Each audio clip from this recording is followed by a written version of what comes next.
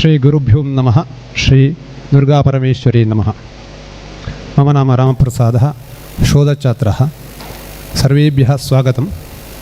कटीलु श्री दुर्गापरमेश्वरी देवालयस्य स्नातकोत्तर अध्ययनकेन्द्रं तथा संस्कृत संशोधनकेन्द्रं पदवी महाविद्यालयः संस्कृत शोध संस्थान शिरसि एवं अखिल कर्नाटक संस्कृत परिषत् मंगळूरु एतेषां संयुक्ताश्रयेण संस्कृत साहित्ये नीतिशास्त्रं तस्य सामयिक प्रस्तुतता च इति विषये राष्ट्रीयसङ्गोष्ठी अद्य अस्माकं महाविद्यालये आयोजिता वर्तते।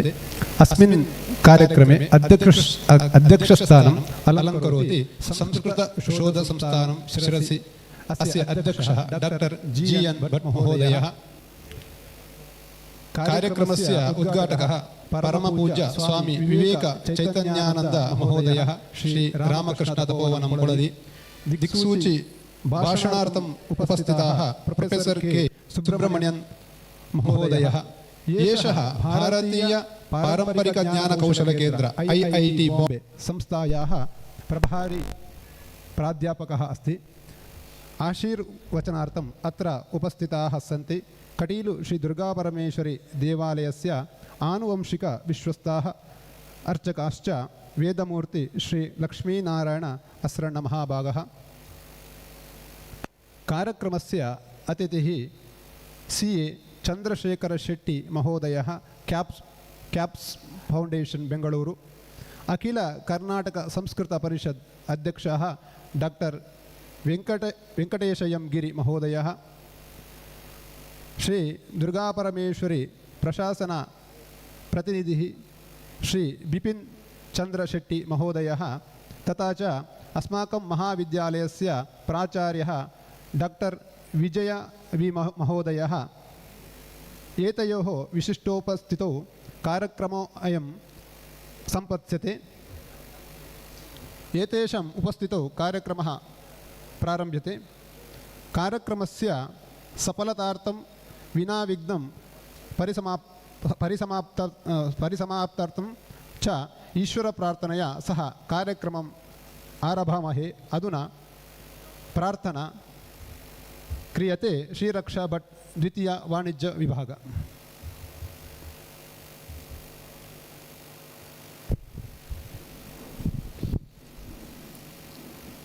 परिपालय सिद्धिविनायक शरणागत रक्षक गणनायक।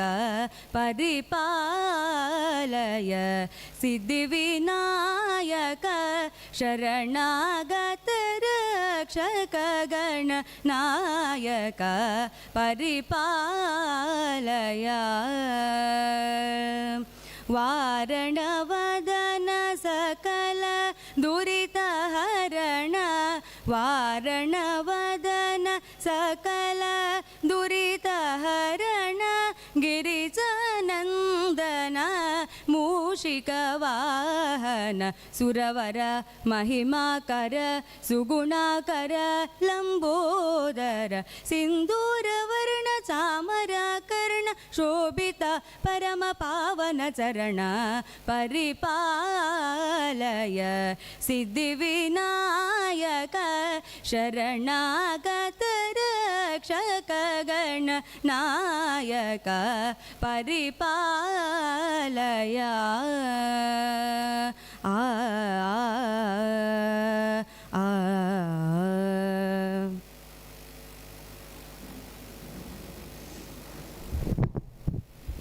धन्यवादाः। आगतेभ्यः सर्वेभ्यः स्वागतं करोति अस्माकं महाविद्यालयस्य प्राचार्यः डॉक्टर विजय वी महोदयः।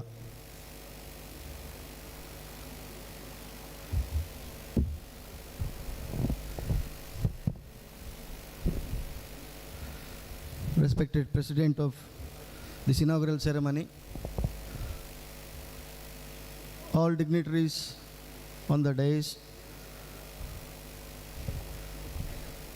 delegates from different places, invitees, resource persons, teaching and non-teaching staff, student union leaders, and my students.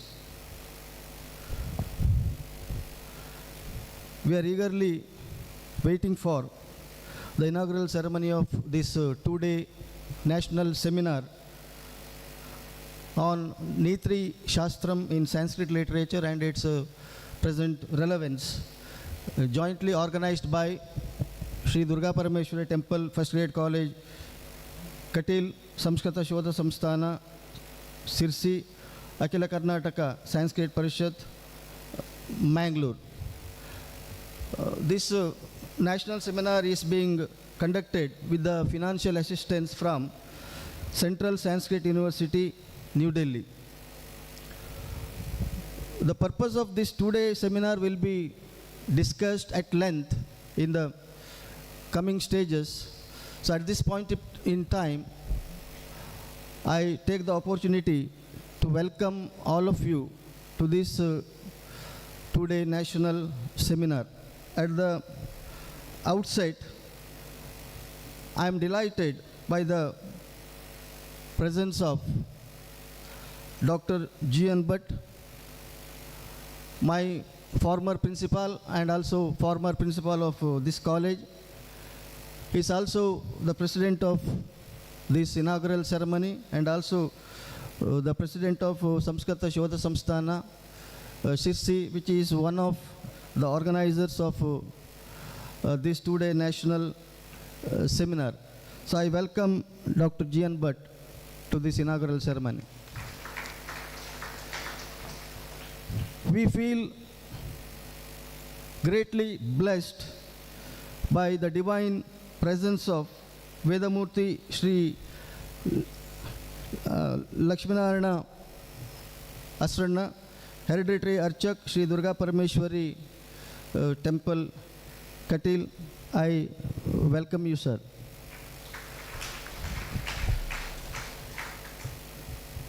So we also feel greatly blessed by the divine presence of His Highness Swami Viveka Chaitanyananda, Sri Ramakrishna Tapovana, Podali. I welcome you, sir. So we are greatly honored by the presence of Professor K. Ramasubramanian, Professor in Charge, Center for Traditional Indian Knowledge and Skills, IIT, Bombay. We are also proud to have the presence of our proud alumnus and founder of CAPS Foundation, Bangalore, Mr. C.A. Chandrasekhar Shetty. So I welcome Mr. C.A. Chandrasekhar Shetty. I welcome Mr. Venkatesh Giri, President of Akhila Karnataka Sanskrit Parishat, Mangalore. I welcome you, sir. And I welcome all the resource persons of ensuing academic sessions. I welcome delegates from different places, invitees, media persons, and all teaching and non-teaching staff, and student leaders and students of this college. All our teaching and non-teaching staff, including myself and Dr. Padmanabh Marathe, and our student council leaders and students have arranged this program very beautifully. So I appreciate and acknowledge the work done by our faculty members, student union leaders, and the students. So I welcome media persons and everybody present here. Thank you.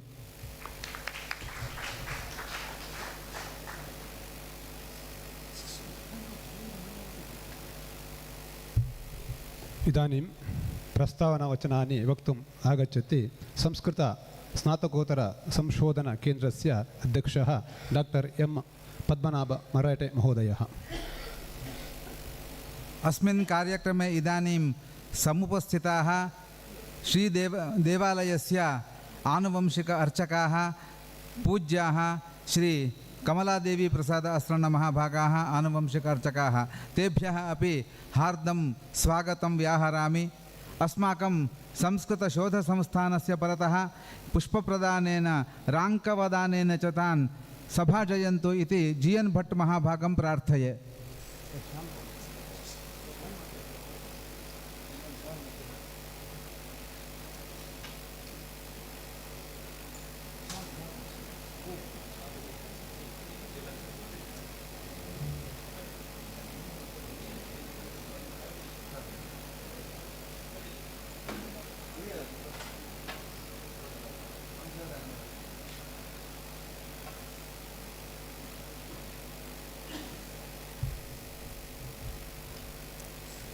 सर्वमंगलमांगल्ये शिवे सर्वार्थसाधिके शरण्ये त्र्यंबके गौरी नारायणी नमोस्तुते।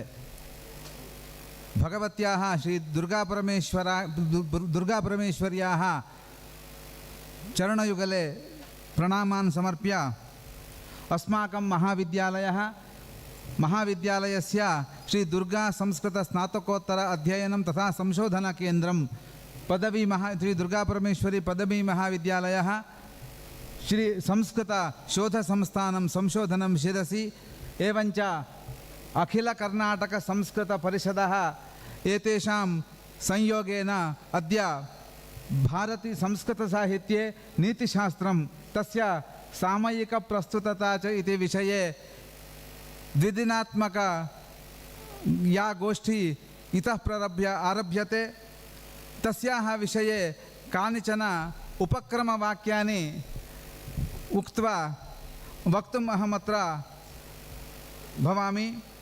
अस्माकं महाविद्यालयः षण्णवत्यधिक-19 वर्षे 1996 मध्ये अस्माकं महाविद्यालयः प्रारम्भः अभवत्। विशेषतः ग्रामीणप्रदेशजनानाम् उन्नताध्ययनं भवतु इति कारणतः तस्य कार्यक्रमस्य आरम्भः अभवत्। क्षम्यतां 1988 महाविद्यालयस्य स्थापनं। तदनन्तरं 1992 मध्ये अस्य महाविद्यालयस्य संस्कृत स्नातकोत्तरकेन्द्रम् आरब्धम्। अत्र न केवलं शिक्षणं भारतीयशिक्षणं भवेत् एवञ्च संस्कृत साहित्यस्यापि अध्ययनं भवेत्। भारतीयसंस्कृतेः परिप्रेक्ष्ये अस्माकम् उन्नतविद्याभ्यासः भवेत् इति कारणतः एतदर्थमेव अस्य महाविद्यालयस्य प्रथम प्रांशुप्राचार्यरूपेण नियुक्ताः doctor G N. Bhatt महाभागाः।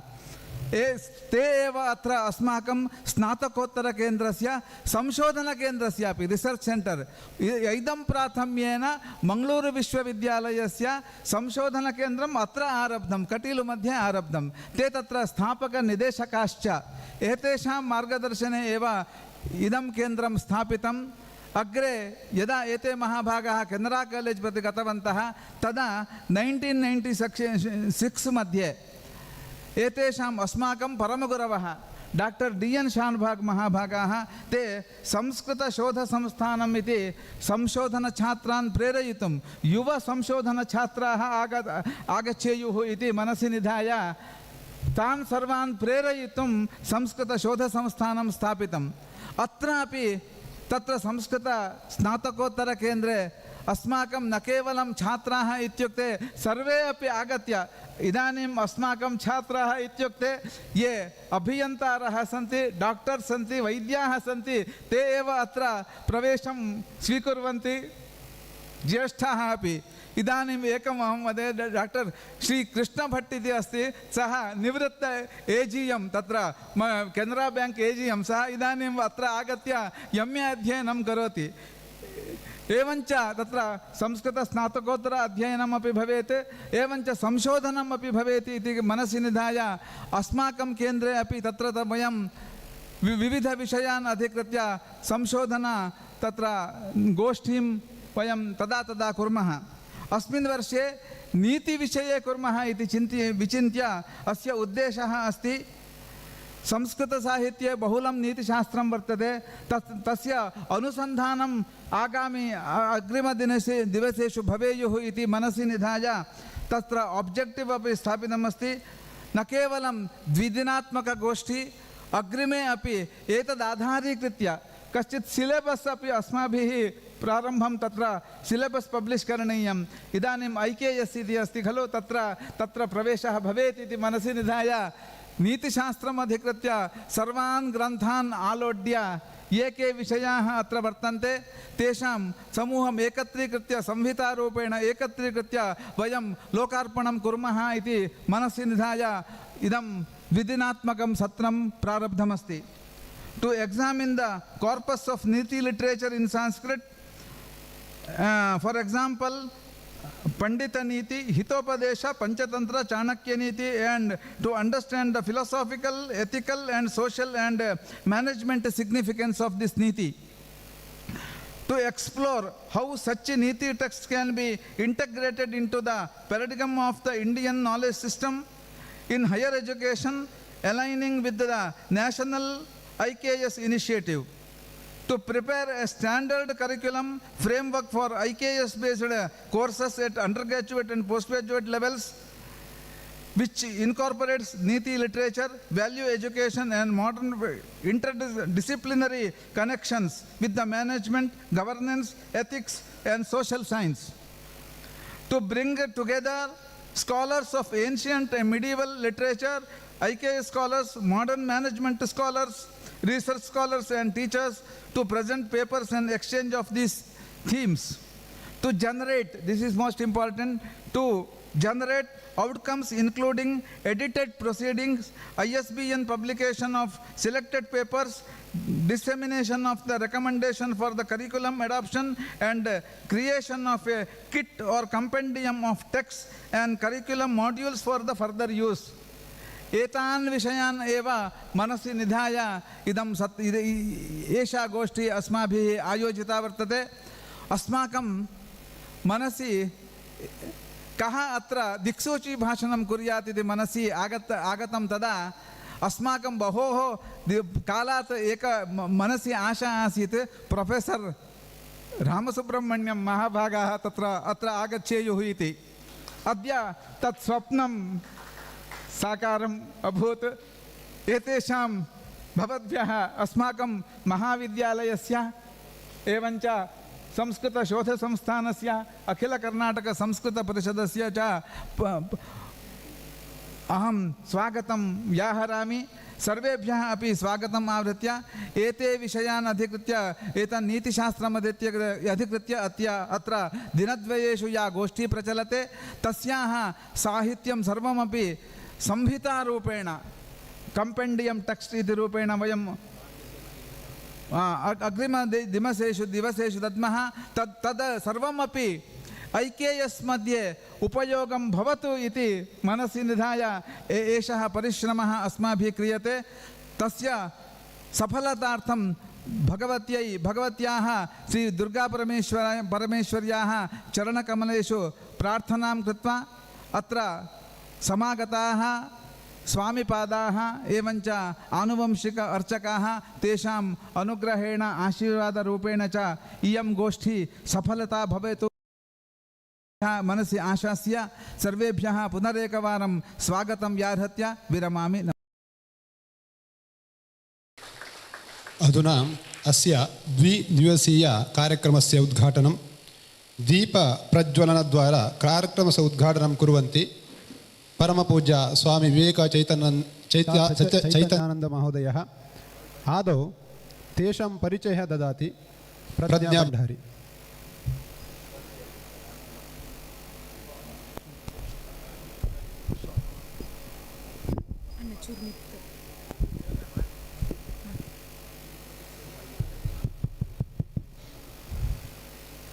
Good morning to all present here. It is an immense pleasure to introduce Pujya Viveka Chaitanyananda Swamiji. He was a chartered accountant by profession and has also done company secretary, law, and masters in arts and PhD in philosophy from Mysore University on the topic Sri Ramakrishna, the modern prophet of universal religion. He was practicing at Bangalore, where he established a reputed firm and have been greatly influenced by the ideals of Sri Ramakrishna, Holy Mother Sharada Devi, and Swami Vivekananda.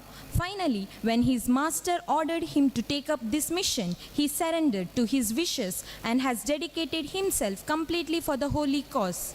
He has renounced his worldly ties quite some time back and leading the institution and serving the people under the guidance and direction of his Gurudev, Sri Ramakrishna.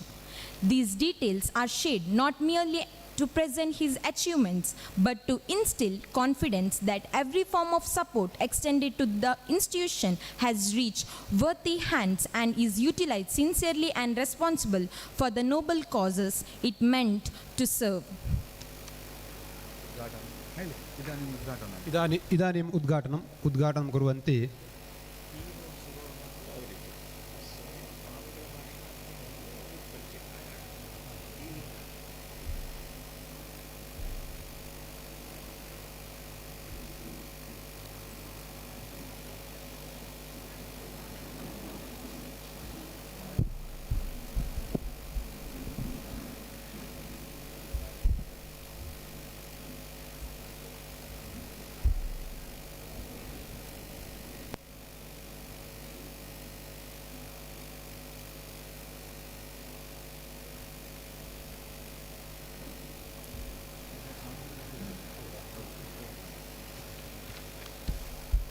ओम जातवेदसे सुनवा मसोम मराति यतो निदहाति वेदः सनः पर्षदति दुर्गाणि विश्वा नावेव सिन्धुं दुरितात्यग्निः तामग्निवर्णां तपसा ज्वलन्तीं वैरोचनीं कर्मफलेषु जुष्टां दुर्गां देवीं शरणमहं प्रपद्ये सुतरसितरसे नमः अग्ने त्वं पारयानव्यो अस्मान् स्वस्तिभिरति दुर्गाणि विश्वा पूश्च पृथ्वी बहुला न उर्वी भवातोकायतनयाय संयोः विश्वानि नो दुर्गः जातवेदस्सिन्धन्न नावादुरितातिपर्षि अग्ने अत्रिवन्नमसा गृणानोऽस्माकं बोध्यपिता तनूनां प्रतनाजितगं सहमानमुग्रमग्निगं हुवेम परमात् सदस्तात् सनः पर्षदति दुर्गाणि विश्वाक्षामद्देवो अतिदुरितात्यग्निः उद्दीप्य स्वजातवेदोपघ्नं निरृतिं मम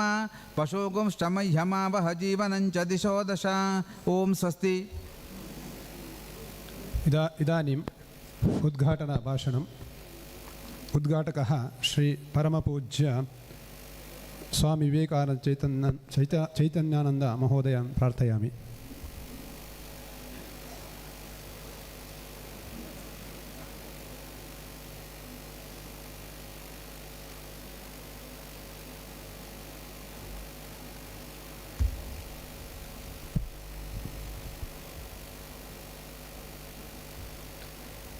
ओम स्थापकाय च धर्मस्य सर्वधर्मस्वरूपिणे अवतारवरिष्ठाय रामकृष्णाय ते नमः। जननीं शारदां देवीं रामकृष्णं जगद्गुरुं पादपद्मे तयोः श्रुत्वा प्रणमामि मुहुर्मुहुः। नमः श्रीयतिराजाय विवेकानन्दसूरये सच्चित्सुखस्वरूपाय स्वामिने तापहारिणे। या देवी सर्वभूतेषु शुद्धारूपेण संस्थिता नमस्तस्यै नमस्तस्यै नमस्तस्यै नमो नमः। मूकं करोति वाचालं पंगुं लंघयते गिरिं यत्कृपः तमहं वन्दे परमानन्दमाधवं वन्दे परमानन्दमाधवं। I offer my salutation with bhakti to Maharaj Rajeshwari Bhadrakali Gurudev Sri Ramakrishna and Ma Durgaparameshwari, the presiding deity of Kateel Temple. This is a great opportunity, especially for the students, to know something which is very much missing in the modern world. And my salutations to all the dignitaries on the dais and the students fraternity, the management of Shree Durgaparameshwari Temple, FirstGradeCollege Kateel, Samskrita Shodha Samsthana, Sirsi, Akhila Karnataka, Sanskrit, Parishat Mangalore, all have joined together and arranged for this 2 days national seminar on Neethishastram in Sanskrit, Samskrita. The biggest problem in the modern world, we have forgotten the ancient wisdom. We talk about Chanakya, we talk about Vidura, and whatever they have given for the well-being of the whole universe. It was not confined to a particular geographical territory, Bharatvarsha. It is for the whole universe to lead a wonderful life and to attain the ultimate reality or the truth, which is spoken in the Vedanta. That is the essence of Upanishad. Swami Vivekananda always used to tell, go back to Upanishad, go back to Upanishad. If we go back to Upanishad, we will be knowing what is the purpose of this life, from where did we come, who are we? Are we the human beings, the biological body, or the eternal spirit, which is part and parcel of the Parabrahman? For this, to lead a wonderful life with meaning, with principles, with the law, ethics, morality, character, and everything, what not everything. Neethishastram is the essence. Every individual, especially the student fraternity, where are we heading to, the present student fraternity? It is very sad to tell before the August gathering, especially the youth, both boys and girls, they have totally forgotten the ancient wisdom of this Bharatvarsha. The jewels that can never be compared with any scriptures of the world, the Vedas, Upanishads, Bhagavad Gita, and Shastra, Purana, everything. It was given by the great incarnations, great rishis or saints for the well-being of the future generation. Because of the influence of the Western culture, we have forgotten our own values. So what is required is the teachers should imbibe on the students the values. There is no character as such, there is no values as such. Values are decreasing, degrading, and has already reached the rock bottom level. When that is happening, you see the world, what is happening in the rest of the world. Everywhere fight, fight, fight, war, war, war. It is all because we have forgotten the Neethishastram. Everybody, if they know the value of life, if they know what Neeti is, how it can mold an individual, a personality, then world will be at peace. Otherwise, the day will come, the human race will extinct from this globe. We will be responsible for that. We talk a lot of things that this great Bharatvarsh is going to be the world leader, world guru. Of course, it might become the world guru, Vishwa Guru, in terms of economic development, technological development, science, and everything. But if our students especially, if our youngsters, the youth, if they lack the Neeti, then how can we lead the world? I remember a saying of Swami Vivekananda, who used to say, up India, conquer the world through your spirituality. Spirituality and Neeti go hand in hand. If you are a follower, you are adhering to Neeti. In English or Latin term, it is called as jurisprudence. Jurisprudence is very much required, not only for our culture, rest of the world. If that is done, then life will have values. We can attain the purpose for which we have come to this globe. So all the participants, the beautiful topics are selected, but unfortunately the attendance, according to me, very less. Because this is the need of the hour. We have seen our Shastras, we have seen the history which has got thousands of years of history. And when the youngsters especially, when they start forgetting what is going to happen next, our generation is like this, next generation, what sort of life they can lead. So considering all these organizations jointly arrange for this 2 days national seminar. It is a wonderful idea. The torch bearers and the great scholars are there. One person is a professor, mathematician, great mathematician from IIT. Even in Ramakrishna Ashram, there is one Swami Sarva Priyananda. Many of you may be listening to his spiritual talks and retreats on the YouTube.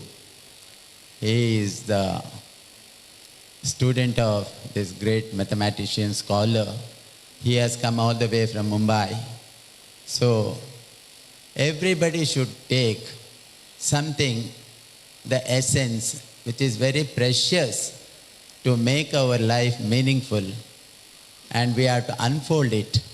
So all the participants and the speakers who have come from different parts of the country, and let Ma Durgaparameshwari bless everybody with good health, knowledge, and adhering to this Neethishastram. Let me thank the organizers for having given me an opportunity to speak few words before you. Jai Ram Krishna Sarve Jano Sukhino Bhavantu. धन्यवादाः स्वामीवर्यः। इदानीम् आशीर्वचनम् अस्मान् उद्दिश्य आशीर्वदति आनुवंशिक अर्चकाः वेदमूर्ति श्री लक्ष्मीनारायण अस्त्रन महाभागः।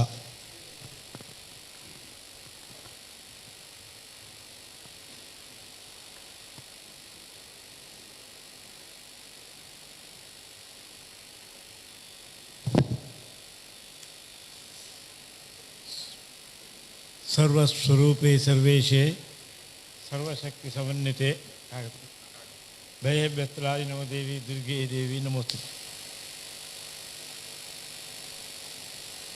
ತಾಯಿ ಮಹಾದೇವಿಯನ್ನು ವಂದಿಸ್ತಾ ಸಂಸ್ಕೃತ ಶೋಧ ಸಮಿತಿ ಸಿರಿಸಿ ಹಾಗೂ ನಮ್ಮ ವಿದ್ಯಾಸಂಸ್ಥೆಗಳು ಇವರ ಜಂಟಿ ಆಶ್ರಯದಲ್ಲಿ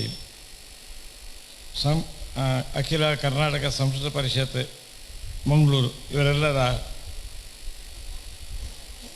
ಒಟ್ಟಿಗೆ ಆಗುವಂಥ ಈ ಕಾರ್ಯಕ್ರಮದಲ್ಲಿ ಸಂಸ್ಕೃತ ಸಾಹಿತ್ಯ ನೀತಿಶಾಸ್ತ್ರ ಅಂತ ವಿಷಯದಲ್ಲಿ ಆ ನೀತಿಶಾಸ್ತ್ರದ ವಿಷಯದಲ್ಲಿ ಸೆಮಿನಾರ್ ನಡೀತಾ ಇದೆ. ಬಹುಶಃ ನೀತಿಶಾಸ್ತ್ರದಲ್ಲಿ ಏನು ಮಾತಾಡಬೇಕು ಅಂತ ನನಗೆ ತಿಳಿಯುವುದಿಲ್ಲ.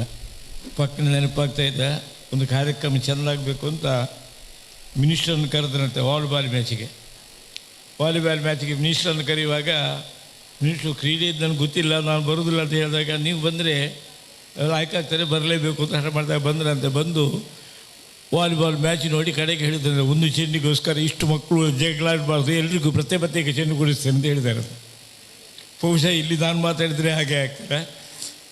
ಆದರೆ ನಾನು ವಿಶೇಷವಾದ ನನ್ನ ಕರ್ತವ್ಯ ಅಂತ ಹೇಳಿದರೆ ಕಾರ್ಯಕ್ರಮ ಯಶಸ್ಸಾಗಲಿ ಅಂತ ಹೇಳೋದು ಮಾತ್ರ. ಬಹುಶಃ ನೀತಿಶಾಸ್ತ್ರ, ಸಂಸ್ಕೃತದಲ್ಲಿ ನೀತಿಶಾಸ್ತ್ರವನ್ನು ನಾವು ಅನುಸರಿಸಿದಾಗ ನಮ್ಮದಾದಂಥ ಸಂಸ್ಕಾರವನ್ನು ಅರಿತಾಗ ಅದು ನಮಗೆ ಮಾನಸಿಕವಾದಂತಹ ನೆಮ್ಮದಿ ಕೊಡ್ತದೆ. ಬಹುಶಃ ನ್ಯಾಯಾಂಗ ಧರ್ಮಾಂಗ ಅಂತ ನ್ಯಾಯಾಂಗದವರು ನ್ಯಾಯಾಂಗ ಹೊಸ ಕಾನೂನು ಮಾಡುವಾಗ ಧರ್ಮಾಂಗವನ್ನು ಚಿಂತನೆ ಮಾಡಿದಾಗ ಮಾತ್ರ ಆ ಕಾನೂನು ಯಶಸ್ವಿಯಾಗ್ತದೆ. ಬಹುಶಃ ಹಿರಿಯರು ಬಹಳಷ್ಟು ಸಾಧನೆ ಮಾಡಿ ನಮಗೆ ಬೇಕಾದಂತಹ ಅದನ್ನು ಸಂಸ್ಕಾರ ಹೇಳ್ತಾರೆ. ಮನುಷ್ಯ ಜೀವನದಲ್ಲಿ ಹೇಗಿರಬೇಕು, ಹೇಗೆ ನಡ್ಕೊಳ್ಬೇಕು ಅಂತ ಸಂಸ್ಕಾರವನ್ನು ನೀತಿಶಾಸ್ತ್ರ ಮುಖಾಂತರ ನಮಗೆ ಬೋಧಿಸಿದ್ದಾರೆ. ಆ ಬೋಧಿಸಿದ ನೀತಿಶಾಸ್ತ್ರವನ್ನು ನಮ್ಮವರೆಲ್ಲ ಅಭ್ಯಸಿಸದೆ ಅದನ್ನು ದೂರಕ್ಕಿಟ್ಟು ಅದು ಪೂಜೆಗೆ ಮಾತ್ರ ಬಹುಶಃ ಸಂಪ್ರದಾಯಗಳನ್ನೆಲ್ಲ ಗುಂಡು ಸಂಪ್ರದಾಯ ಅಂತ ಚಿಂತನೆ ಮಾಡಿ ಬದಿಗೆ ಇಟ್ಟಿದ್ದಾರೆ. ಬಹುಶಃ ಸರಿಯಾದಂಥ ಸಂಸ್ಕಾರವಾದಾಗ ಮಾತ್ರ ಆ ಮನುಷ್ಯ ಜೀವನದಲ್ಲಿ ನೆಮ್ಮದಿಯನ್ನು ಪಡೀಲಿಕ್ಕೆ ಸಾಧ್ಯ. ಅಂತ ನೆಮ್ಮದಿ ಸಿಗಲಿಕ್ಕಿರುವಂತಹ ಹೊಸ ಕಾನೂನುಗಳು ನಮ್ಮ ನೀತಿಶಾಸ್ತ್ರಕ್ಕೆ ಹೆಚ್ಚಾಗಿ ವಿರೋಧವಾಗಿಯೇ ಬರುವುದರಿಂದ ಇಂತಹ ಇದನ್ನು ಅಭ್ಯಸಿಸಿದಾಗ ಅವುಗಳಿಗೂ ಆಲೋಚನೆ ಮಾಡ್ಬೋದು, ಚಿಂತನೆ ಮಾಡ್ಬೋದು. ಯಾವುದೇ ಕಾನೂನು ಮಾಡಬೇಕಾದರೂ ಧಾರ್ಮಿಕವಾಗಿರುವಂತಹ ನೀತಿ ಸಂಹಿತೆಯನ್ನು ವಿರೋಧವಾಗುವಂತಹ ಕಾನೂನು ಮಾಡದಂತಹ ಪರಿಸ್ಥಿತಿ ಬರಬೇಕೆಂಬ ದೃಷ್ಟಿಯಲ್ಲಿ ಬಹುಶಃ ಸಂಸ್ಕೃತದಲ್ಲಿ ಬಹಳಷ್ಟು ಸಾಧನೆ ಮಾಡಿದಂತಹ ನಮ್ಮಲ್ಲಿ ಇಲ್ಲೇ ಇದ್ದು ಬಹಳಷ್ಟು ಇಲ್ಲಿ ಸಂಸ್ಕೃತಕ್ಕೋಸ್ಕರ ಬಹುಶಃ ಇಲ್ಲಿಯ MA ತನಕದ ಒಂದು ತರಗತಿ ಆಗಬೇಕಾದ್ರೆ ಮುಖ್ಯ ಕಾರಣಕರ್ತ ಅಂತ ಜಿ ಎನ್ ಭಟ್ರ ಸಾಧನೆಯಲ್ಲಿ ಇಲ್ಲಿ ಸಂಸ್ಕೃತ ಒಂದು ಪ್ರಾರಂಭವಾಗಿದೆ. ಅವರು ಬರುವ ಅದಕ್ಕೋಸ್ಕರವೇ ಅವರು ಕೇವಲ ಸಂಸ್ಕೃತದ ಅಭಿಮಾನದಿಂದ ಇಲ್ಲಿಗೆ ಪ್ರಾಂಶುಪಾಲರಾಗಿ ಬಂದು ಸಂಸ್ಕೃತದಲ್ಲಿ ವಿಶೇಷ ಕೆಲಸಗಳನ್ನು ಮಾಡಲಿಕ್ಕೆ ಒಂದು ಈ ಕ್ಷೇತ್ರಕ್ಕೆ ತುಂಬ ಅವಕಾಶ ಮಾಡಿಕೊಟ್ಟಿದ್ದಾರೆ. ಬಹುಶಃ MA ತನಕದ ಕೋರ್ಸ್ಗಳು ಮಾಡಲಿಕ್ಕೆ ಅದಕ್ಕೆ ಬೇಕಾದ ಜನ ಹಿಡಿದು ಅದಕ್ಕೆ ಬೇಕಾದಂಥ ಪರ್ಮಿಷನ್ಗಳನ್ನೆಲ್ಲ ಮಾಡಿ ಇಲ್ಲಿ ಸಂಸ್ಕೃತದ ಆ ವಿಶೇಷವಾದಂಥ ನಮ್ಮ ಸಂಸ್ಕೃತಿ ಸಂಸ್ಕಾರಗಳನ್ನು ಬೋಧಿಸುತ್ತಾ ಎಲ್ಲ ತಕ್ಕ ಪ್ರಾಧಾನ್ಯ ಕೊಡುವಂಥ ಕರ್ತವ್ಯವನ್ನು ಮಾಡಿದ್ದಾರೆ. ಬಹುಶಃ ಅವರೇ ಈಗ ಸಾಧನೆ ಮಾಡಿ ಇಂತಹ ಒಂದು ಸಮ್ಮೇಳನದಲ್ಲಿ ನಡೆಸ್ತಾ ಇದ್ದಾರೆ. ಈ ಸಮ್ಮೇಳನ ನಿರ್ವಿಘ್ನದಿಂದ ಚಂದದಿಂದ ಜರಗಲಿ, ಇದಕ್ಕೆ ದೇವರ ದಯೆ ಕೂಡಿ ಬರಲಿ, ನಾವೆಲ್ಲ ಆಶಿಸುವಂತಹ ನೆಮ್ಮದಿಯ ರಾಮರಾಜ್ಯ ಆಗುವಂಥಕ್ಕೆ ಇದೆಲ್ಲ ಪೂರಕವಾಗಲಿ ಅಂತ ದೇವರಲ್ಲಿ ಪ್ರಾರ್ಥಿಸ್ತಾ, ನಿರ್ವಿಘ್ನದಿಂದ ನಾಡಿನಿಂದನಕ್ಕಾಗುವಂತಹ ಕಾರ್ಯಕ್ರಮ ಯಶಸ್ವಿಯಾಗಲಿ ಅಂತ ದೇವರಲ್ಲಿ ಪ್ರಾರ್ಥಿಸಿ ತನ್ನದಾದಂತಹ ಮಾತನ್ನು ದೇವರಿಗೆ ಅರ್ಪಿಸ್ತೇವೆ. ಧನ್ಯವಾದಾः. अग्रे कमलादेवी प्रसाद शरणं महाभगान् प्रार्थयामि. अस्मिन् उद्देश्य आशीर्वचनं ददातु इति. तरुणशकलमिन्दो बिभ्रति शुभ्रकान्तिः कुचभरनमिताङ्गी सन्निषण्णा निशाब्दे निजकरकमलोद्यत् लेखनी पुस्तकश्रीः सकलविभवसिद्ध्यै पातु वाग्देवतानः. भवति यदनुभावात् एडमूकोऽपि वाग्मी जडमतिरपि जन्तुः जायते प्राज्ञमौलिः. सकलवचनचेतो देवता भारती सा मम वचसि निधत्तां सन्निधिं मानसे च.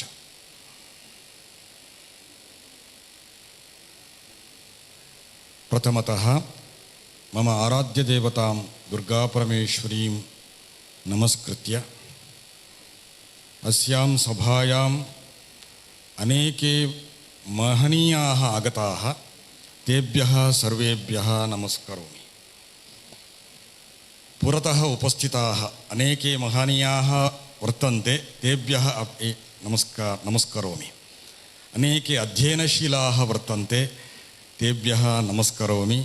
अध्यापकाः वर्तन्ते, तेभ्यः नमस्करोमि. इतः परं कन्नडभाषायाम् अहं वक्तुकामोऽस्मि. किमर्थं चेत् सर्वेषाम् अवगन्तुं शक्यते इति धी. ನಮ್ಮ ಸಂಸ್ಕೃತ ಭಾಷೆಯ ಬಗ್ಗೆ ಅತ್ಯಂತ ಹೆಮ್ಮೆಯಿಂದ, ಅದು ದೊಡ್ಡ ಭಾಷೆ ಅಂತ ನಮಗೆ ಅನುಭವದಿಂದ ಹೇಳ್ಬೋದು. ನೋಡಿ, ತುಳು ನಮ್ಮ ಮಾತೃಭಾಷೆ, ಕನ್ನಡ ನಮ್ಮ ರಾಜ್ಯ ಭಾಷೆ, ಹಿಂದಿ ಒಪ್ಪುವುದಿಲ್ಲ, ಆದರೆ ಹಿಂದಿ ನಮ್ಮ ಭಾರತದ ದೇಶದ ಭಾಷೆ. ಸಂಸ್ಕೃತ ನಮ್ಮ ಇಂಗ್ಲೀಷ್ ಅಂತಾರಾಷ್ಟ್ರೀಯ ಭಾಷೆ. ಸಂಸ್ಕೃತ ಏನು ಅಂತ ಕೇಳ್ಬೋದು ಎಲ್ಲರೂ. ಸಂಸ್ಕೃತ ಅಂತರ್ಲೋಕೀಯ ಭಾಷೆ. ಬೇರೆ ಲೋಕಕ್ಕೆ ಹೋಗಬೇಕಿದ್ರೆ ನಿಮಗೆ ಸಂಸ್ಕೃತವೇ ಬೇಕೇ ಹೊರತು ಬೇರೆ ಯಾವ ಭಾಷೆಯಿಂದ ಮಾತಾಡಲಿಕ್ಕಾಗೋದಿಲ್ಲ. ಹಾಗಾಗಿ ಸಂಸ್ಕೃತವನ್ನು ನೀವು ಕಲಿಬೇಕು ಅಂತಂದರೆ ನೀವು ನಂತರ ಹೋಗುವ ಲೋಕಕ್ಕೆ ಬೇಕದು. ಹಾಗಾಗಿ ಅಂತರ್ಲೋಕೀಯ ಭಾಷೆ ಅಂದರೆ ಅದು ಸಂಸ್ಕೃತ ಭಾಷೆ. ಹಾಗಾಗಿ ಆ ಸಂಸ್ಕೃತ ಭಾಷೆಯನ್ನು ಎಲ್ಲರೂ ಭಾರತದಲ್ಲಿ ಹುಟ್ಟಿದ ಪ್ರತಿಯೊಂದು ಜೀವಿಯೂ ಕೂಡ ಸಂಸ್ಕೃತವನ್ನು ಕಲಿಯಲೇಬೇಕು. ನಾನು ಎಲ್ಲ ಕಡೆ ಹೇಳುವುದುಂಟು, ಯಾಕಂದರೆ ಅದನ್ನು ಆ ಭಾಷೆಯನ್ನು ಇಟ್ಟುಕೊಂಡು ನೀವು ನಿರ್ವಚನ ಮಾಡಲಿಕ್ಕೆ ಕಲಿಯಿರಿ ಅಂತ. ಒಂದು ಸಂಸ್ಕೃತ ಭಾಷೆಯನ್ನು ಇಟ್ಟುಕೊಂಡ್ರೆ ಮಾತ್ರ ನಿರ್ವಚನ ಮಾಡಲಿಕ್ಕೆ ಆಗ್ತದೆ. ಬೇರೆ ಯಾವ ಇಂಗ್ಲೀಷ್ನಲ್ಲಿ ಎಟಿಮಾಲಜಿ ಅಂತ ಹೇಳ್ತಾರೆ. ನಿರ್ವಚನ ಮಾಡಬೇಕಿದ್ರೆ ಸಂಸ್ಕೃತ ಬೇಕು. ಯಾವ ಭಾಷೆಯ ಇದನ್ನು ತೆಗೆದುಕೊಂಡು ನಿರ್ವಚನದಲ್ಲಿ ನೀವು ಹತ್ತಿರ ಹೋದರೆ ಸಂಸ್ಕೃತ ಭಾಷೆಯಿಂದ ಮಾಡಲಿಕ್ಕಾಗ್ತದೆ. ಈಗ ಈ ಉದಾಹರಣೆ, ಇವತ್ತು ನೀತಿ ಅಂತ ಒಂದು ಶಬ್ದ. ಏನು ನೀತಿ ಅಂತಂದರೆ, ನೀತಿ ಅಂದರೆ ಏನು? ಅದರಲ್ಲಿ ನೀ ಇತಿ ಅಂತ ಬಿಡಿಸಿದರೆ ನಿತರಾಂ ಇತಿ ಅಂದರೆ ಕರ್ತವ್ಯ, ಇತಿ ಕರ್ತವ್ಯತ, ನೀವು ಮುಂದೆ ಹೇಗಿರಬೇಕು ಎಂಬುದನ್ನು ಚೆನ್ನಾಗಿ ಹೇಳಿಕೊಡುವುದರಿಂದ ಅದು ನೀತಿ ಅಂತ ಅರ್ಥ ಮಾಡಿದರೆ ಎಷ್ಟು ಸುಂದರ ಆಗ್ತದೆ ನೋಡಿ. ಇದು ಸಂಸ್ಕೃತ ಭಾಷೆಯ ಒಂದು ಪ್ರೌಢಿಮೆ. ಇದು ಇದನ್ನು ಇಟ್ಟುಕೊಂಡು ನಾವು ಏನು ಅರ್ಥ ಮಾಡಿ ನೋಡಿ. ಕನ್ನಡ ಶಬ್ದ ಹೇಗೆ ಬಂತು? ನಾನು ಒಂದು ಕಡೆ ಹೇಳಿದ್ದೆ, ಕನ್ನಡ ಶಬ್ದ ಹೇಗೆ ಬಂತು ಗೊತ್ತಿಲ್ಲ, ಕನ್ನಡ ಹೇಗೆ ಬಂತು ಗೊತ್ತಿಲ್ಲ. ಸಂಸ್ಕೃತ ಹೇಗೆ ಬಂತು ಅಂತ ಗೊತ್ತುಂಟು. ಸಮ್ಯಕ್ ಕೃತಂ ಸಮ್ಯಕ್ ಸಂಸ್ಕೃತಂ ಹೇಳ್ಬೋದು.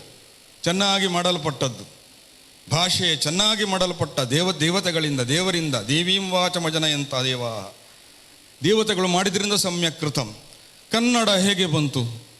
ಸಂಸ್ಕೃತವನ್ನು ಇಟ್ಟುಕೊಂಡ್ರೆ ಮಾತ್ರ ಅರ್ಥ ಮಾಡಲಿಕ್ಕಾಗ್ತದೆ, ಬೇರೆ ಯಾವ ಇದರಿಂದ ನಮ್ಗೆ ಅರ್ಥ ಮಾಡಲಿಕ್ಕಾಗೋದಿಲ್ಲ. ಹೇಗೆ ಅಂದರೆ ಕಣಿ ದೀಪ್ತವು ಅಂತ ಧಾತು. ಕಣಿ ಅಂದರೆ ತೋರಿಸಿಕೊಡುವಂಥದ್ದು.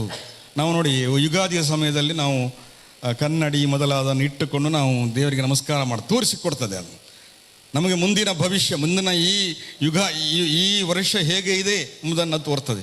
ಆಮೇಲೆ ಕನ್ನಡಿ ಕೂಡ ನಮ್ಮನ್ನು ತೋರಿಸಿಕೊಡ್ತದೆ, ಅದರಿಂದ ಕನ್ನಡಿ ಅದು ಕಣಿ ದೀಪ್ತವು. ಆದ್ದರಿಂದ ನಮಗೆ ಈ ಭಾಷೆ, ಕನ್ನಡ ಎಂಬ ಭಾಷೆ ಎಲ್ಲ ಜ್ಞಾನವನ್ನು, ದೀಪ್ತಿಯನ್ನು ಕೊಡುವುದರಿಂದ ಅದು ಕನ್ನಡ ಅಂತ ಅರ್ಥ. ಅಂದರೆ ಕಣಿ ಅಡಕವಾಗಿದೆ ಎಂದಲೂ ಕನ್ನಡ ಅಂತ ಅರ್ಥ ಮಾಡ್ಬೋದು. ಈ ರೀತಿಯಾಗಿ ಒಂದು ಭಾಷೆಗೆ ನಾವು ಅರ್ಥವನ್ನು ಮಾಡ್ಬೋದು. ಎರಡನೆಯದಾಗಿ ತುಳು ನೋಡಿ, ತುಳು ಎಂಬ ಶಬ್ದ ಹೇಗೆ ಬಂತು ಅಂತ ನಮ್ಮದೇ ಆದ ನಿರ್ವಚನ. ಅದಕ್ಕೆ ಸಂಸ್ಕೃತವನ್ನು ಇಟ್ಟುಕೊಂಡು ನಿರ್ವಚನ ಮಾಡೋದು. ಈ ತುಳುವಿನಲ್ಲಿ ತುಡರು ಅಂದರೆ ದೀಪ, ದೀಪಕ್ಕೆ ನಾವು ತುಡರು ಅಂತ ಹೇಳೋದು. ತು ಅಂದರೆ ಬೆಂಕಿ, ಆ ಲು ಅಂದರೆ ನೋಡಿ ಸತ್ಯಲು ಮೊದಲಾದಂಥ ಅದೊಂದು ಪ್ರತ್ಯಯ. ಹಾಗಾಗಿ ನಮಗೆ ದೀಪ್ತಿಯನ್ನು ಕೊಡುವುದರಿಂದ ಅದು ತುಳು ಅಂತ ಹೇಳಿದರೆ ಸುಂದರವಾಗಿ ಅರ್ಥ ಆಗ್ತದೆ ನೋಡಿ. ಈ ರೀತಿ ನಾವು ಒಂದು ತುಲನಾತ್ಮಕವಾಗಿ ಅಧ್ಯಯನ ಮಾಡಲಿಕ್ಕೆ ಸಂಸ್ಕೃತ ಬೇಕೇ ಬೇಕು. ಯಾವ ಭಾಷೆ ಆಗಲಿ, ತಮಿಳಿನವರು ಹೇಳೋದುಂಟು, ನಮ್ಮದು ದ್ರಾವಿಡ ಭಾಷೆ ಸಂಸ್ಕೃತಕ್ಕೆ ಸಂಬಂಧಪಟ್ಟ ಭಾಷೆ ಅಲ್ಲ ಅಂತ. ನಮ್ಮದು ಮೊದಲಿದ್ದದ್ದು ಸಂಸ್ಕೃತ ಬಂದದ್ದು ಆರ್ಯರಿಂದ ಅಲ್ಲ. ಅದರಲ್ಲಿ ನೋಡಿ ಕುಲಂದೈಗಳು ಅಂತ ಹೇಳ್ತಾರೆ ಮಕ್ಕಳಿಗೆ. ಏನು ಅದು ಅರ್ಥ ಗೊತ್ತಿಲ್ಲ, ಮಕ್ಕಳು ಅಷ್ಟೇ. ಆದರೆ ಅದನ್ನು ನಾವು ಸಂಸ್ಕೃತದಿಂದ ನಿರ್ವಚನ ಮಾಡಿದರೆ ಈ ಮಗುವೆ ಕುಲಂದದಾತಿ ಇತಿ ಕುಲಂದೈಗಳಿಂದ ಅರ್ಥ ಮಾಡಿದ್ರೆ ಸುಂದರವಾಗಿ ಅರ್ಥ ಆಗ್ತದೆ ನೋಡಿ. ಈ ಕುಲೋದ್ಧಾರ ಆಗೋದು ಈ ಮಗುವಿನಿಂದ ಅಂತ ಕುಲಂದೈಗಳ ಅರ್ಥ ಮಾಡುವುದು.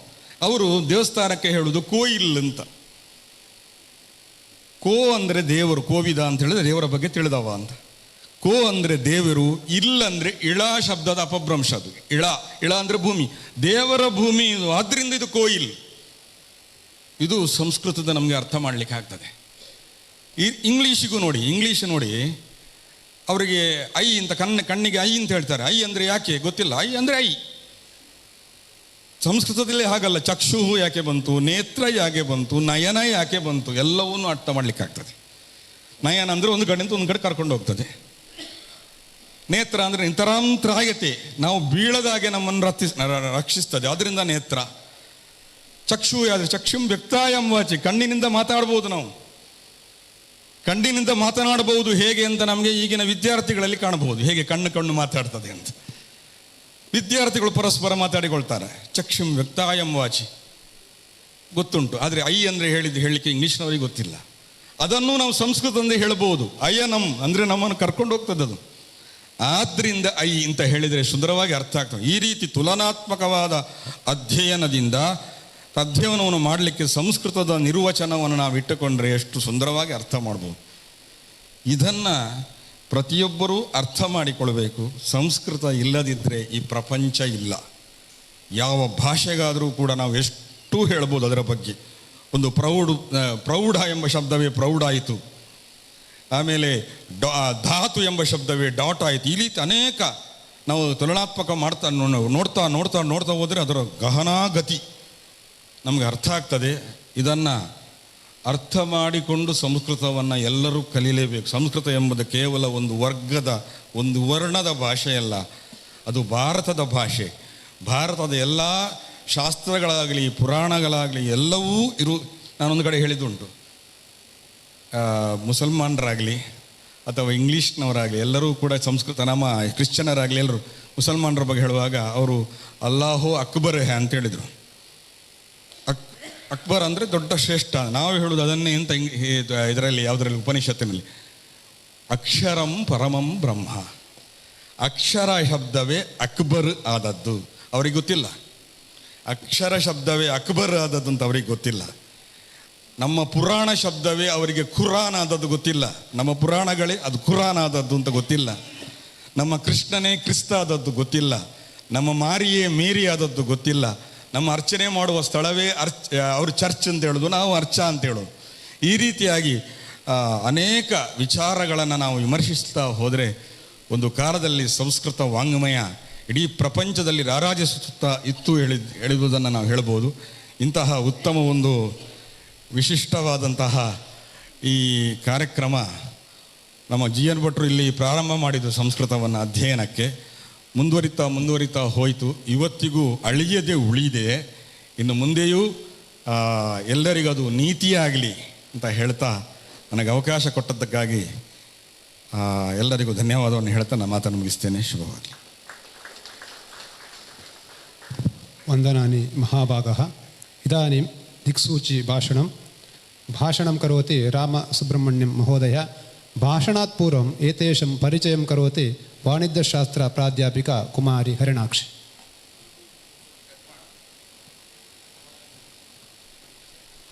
A very warm welcome to someone who brings not just experience but inspiration wherever they go.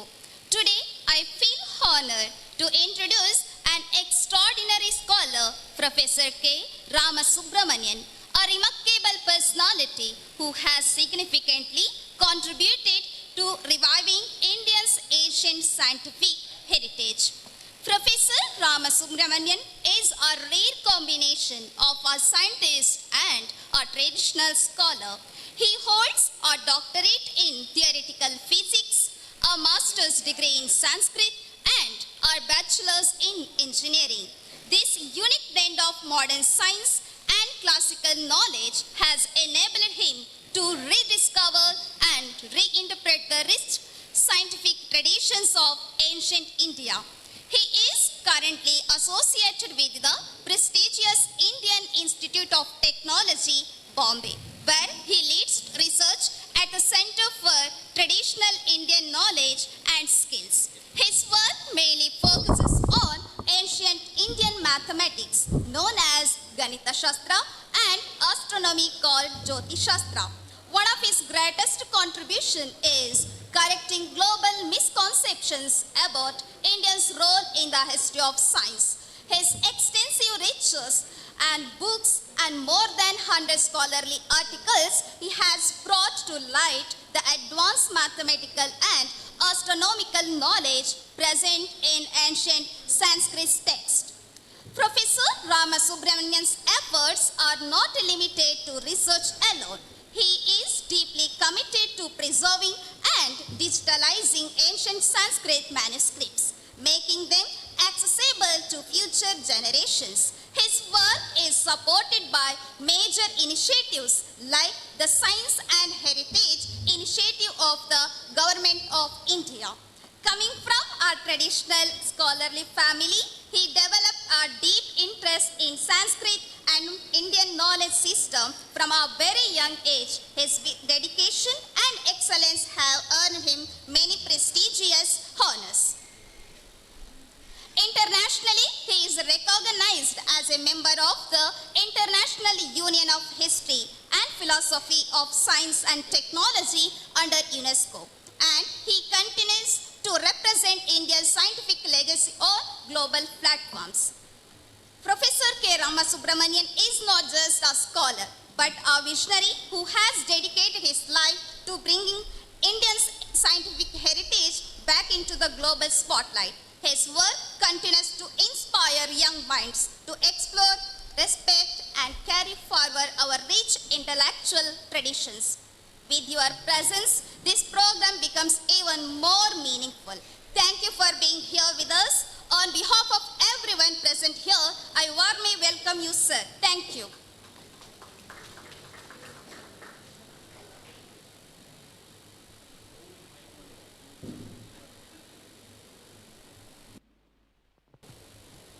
इदानीं दिक्सूचि भाषणं करोतु इति रामसुब्रह्मण्यस्वामी महोदयान् प्रार्थये.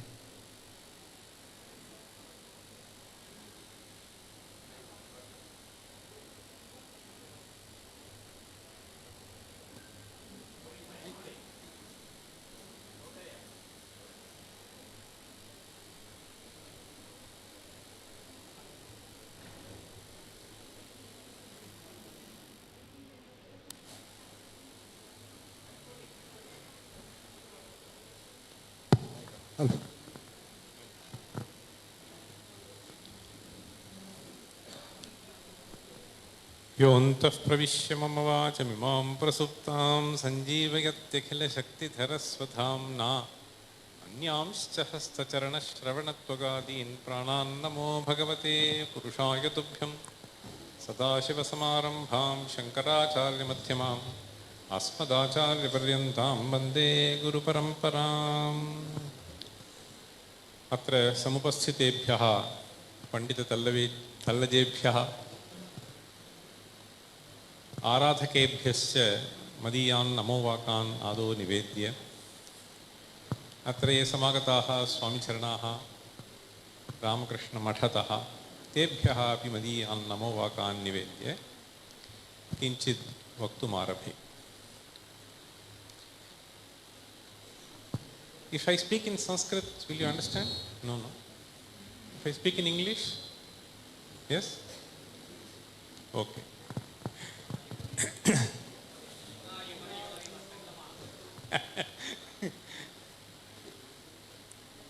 Okay. So this conference or seminar is on the relevance of Neethishastram. Clear? So Neethishastra, so the previous speaker was mentioning that it has to do with jurisprudence. True, it has to do with jurisprudence, but it has to do with much more things. I don't know if any of you even know about jurisprudence. That is a very specific term. Neeti is to be understood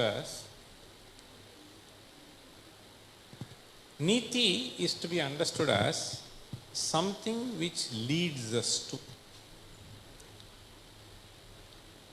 So it stems from the root called ni, as he was trying to tell you.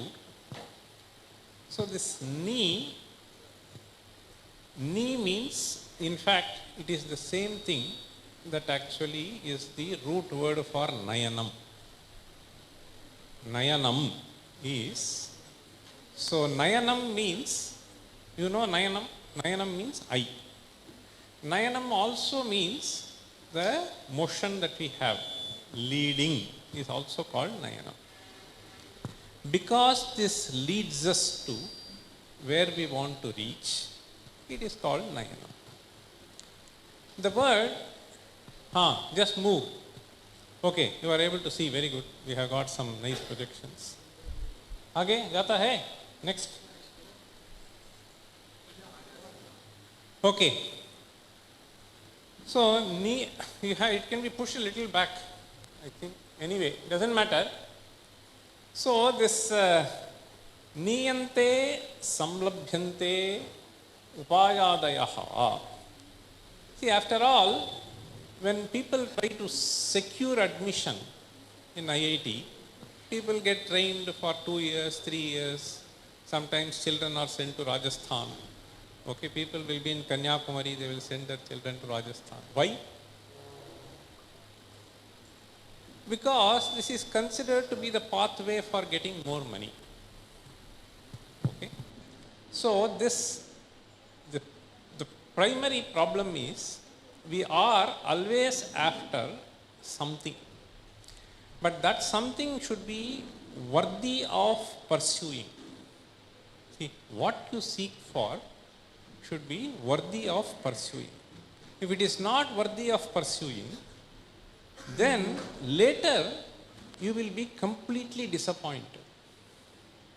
I am telling you, year after year, America for giving lectures for 2 to 3 weeks. So I will give some 30-40 lectures over that period. Yes, other places also. I am just trying to build this as a background as to what we need to pursue in our life. So this Neethishastra helps you in trying to fix the objective of our life and the means to achieve that objective in life. So this is very important. Lakshyam tadartham sadhana. Okay, when we say upaya, aihika amushmika, so that which is useful here, that which will be useful hereafter. So we need to understand there are two aspects. Now, upayadayaha, aihikaha, amushmikaha, wherever you get, see, after all, suppose you want to understand physics, how does the rocket go? Okay? So nowadays, so you have missiles fighting, not people fighting. How does the missile go and strike there? You give a certain direction, you give a certain thrust, it goes there and then it reaches the spot. For that, what do you need to know? You need to know the physics behind it. Right? So if you want to shoot a missile, you need to know how to do the physics. So here, if you need to achieve something in life, then the means to achieve that is something which is available here. That is why Neethishastram, he was trying to tell you, it forms the basis. Swamiji was also mentioned. Okay. Now, whether it is personal, see, personal discipline, ethical conduct, see, personal discipline forms the most important thing for anything. So, this personal discipline, nowadays what is missing, Swamiji was repeatedly mentioning, we have lost the moral values and ethical values. We have even been ridiculing certain practices in India, and it is precisely because of the ignorance, partially because of indifference, partially because of being misled to think in a different direction. Ignorance is okay, it can be easily handled. Indifference is a little difficult to handle, but if you are trained to think wrongly, it is all the more difficult to correct. That is where the problem is. And I remember when I studied in school, we at least used to have this moral periods. Something was taught. Now that period is gone. See, our Sridhar is there. So we know. So there is something which has gone wrong in trying to ignore the language, Samskrita I was saying. Something which has to do with the cultural values gone. Teaching literature is gone. Teaching moral values and Neeti texts are gone. If this is gone, then personal discipline is impossible. Unless we have personal discipline, it is not possible to have ethical conduct in the society. After all, society is built by people. If people are not moral and ethical, how can the society be ethical? So this we need to understand. So organizational, familial and societal, if there is a problem, it is problem because of the lack of understanding of what the purpose of life is. I am just trying to tell you here, I started with this American trip. People have earned a lot of money. Okay? Our Neethishastra says, Artham anartham bhavaya nityam nasti tatas sukalesha satyam putradapi dhana bhajam bhitihi sarvatraisha vihita ritihi. Okay? Now, I am telling you, I have seen people who have built beautiful houses on the top of a hillock. Okay? So when I give a lecture, they will just take me. So please come to our place. We go. Palatial house. But then that lady weeps. What am I to do with this man? What am I to do? You can neither enjoy nor give up. We can give up, but mind does not allow me. So you just sell it, give it to some Ramakrishna Math, give it to some ashram, give it to this college. Mind does not come. That dana is very difficult. Dana is very difficult. Shateshu jayate shuraha, sahasreshu ja panditaha, data bhavati va nava. It is just because it is simple psychology. In fact, there is a beautiful verse. Arjane rakshane dane gyevapi cha vastunaha Dukhameva sadan rinam nadhanam sukha sadhanam. So you just imagine, arjane means in earning there is difficulty, right? Rakshana, in trying to save, if you invest somewhere it is gone. Dane, there is difficulty. Okay, I will not do. Vyaye, oh, there are some people, I have got this heart problem, cancer. So I have spent 15 lakhs, I have spent 50 lakhs. So there also dukkha. Where is the sukha? Arjane dukkham, rakshane dukkham, dane dukkham, yaye dukkham, dukkhameva sadanrinam nadhanam sukha sadhanam. So this is a very powerful message. These are the messages that have to be driven in the impressionable age. When they are young, you have to teach these things. Somewhere it will be there, if not today, tomorrow it will become useful. If we do not do that, then there is a great sin that we incur. We have the treasure, but we don't want to expose this treasure. This is the problem. Gaya? No problem. Okay, now, see whether, so social responsibility is again very important. I cannot be self-centered person. मेरे लिए यह सुविधा होती है, मैं इसलिए ये करूँगा. इसका परिणाम क्या होगा, इसे हमें सोचना पड़ेगा. So it will be convenient for you to get, in fact I used to tell in IIT also a few years back. So you go to market, you take brinjal in one packet, you take lady's finger in another packet, tomato in one packet, this in one packet, that in one packet, you get some 15 packets home. Where do you dump this plastic? It is my convenience, I will do. We cannot do that. So ultimately we are not socially responsible people. You have to understand. This is what Neethishastra drives. The purpose of Neethishastra is to discipline oneself. You understand? Discipline oneself. That will help in building organization. That will help in relating family members. I have to share. If you are a self-centric person, nobody is going to be willing to associate with you. If you are a avinita purusha, nobody wants to touch you. See, that is why when you pray, the most important prayer that Bhagavad Pada, he starts with saying, Avinayam apanaya Vishnu, Damaya manaha, Shamaya vishaya mrigatrishnam, Bhutadayam vistaraya, Taraya samsara sagarataha. Finished. The entire Shastra is available. Asmita is the cause of dukkha. Avidya, asmita, raga, dvesha, abhinivesha, klesha. Yoga Sutra. Avidya, asmita, raga, dvesha, abhinivesha. These are the sources of problem. So what is yoga for? Removal of klesha. Removal of klesha.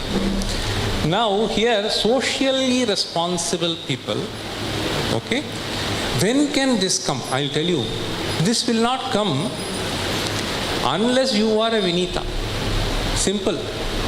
The major problem that I find with students today is, they feel as if they know everything. ये chat GPT आ गया, आपसे सीखने के लिए कुछ नहीं है. It can only give you information. It does not tell you how to handle things in life. It does not give you wisdom. It can give you information, sometimes hallucinated information.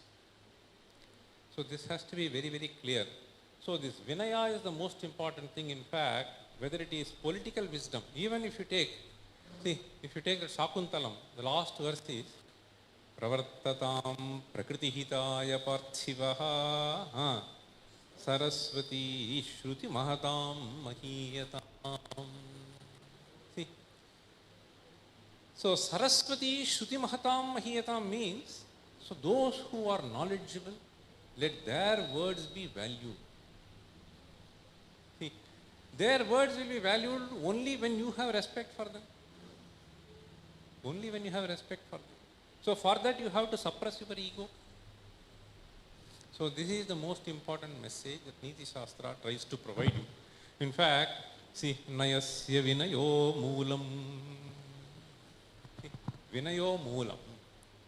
See, in fact, I tell you, this is brilliantly brought out. I don't know if Sukanasopadesha is taught anywhere. Taught? Earlier it was. It is to be taught. See, have you heard this, Swamiji? Sukanasopadesha. Brilliant piece of message. It is primarily meant to address the arrogance of youth.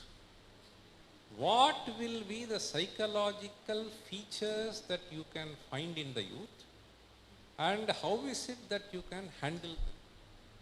So brilliantly and poetically brought up. I'll just give you one or two sentences from that. In fact, he says, see this Vinaya, if it is there, you will listen to somebody. Okay? Oh, listen nahi, pehle sunna. You will at least hear somebody. Listening is next level. Okay? So that's why he says, Shusrushasva Gurun. First message. Shusrushasva. Shushrusha. Shrotum ichha. At least you hear. Tadanantaram vachanasya paripalana. Adau shravane eva nasti. Shraddha shravane eva nasti chet. Katham tasya mananam syat. Katham tasya nididhyasanam. Katham va anubhave. So this is a problem. Now, here Sukanasa says, see, Guru Vachana Mamalamapi Salilamiva Mahadupajanayati Shravanasthitam Shulam Abhavyasya. See, Guru Vachana, highly beneficial. Guru Vachana Mamalamapi Salilamiva Mahadupajanayati Shravanasthitam Shulam Abhavyasya. Hey! Suno. See, Guru Vachana, so it will pain. If that fellow is not humble, this will create pain in the ear, just like the pain that the water entering into the ear generates. So if something has gone into the ear, it will be shula, terrible pain. So similarly, good words, suppose you tell your daughter, don't run after that fellow. Okay? That will be like a severe pain for her. Why is she? I have my liberty, I have my freedom. Go and hit your head. So finally, so now the problem is Guru Vachanam Amalamapi Salilamiva Mahadupajanayati Shravanasthitam Shulam Abhavyasya. On the other hand, he says, Itarasyatu Karinaiva Shankhabharanam Anana Shobha Samudaya Mupajanayati. On the other hand, if you are a Bhavya person, if you are a Vinita, then these words will enter, will churn your thoughts, will refine you, purify the thoughts, and that purified mind will start glowing. See, Anana Shobha. See, so the face basically reflects the heart. See, the Kannada you were saying. See, so the face is the mirror of the heart. Okay? So Anana, like he is beautifully giving example. See, so this elephant, if you have seen in Kerala, during the procession, they put something on the head, right? That is called, that is basic, I don't know what is in called Malayalam. And the patta. Patta. So here we use the word Shankha. Shankhabharanam. Itarasyatu Karinaiva Shankhabharanam. Kari means elephant. Okay? Katham Karaha asya asti iti Kari. Karaha means, no, Karaha everybody has. I am also Kari. That is a special. Yeah. Like Dhani. Even a beggar is a Dhani. So, a Crorepati is also Dhani. Aaj Crorepati chodna. Trillion Pati. Okay. Karinaiva Shankhabharanam Anana Shobha Samudayam Upajanayati. So this is very important. So Nayasya Vinayo Moolam. So Vinayaha Shastra Nishchayaha. See. So in fact, if you are a Vinaya, Vinita, Okay, so I will not elaborate on this. It's a chod denge. You see, then vinayo hindriya jayaha. Okay, so shastram adhigachati. Anyway, so in fact, let me just tell you. Recently, I was reading this. I'll share with you. I just reflected on the sarga in Ramayana, something called Kachit sarga. Kachit. Kachit.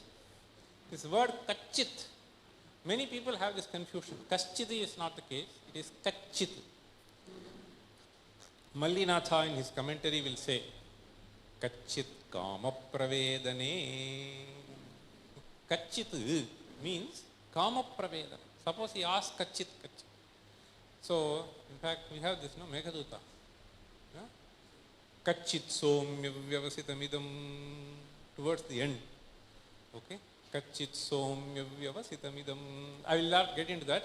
So, he says, Ikshvakunam upayaha, Ikshvakunam yathavattata pujyate. See, so are you venerating? See, pujyate means, when will the puja bhava come? Only when you are humble. Otherwise, you will not do pranama. Mind will not bend. Allow you to bend. Okay? Anyway, next. Okay.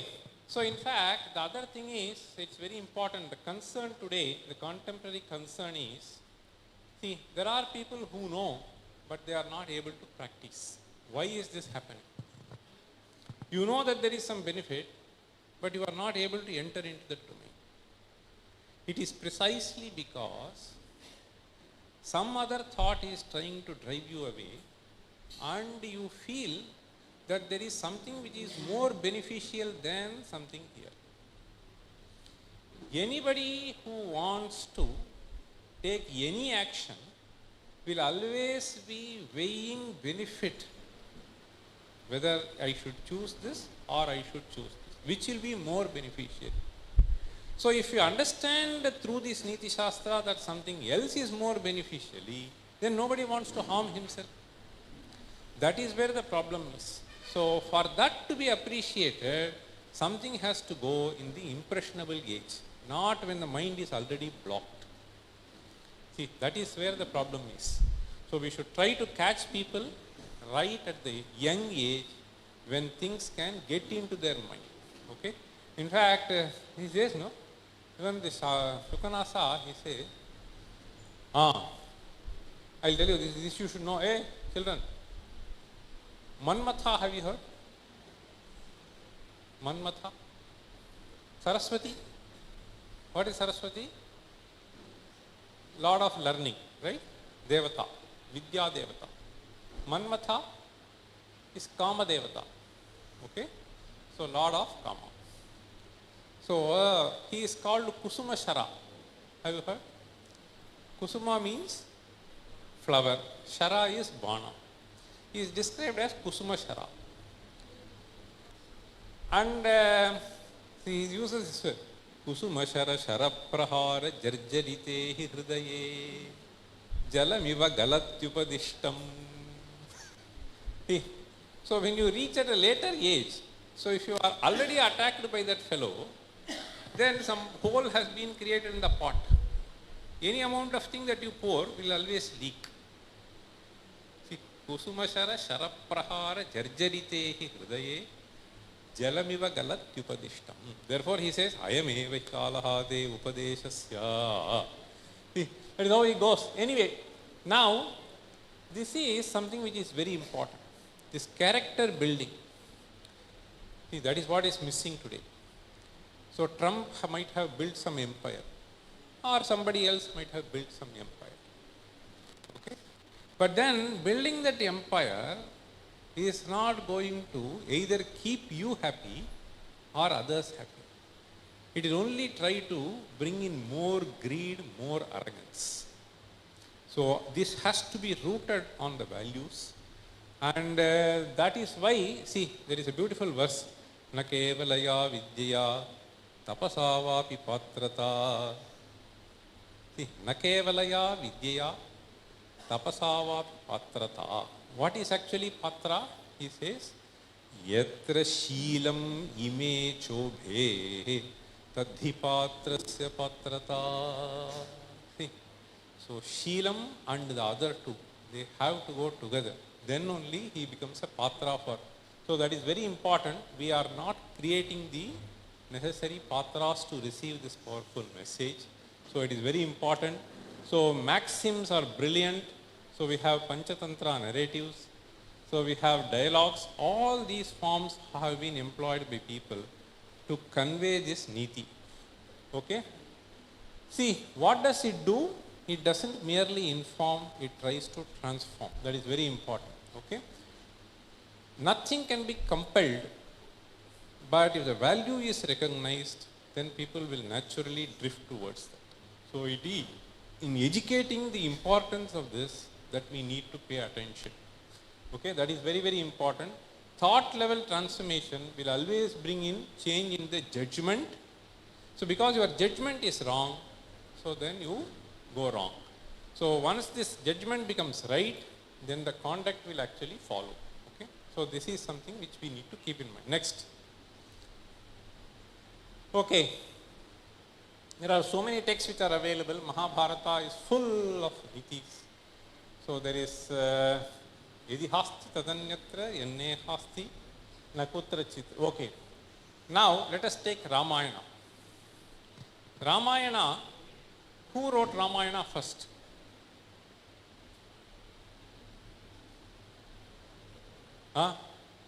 Valmiki, right? Valmiki. So Valmiki Ramayana is 24,000 slokas, etc. So there, this Bhoja writes, you have heard that?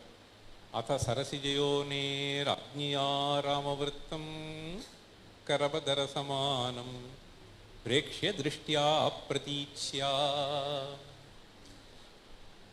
So this Atha sarasijayone rajniya ramavrittam. Then finally he says, that is what is important. Madhumaya bhaniti nam margadarshi maharshihi. That is why even Kalidasa says, no? Sutre Manigana. Sutre. No, not that. That is in Bhagavad Gita. This is fourth shloka in Raghuvamsha.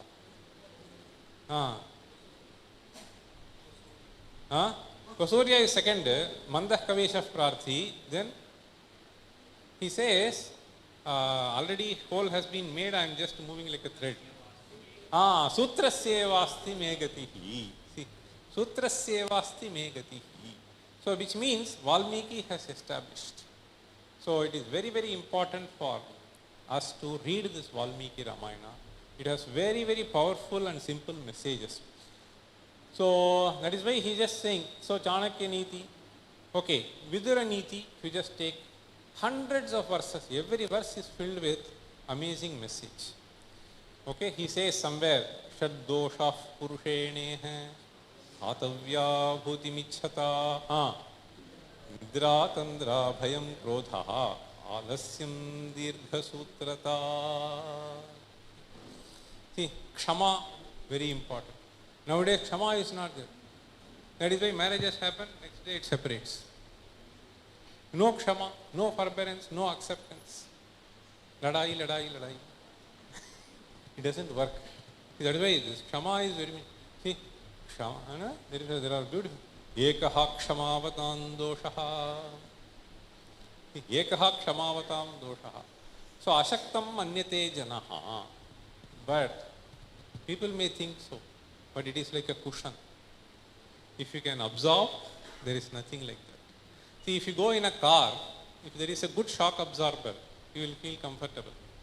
That Kshama is like the good shock absorber. If you don't have, then you will keep jumping up and down. This is very, very important. These are powerful things that are stated. Okay, Panchatantra. I'll just tell you some very interesting story. In Panchatantra, so Karataka, Damanaka. Have you heard? What are they? Fox. Okay. One fox talks to the other fox. Okay. So the story is like this. One fat fellow. Okay. Fat fellow, that Shava is brought. and then they just put that in the forest. Okay? Fat fellow shower. So one fox tells, we have got a fat fellow, we will be able to enjoy the flesh of his body for several days. Okay? The other fox comes and tells, no, no, no. This body is not even worth touching. So through that he wants to give a very powerful message. Why? The verse goes like this. Hastau dana vivarjitau shruti putau sarashruti drohinau netre sadhu vilokanena rahite padau na tirthangatau anyayarjita vittapurna mudaram garvena tungam shiraha re re jambuka muncha muncha sahasa nichasya nindyam vapuhu. You understand? So this body is not worth touching because if you consider hands, hastau dana vivarjitau. So the purpose of hand is to primarily share. You help others either by giving monetary, okay, funds, or by serving something to them. Okay? Hastau Shramadan, we just say. Hastau Dana Vivarjitau Shruti Putau Sarashruti Drohinau. So nothing which relates to important messages in life he will listen.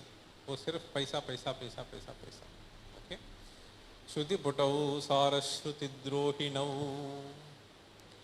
Or what people do is, we will always engage in blaming other fellow. Pareshu dosha pradarsane sarvesham mahati ruchi. That is how most of the time go. You complain about your director, you complain about your dean, you complain about your colleague, some students. So this is how it goes. In fact, there is a nice verse. See, this is a powerful niti. Guna doshau budho grunhan Indukshveda viveshvaraha shirasa shlaghate purvam param kanthe niyachati. In fact, there is a beautiful, there is one, I was so thrilled by reading this 8 shlokas. There was one Ayyawad, great bhakta, okay, Dosha Pariharashtakam. Somebody gave this. I read, it was tough. I have made a translation, it has to be published. Dosha Pariharashtakam, he only says, Paradosha Drishirdosha.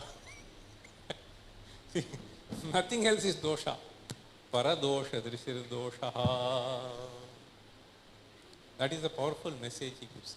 Anyway, so here we spend most of the time. Therefore, he says, Sarashruti Drohinau Netre Sadhu Vilokane Narahite.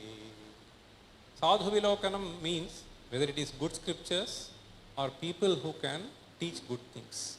So it doesn't engage with that. Netre Sadhu Vilokane Narahite. Today the problem is, even when I go in flight, everybody sees this mobile, nobody sees the other fellow. Okay? So what do they see? Some cinema movie, some fight, this, that, some dance. What is this? What is this? Read Ramayana, read something which will elevate you. This will only sink you down. Somehow this has gone into the blood of people, DNA. So this is a big problem. Netre sadhu vilokane narahite. So that is why we say, Unude urvam, tava murtihi sada bhavatu. Drishiskanda murti shrudoskanda kirtihi. Mukhe me pavitram sadatat charitram. Kare tasya krityam vapustasya bhrityam guhe santulina mamashesha bhava. This is how people used to pray. So that is very, very important. Naya drishti, if it is there, then it will happen this way. Otherwise it will not happen. So here, you see, Netre sadhu vilokane narahide padauna tirthangatau. Anyayarjita vitta purna mudaram. See, so this is again very important. The money that we earn should be Shuddha. Okay? Anyayarjita vitta purna mudaram. Garvena tungam shiraha. This is the problem. No, Garvena tungam. It doesn't even bend. I am reminded of a great person. See, I'll tell you. This may be 8-10 years back, I went to Kerala for a sabha. I gave some speech for about 15-20 minutes, then I was coming down from the stage. One very elderly person. So he just came and did namaskara, Abhivadi, all that. I said, no, you should not do. You are much senior to me. He said, no, Dharma Shastra says. So then I asked him, what is Dharma Shastra? No, it is there in Manusmriti, I am not able to say it. So then I went and searched. He taught me this verse by his act. There is one nice verse. Vittam bandhurvayah karma vidya bhavati panchami yetani manyasthanani gariro yadyaduttaram. See, Vittam, we have to respect wealthy people. Bandhuhu, we have to respect. Vayaha, we have to respect. Karma, you have to respect. Vidya, Panchami Bhavati, Etani Manyasthanani. All of them are to be respected. But he says, Gariyo Yadyaduttaram. So that is how people used to value this Vidya. That is why he says, Saraswati Shruti Mahatam Mahiyatam. So when they are kept as ministers, those who have this Vidya, they should be kept as ministers and they should be giving the direction. So this is something which is very important for us to understand. Okay. So this Hitopadesha, Panchatantra, all of them, so they give very nice things. Kavya, there is nothing to state. So wonderful. Next. So in fact, lack of exposure to Kavya itself is a great sin. This Kavya can be in Kannada, Kavya can be in Telugu, Kavya can be in Sanskrita, anything, doesn't matter, but you have to expose to Kavya. Of course, so we have to understand that we have a very powerful message to be conveyed through Kavyas. Okay, that is what is the most important thing that I found about this. Next. Okay, I'll tell you how powerfully Kalidasa gives the message. Have any of you heard of works of Kalidasa? Any work? Quick? No? Kalidasa was a great poet, you know. What has he written? No?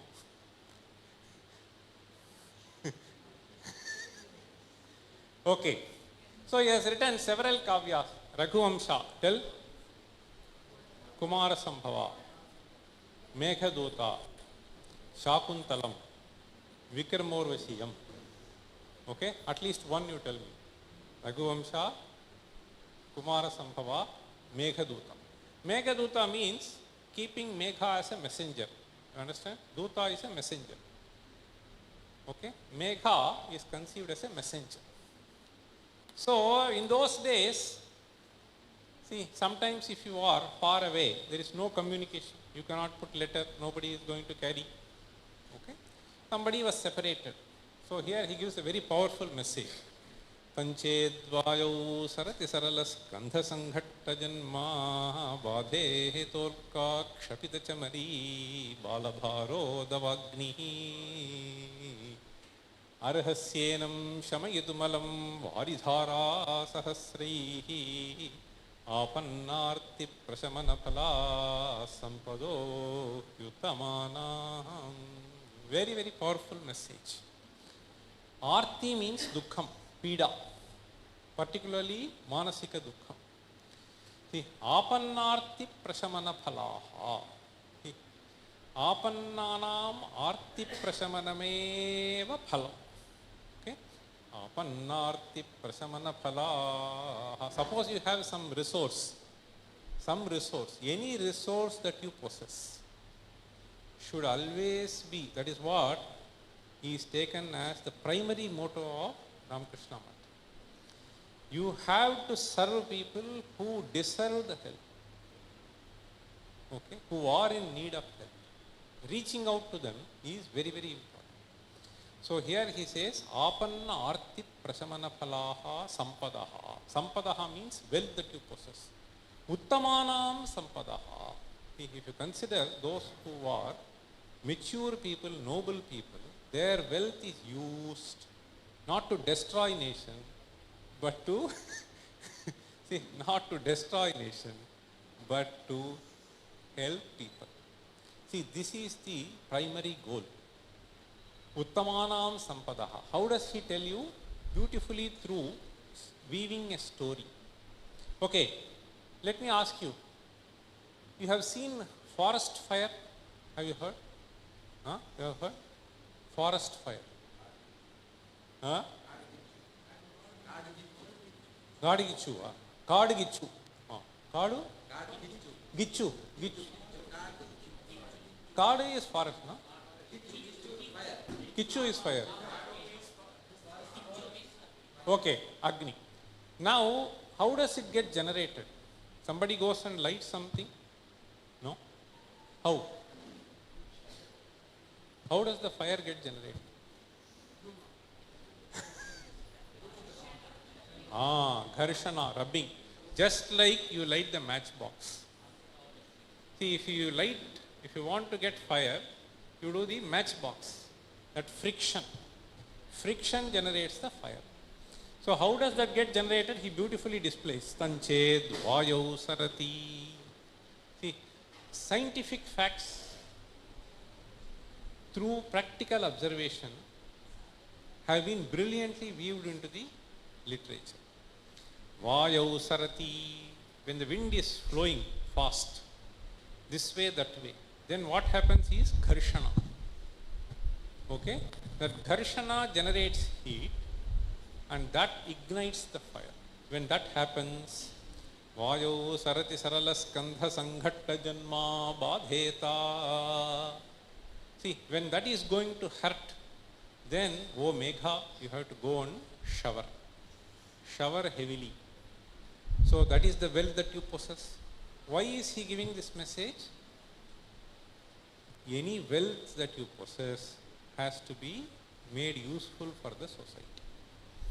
See, whether it is intellectual wealth, whether it is physical power, whether it is money power, so all that has to be employed by you for right purposes. Okay? So this is the most powerful message that we have. So whether it is Kavya, whether it is Purana, whether it is Neethishastram. So I somehow have got convinced. When I was young, I did not have any opportunity to read any Kavya. I was doing science, engineering, blah, blah, blah, all that. Little bit of Sanskrit I knew. Okay? Little Sanskrit, of course, I knew. But then, later there came an opportunity, and then you see the treasure that Swamiji was asking. Why is it that Sanskrit has been neglected? So this was strategically devised by people who wanted to uproot Indians from their cultural and values. So this language is a very powerful language. You can express mathematics, you can express science, you can express whatever you want. Even if you want to understand love, okay, you have to read this literature, read Singara Shatakam. If you want to become a Vairagi, you read Vairagi Shatakam. If you want to lead a peaceful, normal life, then read Neethishastram. So all that is very important. We don't know how to take things in life. See, in fact, he says, no, somewhere, Yatye katosta shikharam patiroshadhinam avishkrita arunapurassaraye katurkaha tejodvayasya yugavad yasanodayabhyam manye so atmadashantareshu loko niyamyataivatmadasha. So that is where the problem is. People cannot take these shocks that are coming in life. So all that is beautifully conveyed through Kavya, through Neethishastram, through various other Neeti literature.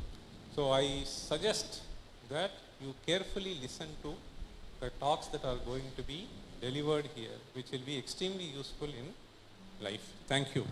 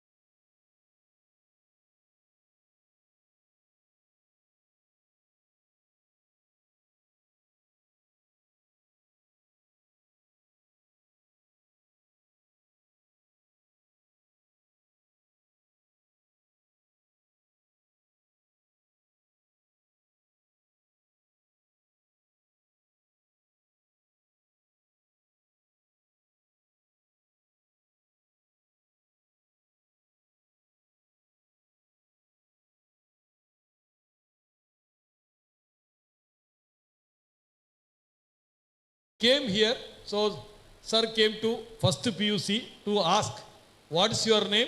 Adar meaning ಏನು ಅಂತ ನಮ್ಗೆ ಗೊತ್ತು, ಅಷ್ಟರವರೆಗೆ ಗೊತ್ತೂ ಇರಲಿಲ್ಲ. Name has a meaning. We just thought someone has kept the name Chandrasekhar, something. So he said, whether it is a Christian name, whether it is a Muslim name, whether it is a Hindu name, every name has a meaning. Like the way Asrana sir has explained what is Tulu. And from there my journey started. I was so inspired. I took Sanskrit. And by God's grace, I continued the same in degree college also. And when he asked me, so he rather called me, will you be able to join? I cannot say no to my sir, but I said I'll come as an audience. But he ordered me to come. I said, okay, I don't have an option. So he is the first in so many things, introducing Sanskrit from PU to degree, then starting MA in our college. And obviously, when he was the principal, our college got the first rank. Okay. Unfortunate that after that we didn't break that record. We wanted that record. It's not about me, but I wanted that record to be broken because I know the amount of effort what the team has put at that time and obviously subsequent is just tremendous. Now, just to talk little about whatever I know, my love for Sanskrit has not come down, sir. I have always continued.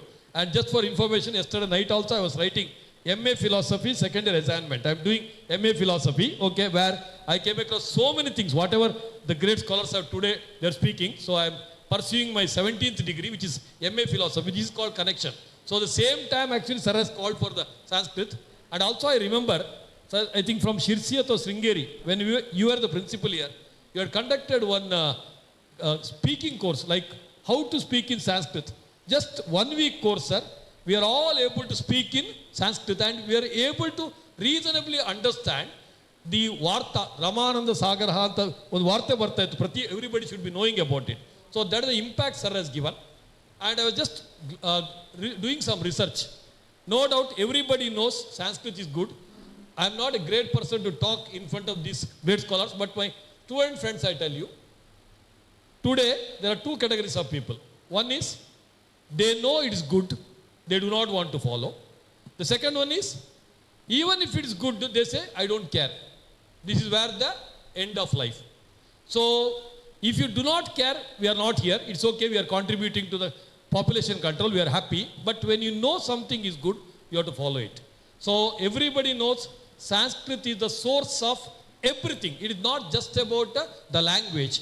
Even the word mother, so matra, it has been derived from that. It may be the word daughter, maybe I am not right in pronouncing, duhit. So from that word, the English words have been generated, whatever the English we speak today. So, and English people themselves have accepted that Sanskrit is the source, Devanagari Lipi, what we call it as. So, when something is very abundant in knowledge, I think we need to follow it, because unfortunately we are in the today war era.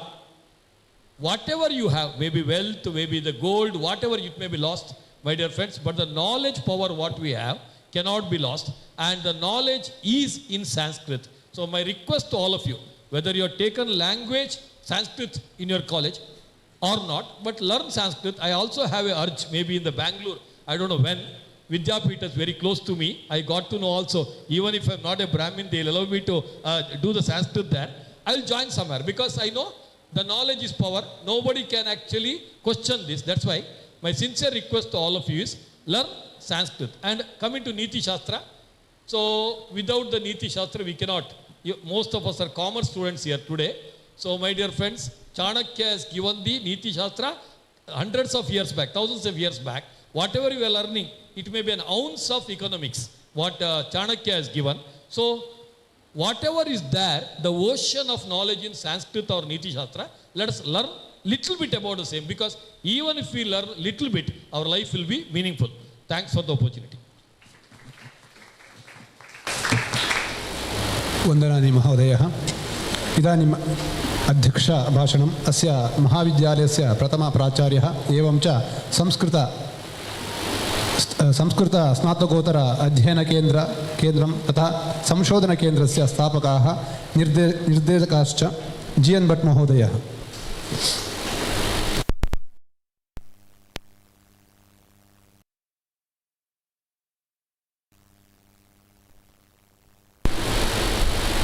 अन्नपूर्णे सदा पूर्णे श्रीदुर्गे परमेश्वरी ज्ञानविज्ञानसिद्ध्यर्थं भिक्षां देहि च bhramari. We know अन्नपूर्णे सदा पूर्णे श्री शंकर प्राणवल्लभे ज्ञान वैराग्य सिद्ध्यर्थम भिक्षाम देहि च Parvati. But in the year in 1990, just like Chandrasekhar Shetty told, I just changed that shloka into this. And all, irrespective of caste community, not as a rule, taking into confidence all, Muslim, Christians, everybody. Next year itself, it is still today, Vijay is principal, that is continued. If it was compulsory, when I just retired from this institution, it would have been left. But since 30 years it is continued, means that acceptance is there. A Muslim girl, still I remember, she told, sir, why you ask us? Because Annapurneshwari Durga, she is feeding us. Not only food there, but also knowledge here. Everything is supported by temple. I am very, very grateful and very much pleased that today Lakshminarayana Asrana Vedmurti, he is very known, popular as Balasrana, Balanna. His father, Gopal Krishna Asrana, was the hereditary trustee and Archak. Actually, he was the executive trustee and correspondent. So joined together, he gave, whole management gave full freedom to develop this institution. For that purpose, I am very more fortunate enough, after leaving this institution from 25 years, 1990 to 95, I was on deputation here from Canada College. When I went there also they started interdisciplinary, everywhere started research programs. And my professor, he was also mentor, Professor Dayanand Shanwag, Professor of Sanskrit in Karnataka University. He actually, for many of us, and our batchmates are here. So Jagannath is there, my classmate in MA, and Dr. Shikaripur Krishnamurti is there. The Trinities, we live here now. In 1971 to 73, we were MA students and completed our PhDs also. At that time, that inspiration was there, and when he retired, we did a felicitation program in Dharwad with the blessings of senior Pejavara Tirtha Swamiji. And at that time, we declared that this Samskrita Shodha Samsthana should be registered. Before that, we had conducted 7 these types of seminars through Durga Sanskrit Center, Samshodhana Kendra, in Sirsi, Swarnavalli, Gokarna. And he had just directed us, if you become guide, don't become guide. It was his second one, don't become principal. These are the blocks. That Niti was there, block for your higher studies. But another thing is that I had to become principal and I had to guide. Otherwise, this sponsorship, coordination, organization is very much difficult. See, just like Dharmashala will become, Niti will not be there, only Dharma. And Kannada one Gada is there. Shastra helak madiyave, anna undak madiyave anta. Contrast is there, but it is the belief in folk. But real thing is, we eat anna, that anna, how we have to eat, as prasadam, etc., it has been direct from Niti, Dharma Shastra. So without referring, Pujya Swamiji, Balasrana, and the keynote address scholar, I started all these things with Brahmari in my mind. I will take only 5 minutes because our train is running late. It would have been started by 11. Professor T.N. Prabhakar is also here, 11:15 it must be. 11:30, now it is 11:45. Okay. We have to make curtain 1 or 2 papers and we have to postpone it. It will be taken care by the organizers here. See, actually we have taken, our keynote address scholar has comprised the universal concept of Niti and what the universality has in Sanskrit knowledge system. That must be there. And of course, our Rashtriya Sanskrit Samsthana University, Central University, they also assured to promise us also, and we have to prepare a curriculum, a guide, a reference book also for some basic courses too. So the outcome is very much necessary. Just we have come, we have interacted our thoughts, and it has gone in the air. It should not be like that. It should be concretized. What contribution we have given through this seminar. And after this, some at least 8 to 10 scholars, we have to meet together and prepare sum and substance and curriculum also, and we have to present through this Rashtriya Sanskrit Samsthana or university to the human resource, that is the Department of Education of the Government of India. And personally I request, of course he is in Bangalore, very good organizer, lover of students, which I got from my professor. More than, in 25 years, 2,500 chartered accountants he produced. And from this college itself, the old students, as I am told, more than 50 got chartered accountancy from this college. Old students. It's an inspiration for you, young guys. You have to think of the big objective. This is the Neeti. Not only we tell, it should be into practice. Anna unnak madiyave, yes. Anna is to feed us, satisfy. But on the basis of dharma. Dharmasya moolam kim, in Arthashastra, Raja, that Neeti Sutra, it is there. Not in Arthashastra itself of Chanakya. But Indriya Jaya is very much there, which is completely spoiled in this present situation in the politicians and policy also. So that is the unfortunate thing we have. So basic things. People in general, they feel that what is there in good old days, something they are telling. It is not coercive or relevant to the modern age. How it is relevant? Simply we can tell. Professor Kumar Swami, very senior most economics professor is there. Our is interdisciplinary system. Professor M.K. Sridhar is there. He has a BSc background. And in SVASA he was pro-chancellor also. And in Bharatiya Shikshana Mandal he is one of the guiding philosopher. Professor T.N. Prabhakar, Mahabharata Darshana publications for 30 years. Nook and corn, each and every house, his family, his father, sister, everything, went to the houses and sold the books, carrying on their head.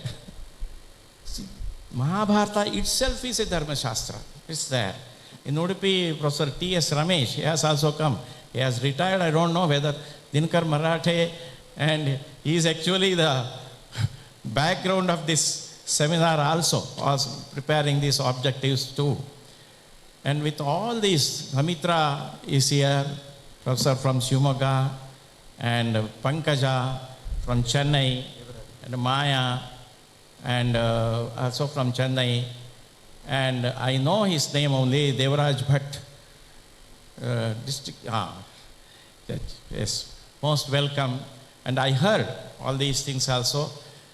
See, regarding these things, since 20 years, we were contemplating. Once, some 15 years back it seems, I called Rama Joyce.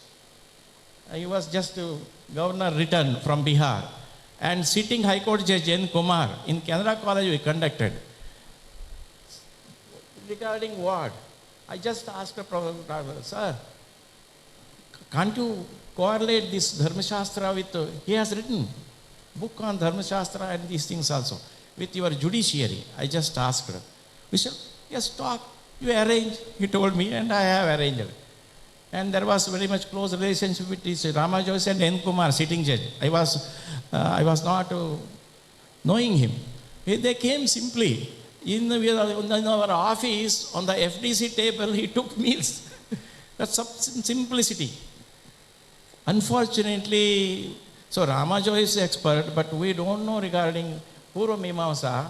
Markandeya Karchu has referred something, implication of this Purva Mimamsa and application in the judiciary. And 3 or 4 lectures he has given, it seems, our senior most, our professors, Professor K.T. Pondarangi, I had a contact, very much close contact with him. He called Karchu also, contacted so many things. I called, see, very traditional scholars on Nyaya and Mimamsa, and see, that principle should be adopted in the judiciary. I discussed it with 4 or 5 High Court judges. But they all told that, Doctor, but that is the problem. See, Purana, though it gives and it will support our judgment also legally, but it is blocked, just like good olden days, those things. It is not applicable to our judgment. But actually on the basis of judgment, we can give some judgments are coming, of course. Today itself, he will present. He is in that field, retired judge. All these things also will be there. I don't want to take much time also.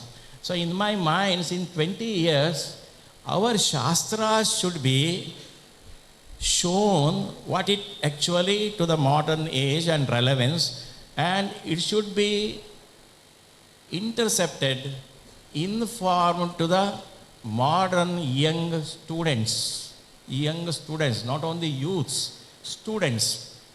And that information should be, as the keynote address person told, should be transformed. And transformation should be converted into their personality, knowledge system, and it should be put in practice in their life. Then only our object is achieved. Sukhasya moolam kim, the first question. That is the base of this seminar also. Dharma, we say, he has given. Dharmasya moolam kim, all these he has sum and substance, the keynote address person has mentioned. Dharmasya, without fund, we can't achieve. So I have become principal, I have to do the PhD. See, 16 PhDs we have produced, I produced on interdisciplinary basis. But my professor guided, for certification for PhD, people will come, that they do. But your responsibility is that they have to start study after PhD. There we fail, really. There we fail. But one thing I have full satisfaction from all, including Padmanabha Marathe, on their topics, I have conducted seminars. So more scholars will come together. So for that purpose, see, on the basis of this Kalpa Sutra and physics combined together, and algebra. Venugopal and Jaishankar has not come, went to valuation it seems. He is also PUC lecturer. See, did PhD. That is the problem. He could not come over here. See, Vedangas, Vedas, Brahmanas, Upanishads, and all these things I have given, and Sanskaras, Anteshti, Vivaha, Upanayana, everything. And how it is very much, all these things are very relevant. So, Arthaha, Arthasya Moolam Kim?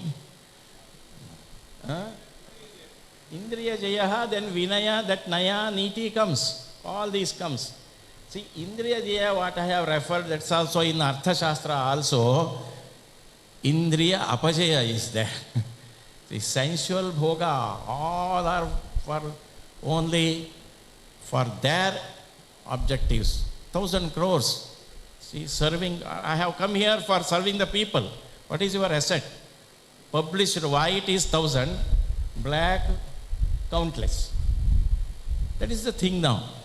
That is the unfortunate thing. So for that purpose, common people say, Shastra helak madiyave, just to speak, and Anna unnak madiyave. Food is to eat. See, on the basis of that, that Niti must be there, that Nayana, and it carries, it leads. On the basis of Dharma, our life Niti should be there, our national policy must be there, and it must be implemented in school curriculum. All these things, this should be there. For that, with that objective, we have started, and I hope through this keynote address, and Mr. Padmanabha Marathe, Dr. Padmanabha has given the objective of this seminar also. I request the paper presenters, many are here. I could not introduce. He is from Pune Law College, acting principal, Ratnagiri principal, and from Pune, Dr. Suresh has come, I don't know where, he is also there. So here and there from Tamil Nadu, Andhra Pradesh, Maharashtra, and Karnataka, scholars have represented, and I address our young students. See, inspiration must be taken from this, and it is not only just, you should not feel that it's just BCom graduate enough. And Dr. Vijay, principal, I am very happy when I introduced that box computer, taking contribution from the students, parents, from parent-teacher association. So we had prepared this computer training for students, not only BCom, but also BA. And they got jobs, skilled. Now he has introduced 3 courses, free. Fortunately, Management is also sponsoring those things. And free contributors, even including our Chandrasekhar Shetty, he is sponsoring.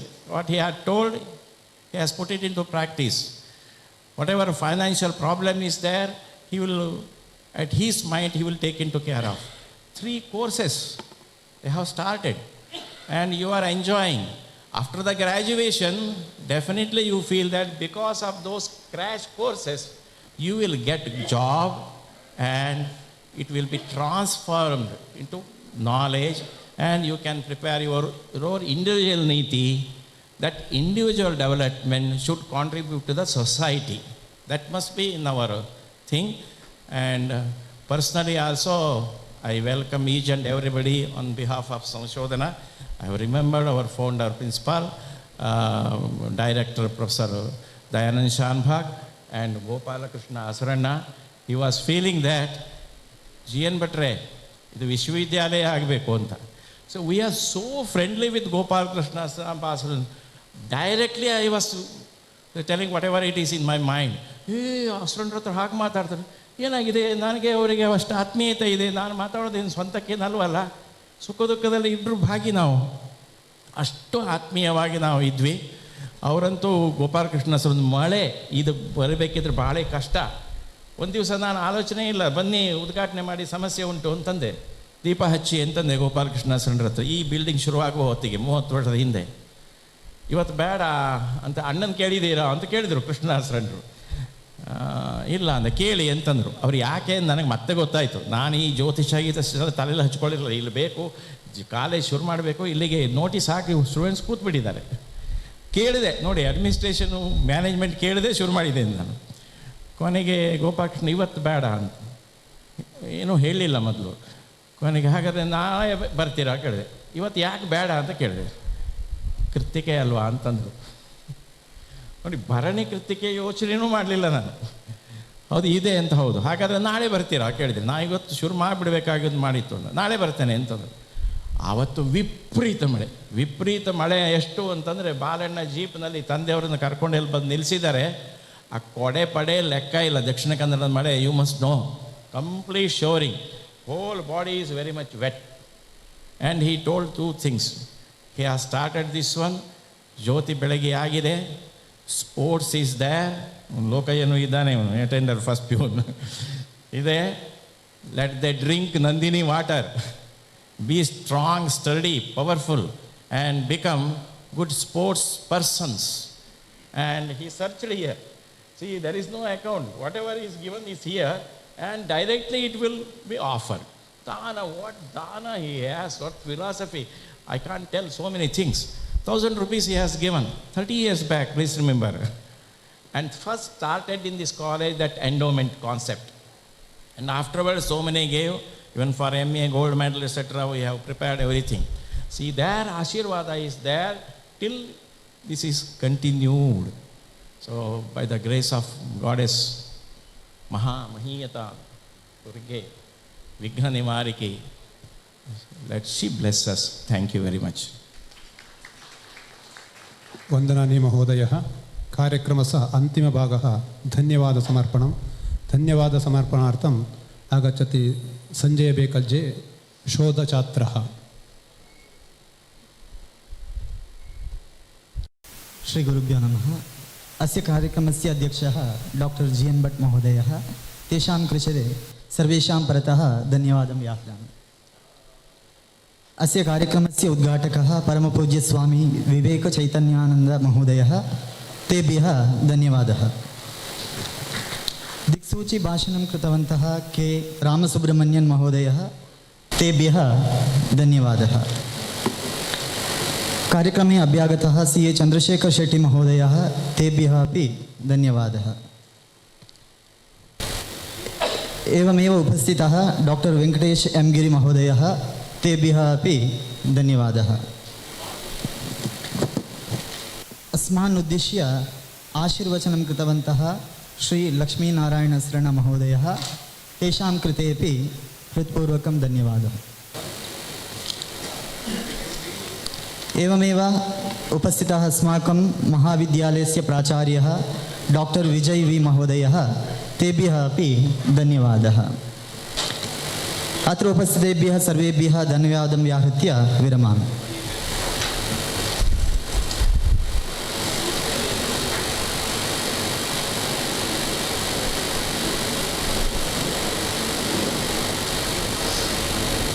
सर्वेभ्यः प्रथमं सत्रम् इदानीमेव आरभ्यते। दिव्याकाम तत्र उपरि आगच्छतु इति प्रार्थये।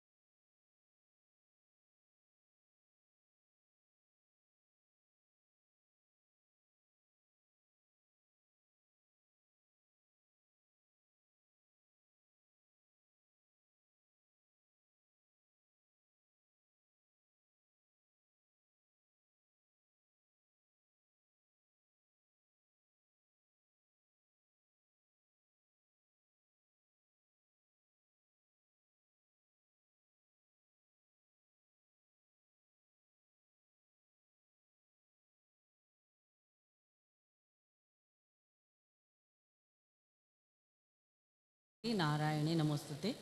अयि मान्याः, संस्कृतसाहित्ये नीतिशास्त्रं तस्य सामयिकप्रस्तुतता च इति विषये प्रचाल्यमान अस्मिन् द्विदिनात्मकसत्रे प्रथमगोष्ठी इदानीम् आरभ्यते। अस्यां गोष्ठ्यां विशेषोपन्यासं वर्तते, एवं च प्रबन्धमण्डनम् अपि वर्तते। अस्याः गोष्ठ्याः अध्यक्षाः प्रोफेसर् TN प्रभाकर मैसूर महाभागाः, ते अत्र समुपस्थिताः। तान् प्रार्थये वेदिकायाम् उपरि आगच्छन्तु इति। विशेष उपस्थितिरूपेण अत्र भवति डॉक्टर वेणुगोपाल महोदय। विशेष उपन्यासं प्रस्तोतुं समागताः श्री देवराज भट्ट निवृत्त जिल्ला सत्र न्यायाधीशाः बेंगलूरु। एवं च प्रबन्धमण्डनं च कुर्वन्ति श्रीमती डॉक्टर RP पंकजा तथा डॉक्टर माया। सर्वे अपि वेदिकायाम् उपरि आगच्छन्तु इति प्रार्थयामि। अत्र उपस्थितेभ्यः सर्वेभ्यः स्वागतम्। इदानीम् एतेषां परिचयं करोति कुमारी प्रज्ञा।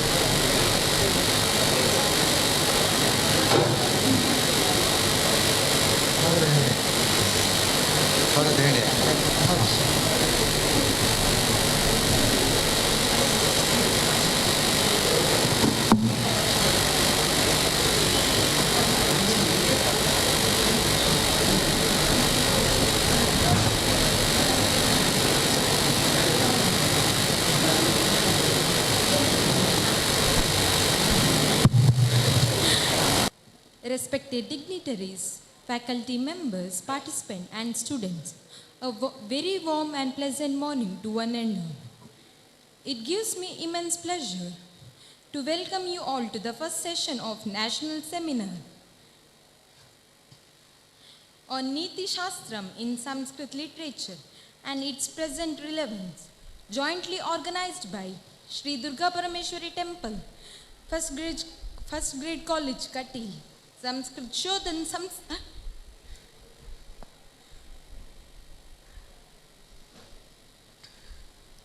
Sanskrit Shodha Samsthana, Sirsi, and Akhila Karnataka Sanskrit Parishat, Mangalore. At the outset, I extend my respectful welcome to our esteemed chairperson, Professor T.N. Prabhakar. He is a retired professor from Government College and has served as principal of Degree College, joint director of Collegiate Education, and deputy director of Karnataka Collegiate Education, Bangalore. He has rendered more than 30 years of dedicated service in education and has also made significant contribution to Sanskrit Parishat as well as Bharat Darshan movement, including its publication and propagation. Along with his family, he has worked tirelessly in taking this movement to the people, reaching individuals, helping distribute thousands of books. What is truly inspiring is that even in his 70s, he continues to travel actively for the development of Sanskrit. His vast knowledge and experience will surely guide this session meaningfully. Truly honored to have him with us. We welcome you, sir. I would also like to welcome our honorable guest, Dr. Venugopal D. He is a visiting professor in KMC Manipal and also medical practitioner. And we are honored to say that he is a senior student of our Sanskrit MA. His rich experience in the field of education and medical practice is truly inspiring. We welcome you, sir. We are privileged to have with us today's esteemed speaker for this session. I extend a cordial welcome to Shri M. Devraj Bhatt. He began his career as an advocate at Kundapur Bar Association under the guidance of senior advocate Shri Matti Madhav Rao. He joined the judiciary in 2001 and served with dedication and integrity. Later, retiring as a district and session judge in 2023. He also served as Register cum Administrative Officer of the Karnataka State Consumer Dispute Redressal Commission and attended several national conferences on consumer law. In 2016, he represented as a delegate at an international conference on environmental law organized by the National Green Tribunal in Delhi. His remarkable journey in the field of law and judiciary is truly inspiring. On behalf of everyone, I warmly welcome you, sir. Along with these insightful lectures, this session will also feature paper presentation, providing a platform for scholars and participants to share their research and perspectives. I take this opportunity to specially welcome our today's paper presenter, R. Maya, who is from Chennai, serving Samskrita Bharati Karyakarta, and now she is pursuing second year MA in Sanskrit at Shastra University, Tanjavur. I welcome you, ma'am. And also, the another paper presentation will be done by Dr. Pankaja RP, who is a retired principal of DB Jain College, Autonomous, Chennai. At present, she is a project associate for AI4 Bharat under IIT Madras. She is also a volunteer for Samskrita Bharati, Uttar Tamil Nadu, and she has greatly influenced by Professor Shanbag, Professor G.N. Bhatt, and all other reputed scholars of Samshodhana, who will be sharing their valuable research and perspectives with us. Dear participant, your active involvement and thoughtful engagement are what makes session like this truly meaningful.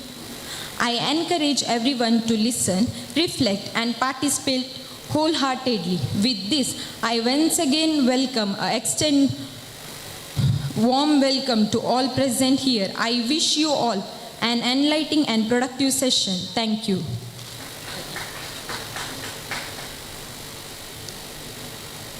इदानीं श्रीदेवराजभट्टमहाभागः उपन्यासं कुर्वन्तु इति प्रार्थये। तेषां विषयः influence of धर्मशास्त्र and मीमांसा principles in Indian जुरिस्प्रुडेन्स्।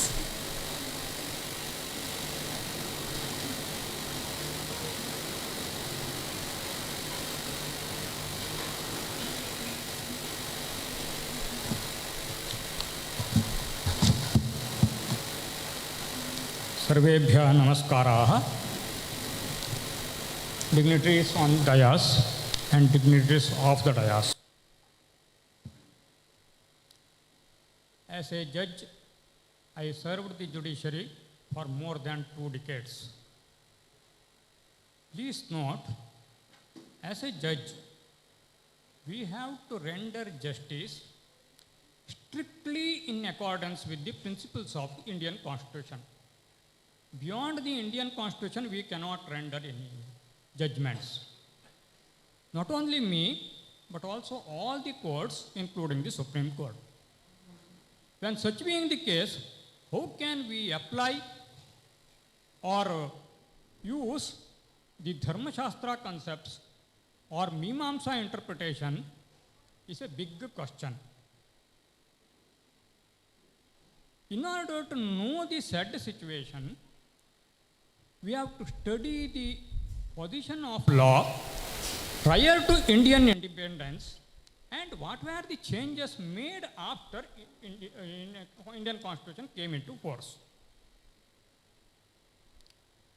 You see, in 2019, Kerala High Court, in the case of Ranjana versus Thrissur Municipality, used Mimamsa rules of interpretation in one case. That is not a case relating to family dispute, not a case relating to religion, not a case relating to caste system, etc., etc., but it is purely a dispute with regard to violation of building bylaw.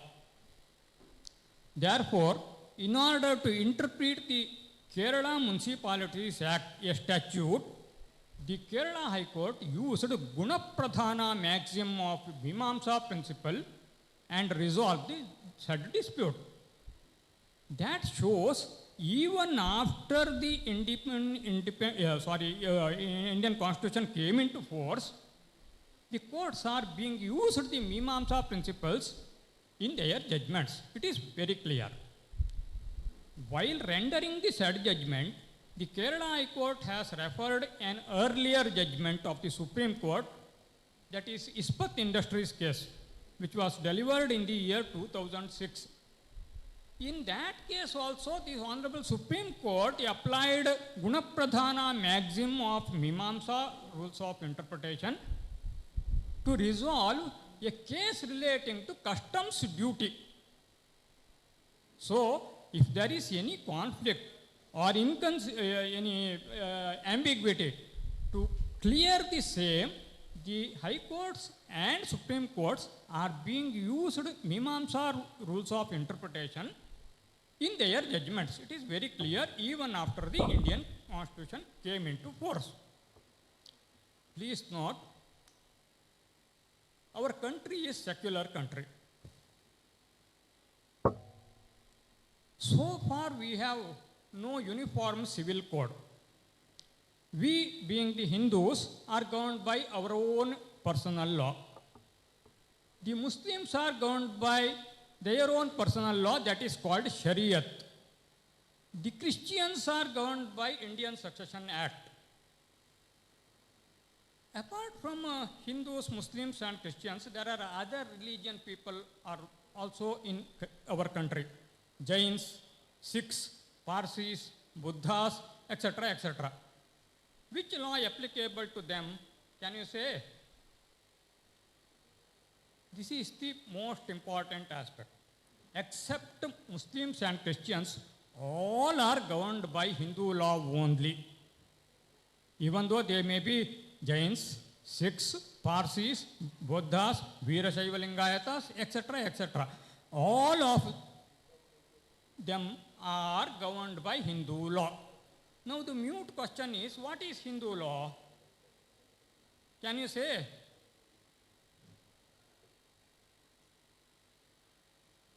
Hindu law is nothing but our Dharma Shastras. Hindu law, Hindu personal law is nothing but our Dharma Shastras. You see, from Kashmir to Kanyakumari, all Hindus are governed by Hindu Mitakshara law of inheritance. There is an exception. In Bengal region, they are governed by Dayabhaga school of inheritance. There are two schools. One is Mitakshara and another one is Dayabhaga. These two are Dharma Shastra Granthas books, and we are governed by those Dharma Shastra Granthas. Bengal region is not only West Bengal, but it includes West Bengal and some parts of the Bihar, some parts of Uttar Pradesh, and the erstwhile Bangladesh region. This is called Bengal region. They are governed by Dayabhaga school, and all rest of all Hindus are governed by Mitakshara school of inheritance.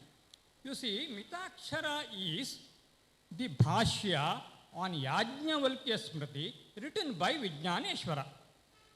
Dayabhaga is also a Smriti. It is written by Jimuta Vahana. Therefore, there is clear influence of Dharma Shastras on our judiciary. Therefore, please note, there is a clear influence of Dharma Shastras on our judiciary.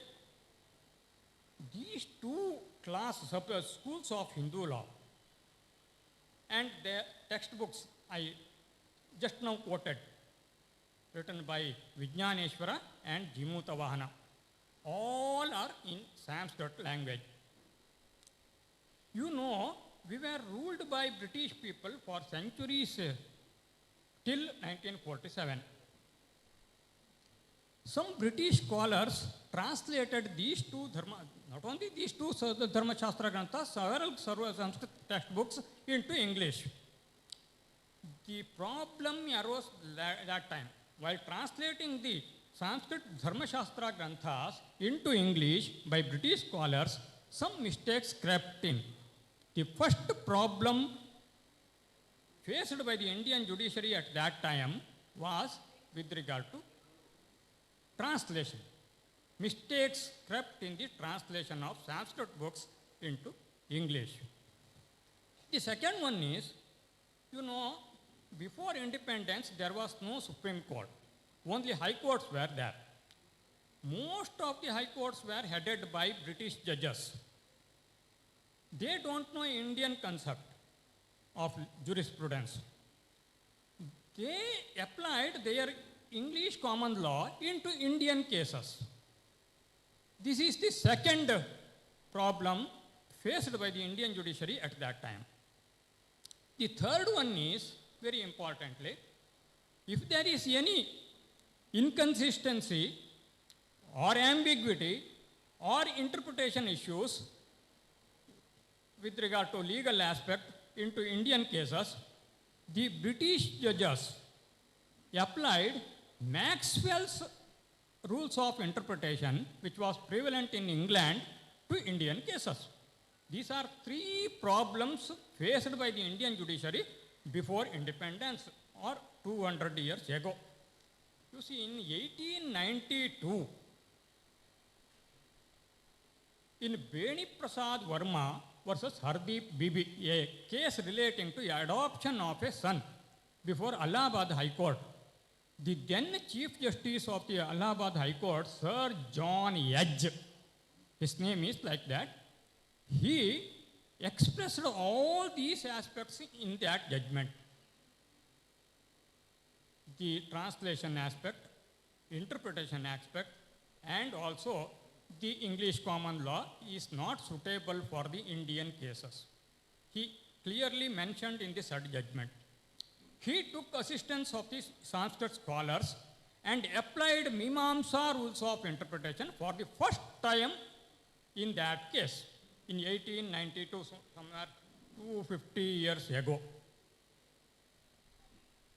Thereafter, in several cases, the Indian courts applied Mimamsa rules of interpretation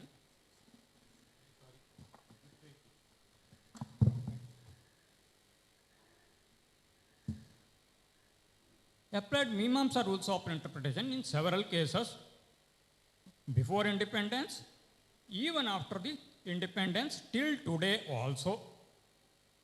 It is not, if there is no, it is not inconsistent with the Indian Constitution.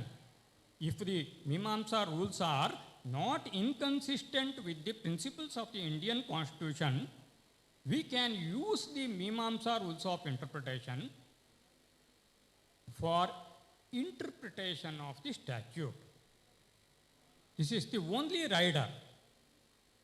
If it is inconsistent with the Indian Constitution, we cannot use it. Now,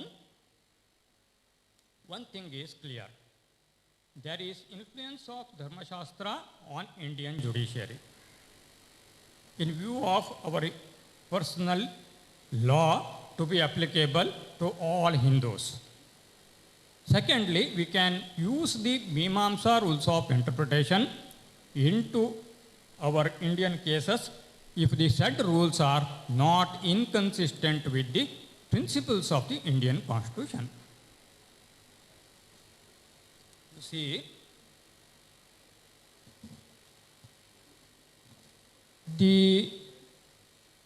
in Ispat Industries case, it is very clearly explained what is Mimamsa interpretation, how it was originated, who are the persons who developed the said philosophy, and how it can be used in Indian judiciary. All these aspects clearly in detail discussed in that judgment. Maharshi Jaimini was the propounder of Mimamsa philosophy. It is one of Shad Darshanas. There are 6 philosophies. One among them is Mimamsa philosophy. Originally, in order to interpret the words in Vedas, this principle was originated. Thereafter, Kumarila Bhatta, Prabhakara, Kannada, Shabaraswamy, they developed this principle. All these aspects are clearly discussed in Ispat Industries case by the Supreme Court, delivered in the year 2006.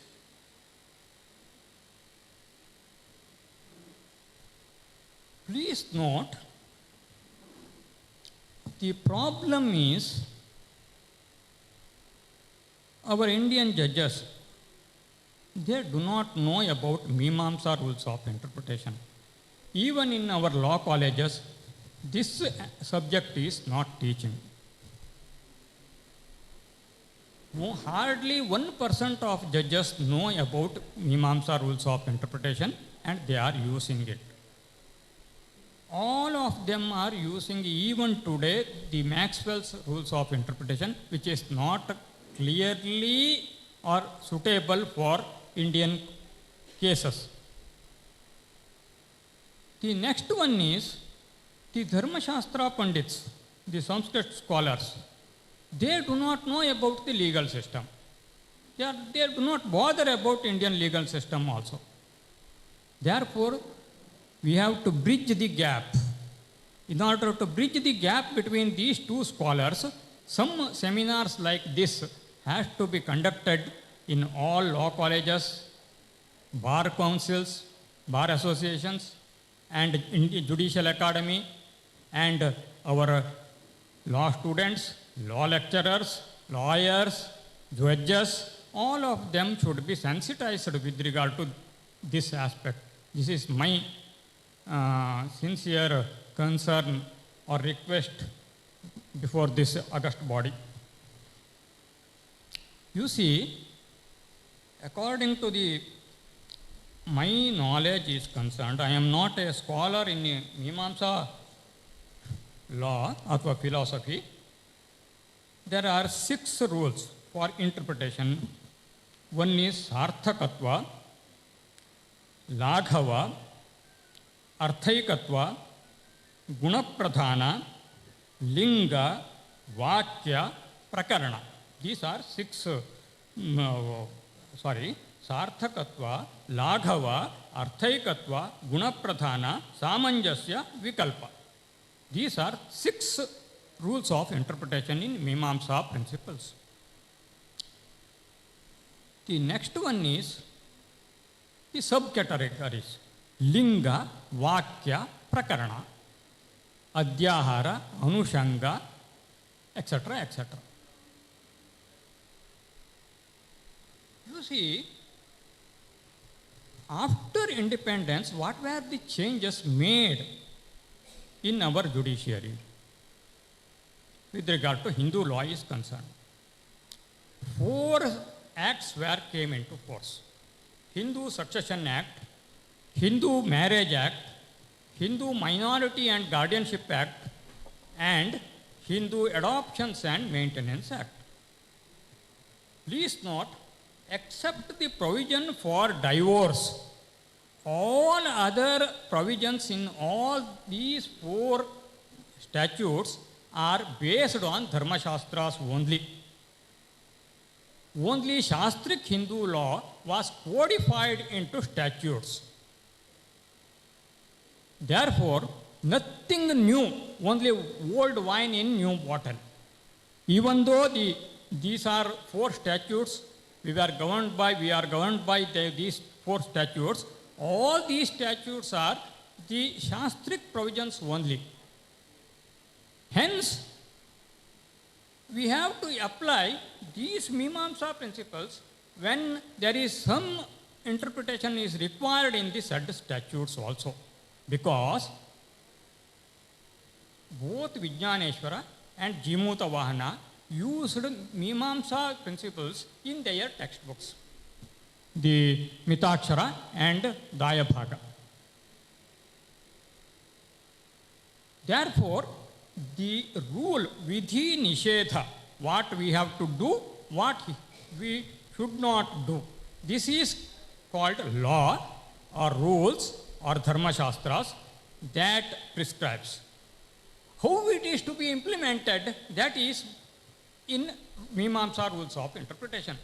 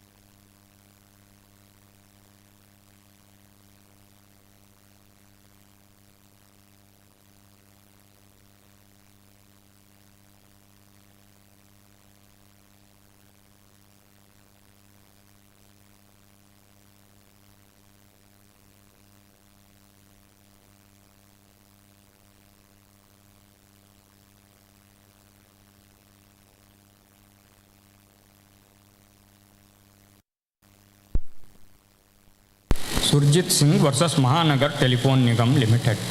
In this case, you see, Surjit Singh has a telephone connection in his name. Another telephone was connected in his wife's name. He was paying bills regularly to his telephone, but there was a due in respect of his wife's telephone. the department, in order to collect the arrears of his wife's bills, disconnected both the telephones. At the challenged the same, stating that there is no due with regard to my telephone for the due collection of arrears of my wife's.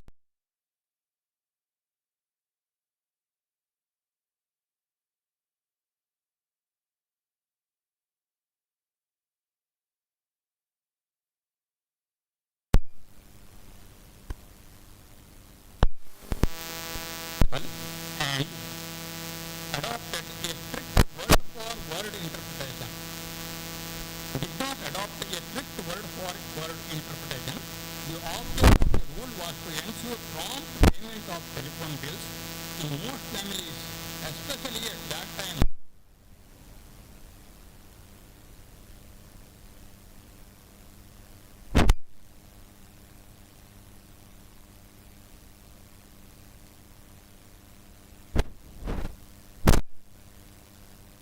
Was also disconnected, he would be compelled to pay the bills quickly. The court therefore applied purposive construction rather than literal interpretation, hence applied the Linga principles of the Mimamsa rules of interpretation and decided the said matter. Another one is Adyahara.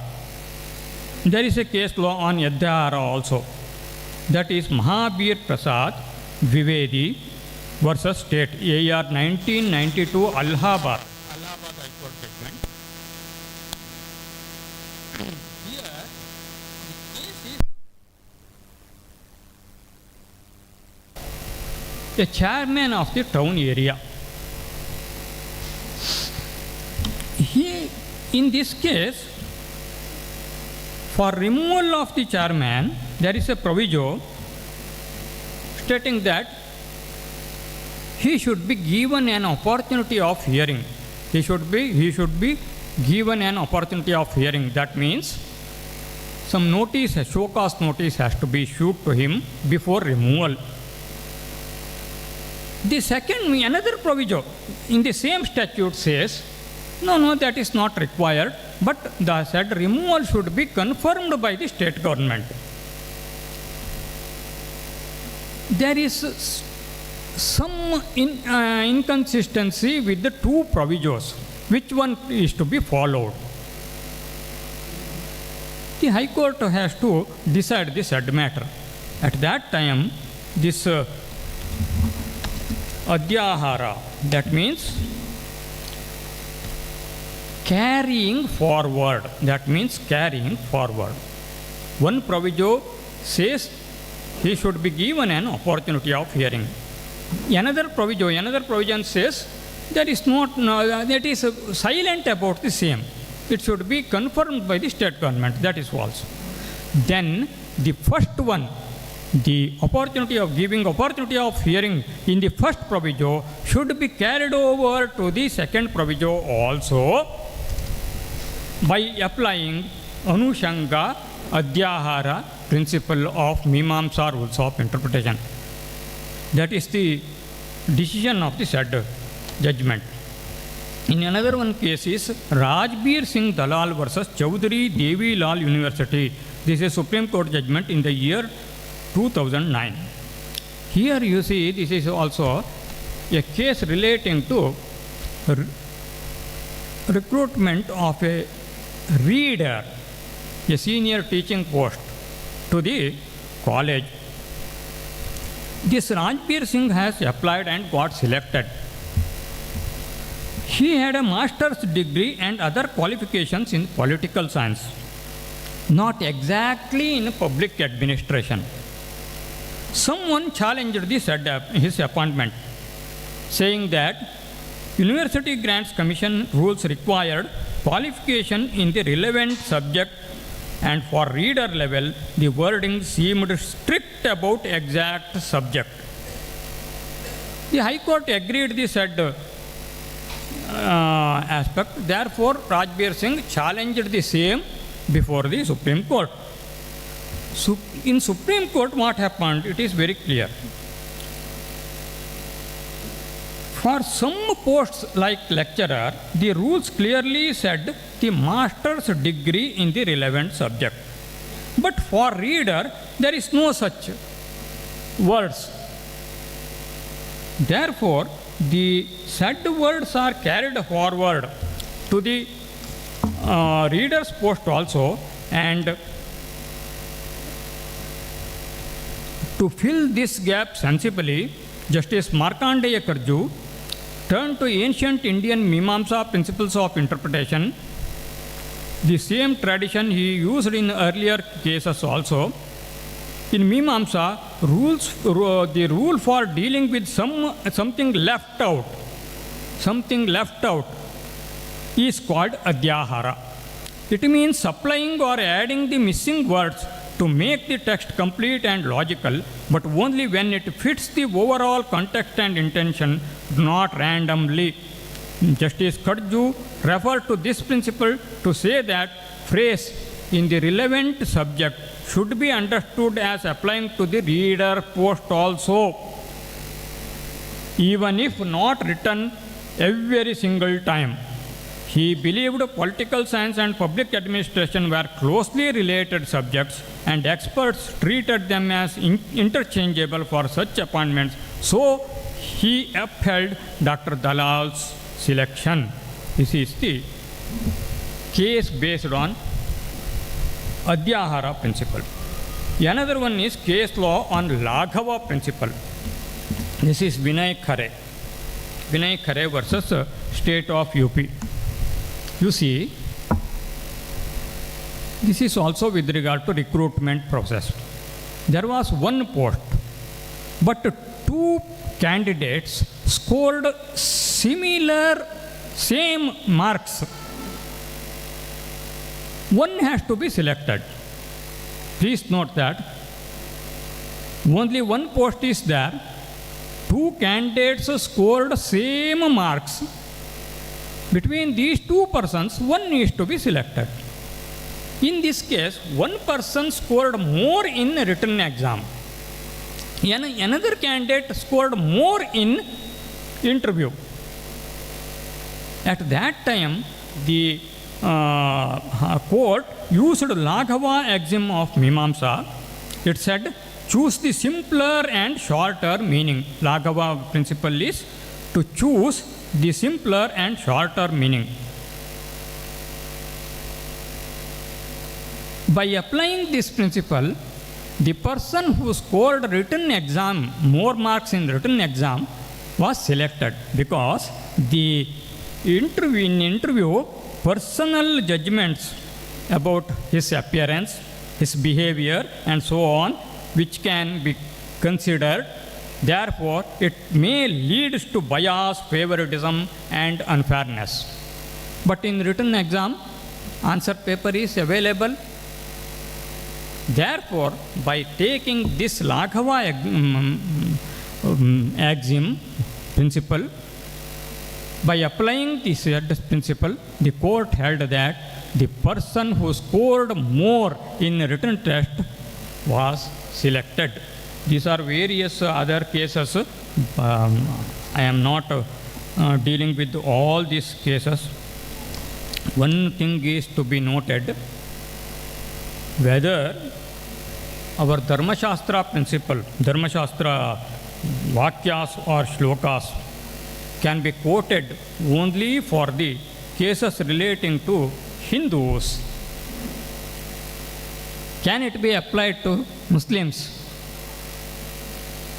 You see, our own High Court judgment, Mehrun Nisa versus Sayyid Habib, in the year 2014, the High Court went further. This was a case about maintenance to be given to the wife under Muslim personal law. The judge started the entire judgment with these words, quote, I feel it is just and appropriate to start this judgment by quoting a great universal verse in Manusmriti, which is often referred to with regard to the protection of women which is being admired with great respect, irrespective of caste, creed, color, and religion. Pita rakshati kaumare, bharta rakshati yavane, putra rakshanti vardhakye, na stri swatantre marhati. Therefore, in a case relating to between the Muslim families, the court used this quote and decided the judgments. In various cases, the shlokas of Manusmriti, there are other cases also, you see, in Vinay Narayan Thatte, that is also Manusmriti shloka was quoted. In another case, Narang versus Narang, and V.V. Varghese versus Kerala State Commission, where Grama Sanghas, with regard to Grama Sanghas, the judge talked about Grama Sanghas, village assemblies mentioned in Manusmriti in that case. And another one, G.M. Venkatareddy, in the year 2012, our own High Court, G.M. Venkatareddy versus Deputy Commissioner Kolar, Justice Vikramjit Sen, who later became a Supreme Court judge, quoted a verse from chapter 8 of Manusmriti. The verse says, a pledge, a boundary, the property of infants, an open deposit, a sealed deposit, women, the property of the king, and the wealth of a Shrotriya are not lost because of long possession by someone else. Here the case is with regard to adverse possession. These properties were not lost on someone's possession, long possession. Lastly, I am not discussing further. In one case before me, when I was sessions judge, it was a criminal case of murder. The elder brother committed the murder of younger brother. Please note, the elder brother committed the murder of younger brother. Their mother was the eyewitness. Their mother was the eyewitness to the incident. When that case was proceeded before me, all other witnesses were turned hostile. They did not support the case of prosecution. Only witness supported the case of prosecution is the mother. She has clearly stated before the court that both are my sons. My elder son committed the murder of my younger son. I saw the incident. The advocate for the accused has argued that a testimony, a witness given by a sole witness, the evidence given by a sole witness cannot be accepted without further corroboration. Since all other witnesses turned hostile, you cannot believe the words of the mother. That was his argument before me. He produced several High Court and Supreme Court judgments with regard to that legal aspect. I distinguished all these judgments, stating that in all the said judgments, the only eyewitness supported the case of prosecution is not the mother of the accused. Here, mother of the accused has said against his own son. Therefore, I quoted a shloka, Kuputro jayeta kvachidapi kumata anabhavati, and convicted the accused. The matter was challenged before the High Court, and my judgment was upheld. Not only myself, you see in another judgment, that is civil case. That is a civil case. My colleague judge, another judge. In that case, the mother executed a will and bequeathed all her property to a charitable endowment. The children challenged the same after her death. Will usually came into force only after the death of the testator or testatrix. After her death, the children challenged the said will.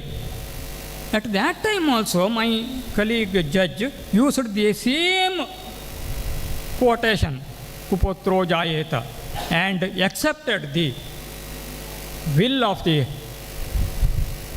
mother, upheld the said will, and rendered the judgment.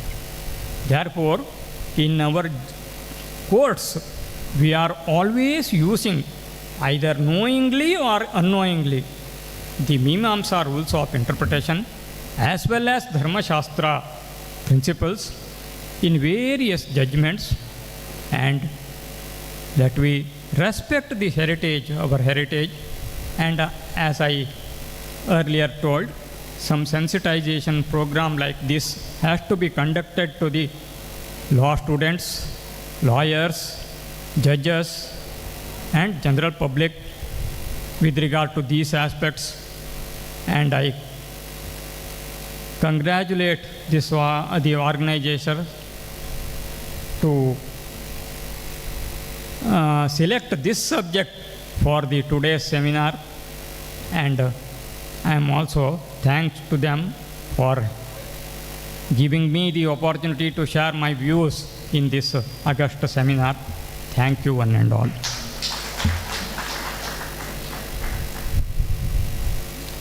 धन्यवादाः महोदयः। इदानीं प्रबन्धमण्डनं करोति doctor आर्पी Pankaja महोदय।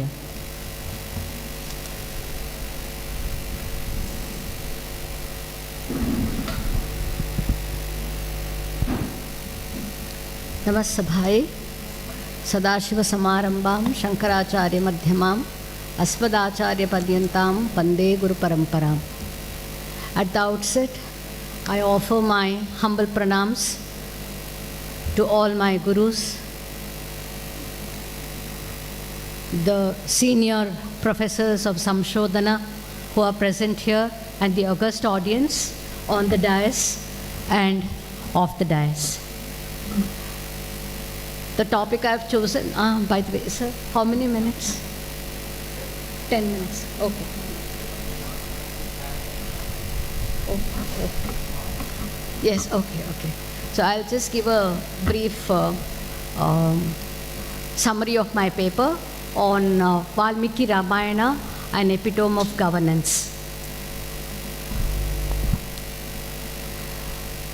If we look into Ramayana, the very essence, I should say, is Valmiki feels that it is more a focus on the Trivarga, comprising Dharma, Artha and Kama, and although the path of Dharma entails several hardships, it is recommended very strongly by the poet Valmiki that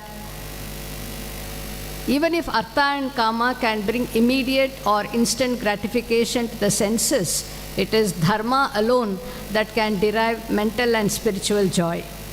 So in this way, we can say that the Ramayana can be considered as a primary text of Niti literature.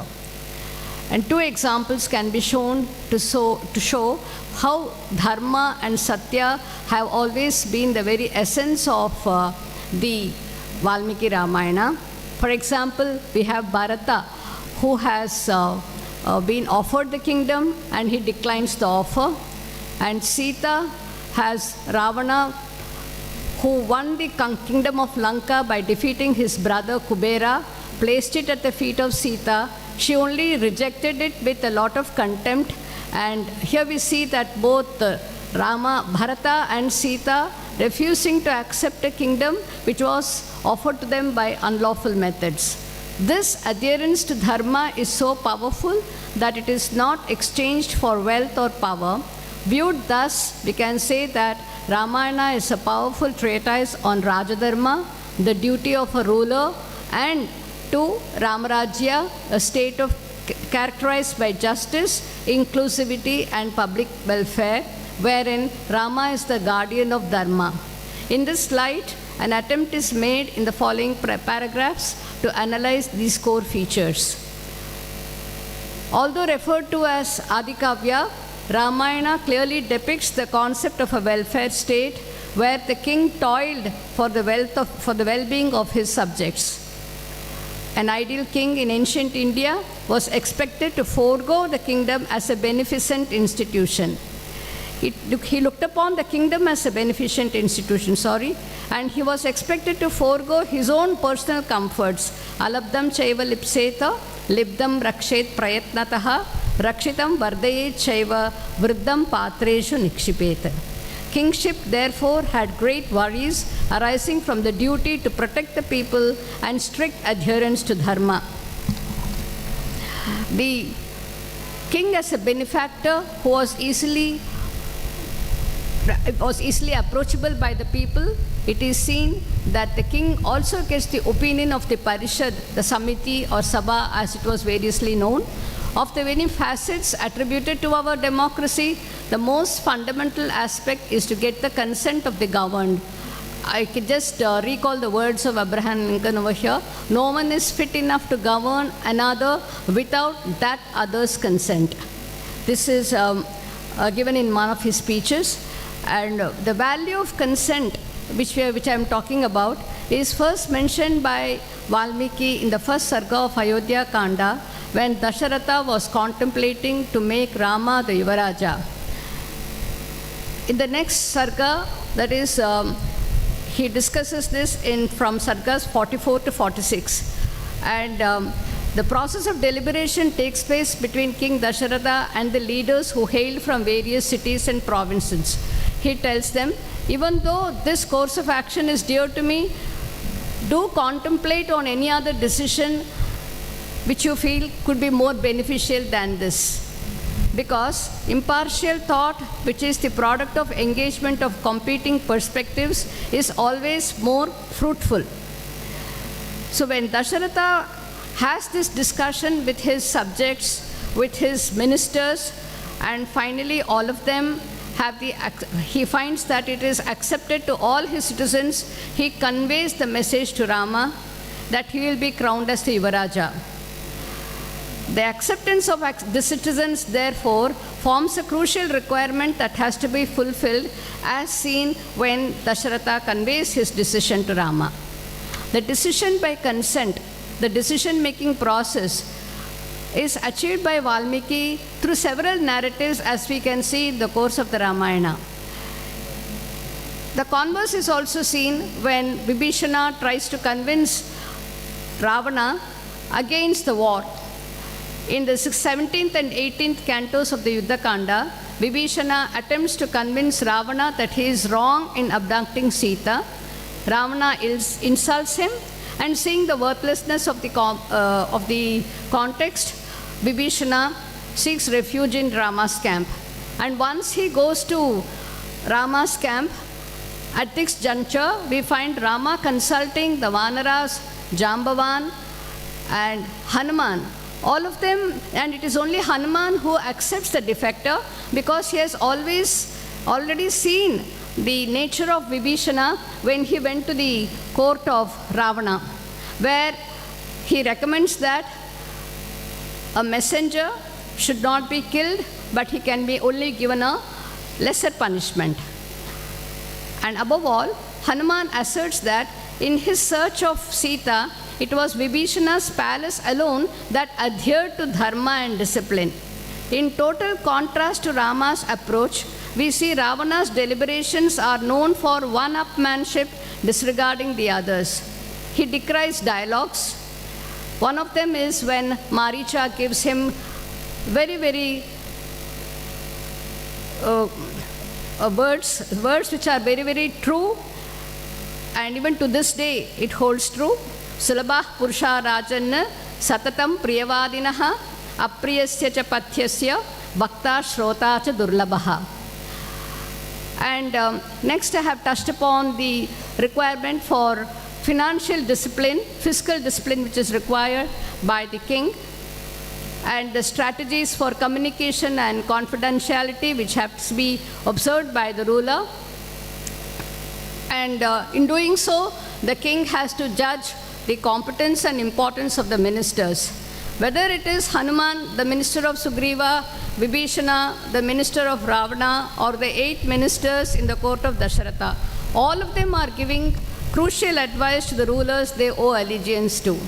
Valmiki enlists that the virtues should be practiced by the ministers and other officials. It is enumerated in the 7th Sarga of the Balakanda.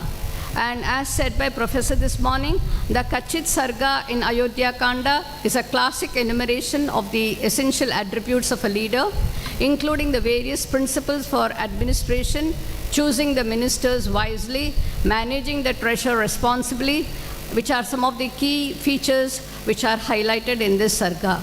The need for an envoy to be astute, erudite, and articulate is also emphasized over here. In the Sundarakanda, we see Hanuman as an envoy or emissary of Rama. He uses the word Duta while introducing himself to Sita. Never does he act on impulse. In his own words, well-planned strategies will fail to yield the desired results when executed by a senseless messenger at an appropriate time and place, even as darkness is dispelled by dawn. Viklavam Dutam Asadya Tamas Suryodaye Yatha. That is one line which is very, very remarkably stated by him. And in the Ramayana, we also have the devastating implications of war, which are explained by Hanuman before he destroys the garden at Lanka. He says, Sama should be used only with righteousness, with those who are righteous, and not with those who have no faith for dharma and noble ways of life. Dana, while dealing with those who crave for money but not employ them in an affluent nation. Veda has to be used to win over those who have a lust for power. Danda has to be employed as a last resort when all the above three fail. So efforts to dissuade war escalations are seen in several places in the Ramayana. For example, when Angada is sent as a messenger to Ravana. Such a thinking probably led to the developments of the various principles of diplomacy in ancient India. Kautilya and Kamandaka, who followed the essence of what we see of the mandala theory, which is based on this principle, is we find that it is very clearly seen, the principles of basics of mandala theory, where the powerful against, we have the association between the enemies and working the enemies against each other with the help of allies. All these things are explained very elaborately in mandala concept, and mandala theory, its elements are already found in the Ramayana in a state of infancy. I have just briefly referred to them over here, and due to the constraint of time, which we are having the constraint here now, I am just speaking a few lines on how it is relevant for modern governance, because in the opening chapter of the Ramayana, Valmiki summarizes the entire epic. The summary also mentions the benefits of Ramarajya, where he says that the citizens were cheerful and delighted following the principles of dharma, and they were totally free from agony. Thus, the present paper sees the flow from the theoretical concept of dharma to the practical application of leadership, concluding with modern day relevance. Applying the principles of Ramayana ensures accountability in administration and trust in leadership due to transparency and accountability.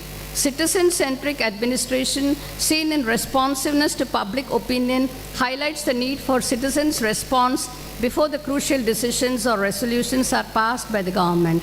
To conclude, Ramayana offers a timeless model of governance, namely Ramarajya, wherein the ruler's authority is derived from service, accountability, and moral integrity as a secular ideal of society.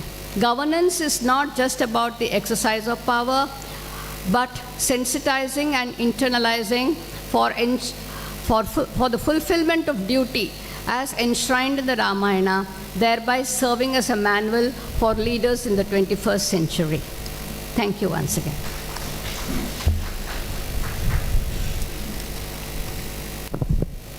धन्यवादाः महोदय.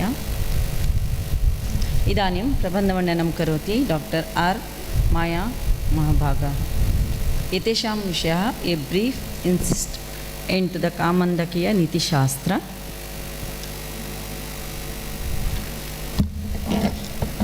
Namak Sarvebhyaga, Sri Gurubhyo Namaha. I offer my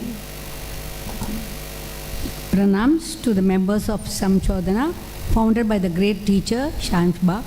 With your blessings and with the God's wishes of the august audience, I place my debut paper on an insight into the Kamandika Neethishastra. The Kamandika Neethishastra, KNS, was written by Kamandaka, and it belongs to the classical period of Sanskrit literature. The text discusses the principles of governance, diplomacy, and ethical leadership. It teaches that success in administration does not solely rely on power, but also on wisdom, effort, and proper policies.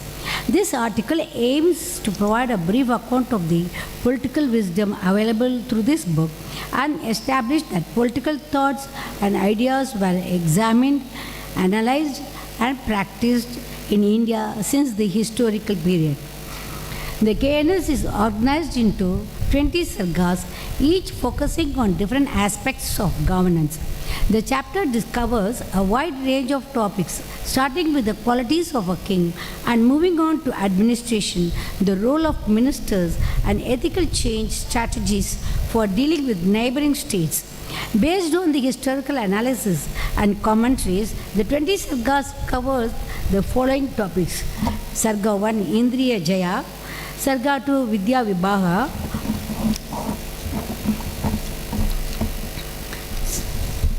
Sarga 3, Dharma. Sarga 4, Sabdanga. Sarga 5, Kandaka Shwaranam. Sarga 6, Rakshana. Sarga 7, Mandala. Sarga 8 to 9, Sandhi. Sarga 10 to 12, Yuddha. And Sarga 13 to 14, Vyasanas. Sargas 15 to 20, Vyuha, Upaya Vikalpa. By presenting these principles in a structured poetic form, Kamandaka ensured that the text served both as a practical guide for rulers and lasting contribution to the field of political philosophy. The KNS emphasizes that rulers must act wisely and actively to maintain the welfare and stability of the kingdom. Chanakya brought up and raised Chandragupta Maurya to the throne of Pataliputra during the 400 CE. He later wrote the book Arthasastra. The author of KNS believes self as a discipline of Chanakya, that is Vishnugupta. The author is believed to have lived around 500 to 700 CE, often attributed to the Gupta period. The ideas were strongly influenced by the earlier political treatise of Arthasastra. The Arthasastra is one of the most influential ancient Indian texts on statecraft, politics, economics, military strategies. It offers in-depth details analysis of political administration, governance, taxation, foreign policy, and espionage. It emphasizes the role of a king as a protector and policy maker, outlines the guidelines for maintaining the law and order, economic prosperity, and political stability. The KNS is a treatise on political theory and statecraft inspired by the Arthasastra. The author focuses on the ethical and moral responsibilities of a king. The text reflects the practical realities of governance, including alliance, diplomacy, war strategy, and internal administration. The key themes of this text includes principles of diplomacy of war, administration structure of the state, ethical conduct of rulers, roles of counselors and ministers, political alliances and conflicts. Kamandaka directly cites his reliance on Kautilya's work, often describing it as extracting nectar from the vast ocean of the Arthasastra. Similarities and differences of Arthasastra and KNS. The Arthasastra and KNS focuses on Sabdanga theory and Mandala theory. Both the works emphasize the importance of mastering the senses, the role of intelligence, and maintenance of balance between dharma, artha, and kama. They use similar frameworks for diplomacy and war, including upayas, that is Sama, Dana, Veda, Danda. Arthashastra is an exhaustive technical manual for ancient Indian statecraft in the form of prose and verse, and KNS is a more condensed metrical summary in the form of mostly verses. While Arthashastra is foundational, exhaustive, and highly pragmatic treatise often focused on forming a powerful centralized state, KNS focuses on the essential of policy that softened the aggressive pragmatism of earlier work. Arthashastra focuses heavily on internal administration, while KNS introduces or expands on diplomatic strategies. The very first lesson the author offers is not about the tax or war, it is about self-control. Only a king who has a control over his senses is fit to rule the people. A ruler who is controlled by desire or anger cannot govern wisely. Self-discipline is considered as one of the most important qualities of a ruler. He argues that a leader cannot conquer the world without first conquering one's senses. Jitendriyo hi nirpadiki prajaga sasitu margadi. Importance of political wisdom. A king who is disciplined by knowledge, devoted to the principle of his subjects, and occupied with the welfare of all living beings enjoys the earth without a rival. A ruler must follow wise policies to protect the kingdom and ensure the welfare of the people. A ruler's primary duty is the protection and welfare of the people, because just as the rain cloud is the source of life for crops and brings happiness to the men, so is the king the source of happiness for the people who depends upon him. The Sabhangana theory, like Kautilya, the Kamandaka emphasizes that a state is an organic body consisting of seven vital parts. The key elements of Sabhangana theory are as below. Swamin, that is the ruler, he is the sovereign head expected to be virtuous and dedicated to the welfare of the people. Amatya, the bureaucracy, ministers and officers who assist the king. Janapada, territory and people. Durga, fortified city, the state's the fort or fortified capital is essential for defense. Kosha, treasury, the state's financial resource accumulated through tax. Danda, army, the military force used to maintain internal order and protect the state from external threats. Mitra, ally, loyal friend or allies who can support the state in times of crisis. The author follows that among the 7 limbs of the state, the ruler is the most important because he provides the direction for all others. Similarly, he cannot function effectively without the other limbs like Kosha, treasury, Amartya, ministers. Importance of good ministers. KNS also stresses the importance of ministers and advisors. A king should not take important decisions alone. He must consult wise and experienced ministers. The king must consult intelligent ministers before making decisions. Good counsel helps the ruler avoid mistakes, and it shows that collective wisdom and consultations are necessary, are effective for effective governance. The treasury, lifeblood. Kamandaka uses the famous bee and flower analogy to stress that a king must collect taxes gently like a bee taking nectar. Pushpam pushpam vichintvidha kulachedam na karayet. The mandala theory. Kamandaka elaborates that the concept of the king's relation with other states are primarily determined by their physical location. Ari mitram are mitram, mitra mitrata param, tata param are mitram, pare mitra mitram, idi arhado nirpaha. The central figure of Vijigishu, the king, the author adopts the elastic 12-king mandala system from Kautilya to map allies and enemies. The center is Vijigishu, the conqueror king, desiring victory at the center of the mandala. The friend circle, Ari, enemy. The immediate neighbor is a natural enemy due to shared borders. Mitra, friend. The neighbor's neighbor is a natural ally. Ari Mitra, enemy's friend, enemy's ally. Mitra, Mitra, friend's friend, ally's ally. Are Mitra, Mitra, friend's friend, ally of the enemy ally. Rear circle. Rear word, enemies and allies. Pashang Nigra, real enemy, the immediate neighbor behind the Vijig issue. Akranda, real ally, the neighbor behind Pashang Nigra. Pashang Nigraha Sara, ally of the real ally. Akranda Shara, ally of the real ally. Madhyama, a powerful king situated by the Vijig issue and Ari, capable of helping or destroying others. Udaisina, neutral king, a powerful distant king who remains indifferent or neutral but could act independently. The 6 measures, Sadgunya. Once a king understands his position in the mandala, he must choose one of the 6 strategic stances based on his current strength relative to his neighbors.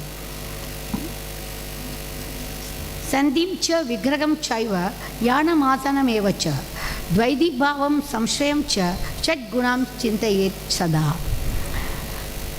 Ethical realism and pure versus pure pragmatism. Ethical realism is when leaders balance practical actions with moral values. They make decisions based not just on what works but on what's right. For example, imagine a leader who, despite facing pressure to exploit a neighboring country's resources, chooses a diplomatic solution because he values long-term peace and justice. He balances practical outcome with moral responsibility. The author says that a peace is not the end in itself, rather it is meant to achieve sovereignty, protect the people and survive in a dynamic world. Whereas pure pragmatism, on the other hand, is all about doing what's effective or expedient, even if it means ignoring moral concerns.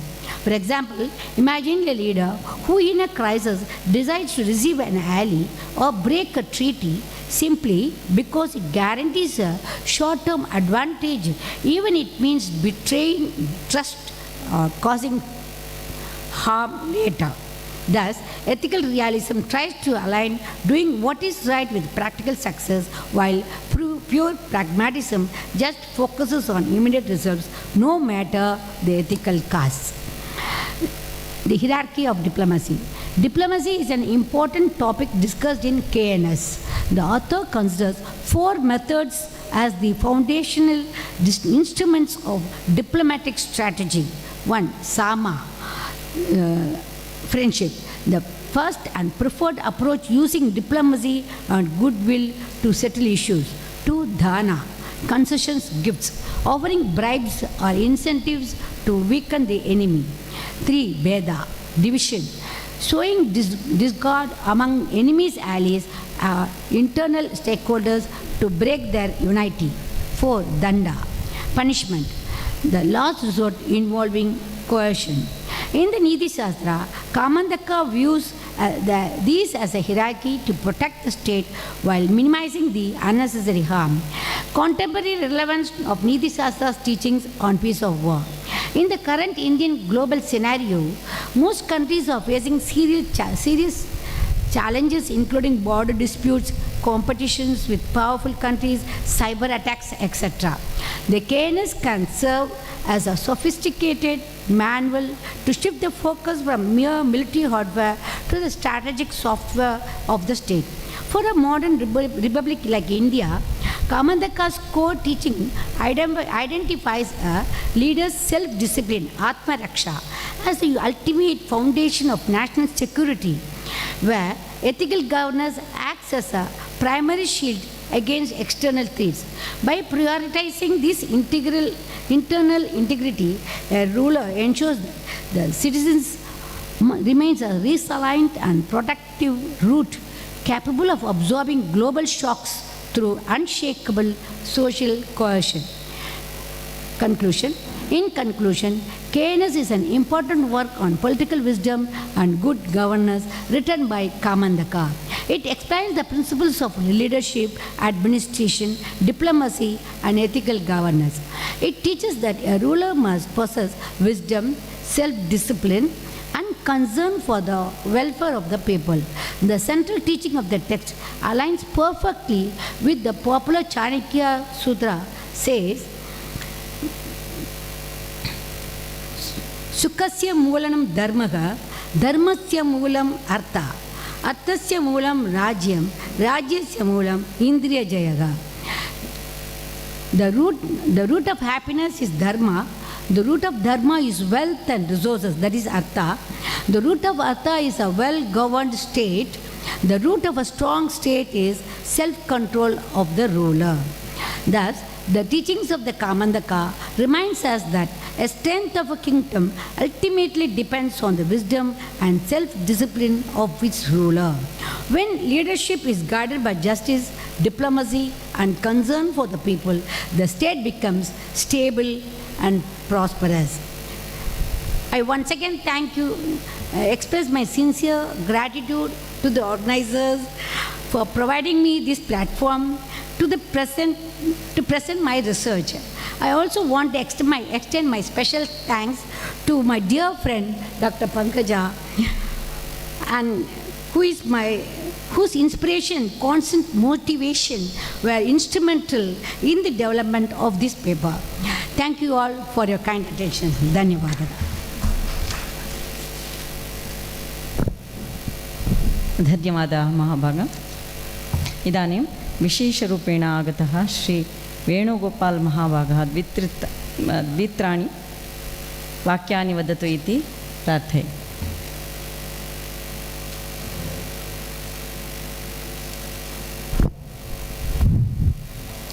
Shri गुरुभ्यो नमः. सर्वमंगलमांगल्ये शिवे सर्वार्थसाधिके शरण्ये त्र्यंबके देवी नारायणी नमोस्तुते. वेदिकायां संस्थिताः अस्याः गोष्ठ्याः अध्यक्ष श्रीमान् प्रभाकर महाभागाः तथा retired justice महोदय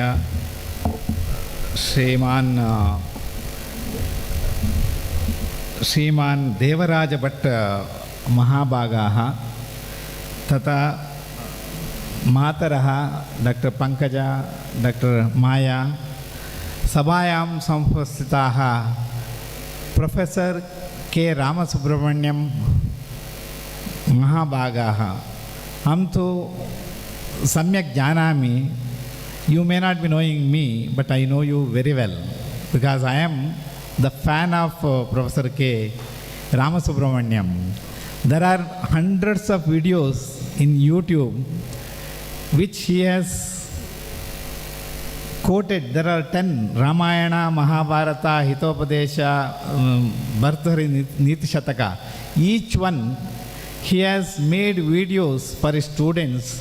Hundreds of videos are available in YouTube. I have been listening to that. I am basically a medical professor from KMC, Mangalore. So, samsthitaah vidwansaah mama guravaha paramaguravaha Dr. G.N. Bhatt Mahabhagaha Chatraha Brataraha Bhaginyaha cha sarvebhyah namaskaraha. Adya idanim Sri Rama Janma Dinasya Acharanam Prachalan Asti Sarvebhyah Sri Ramanavamyah Shubhashayaha.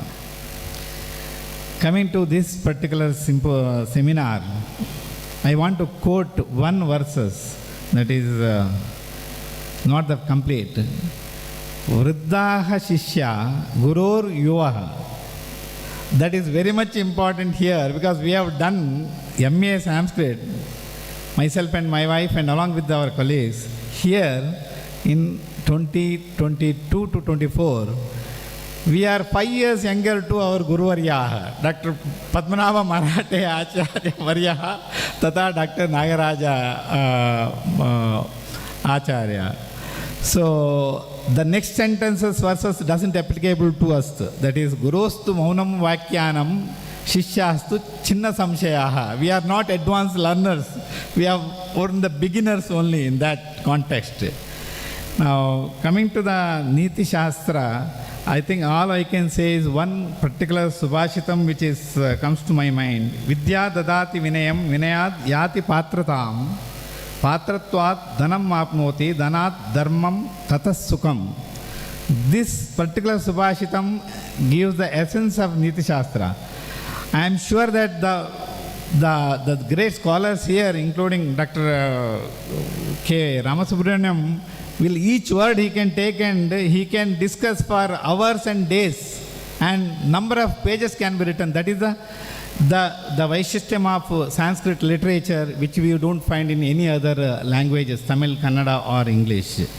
So that is the way he has conceptualized the whole thing in a few minutes to hours for us with this keynote address. I feel that this the purpose of this entire our culture depends on this Neethishastra, which was destroyed by the English people, Macallan education which they brought, and our Gurukula Shikshanam was completely destroyed. There are few here and there which we find. So that is the only way we can revive the glorious culture of our Sanatana Dharma. With this, I request the Samshodhana, Samsthana and Akhila Bharata, Akhila Karnataka Sanskrit Parishat Mangalore to take into the younger generation to your organizations. All we find is a grey hairs, including me, and the younger generation should come forward to take this organization to a greater height.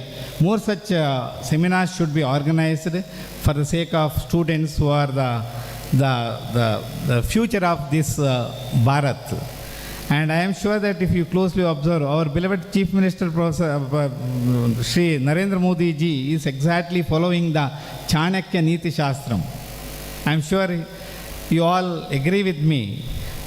His Council of Ministers are expertise in their own field. So that is the kind of we are fortunate enough. With this, may Goddess Durgaparameshwari give us the strength to overcome the effect of this war with peace and prosperity prevail. And may God bless all of us. Dhanyavadaha.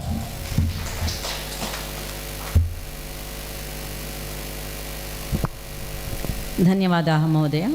इदानीम् अध्यक्षभाषणं करोति professor टी.एन्. Prabhakar महाभागः.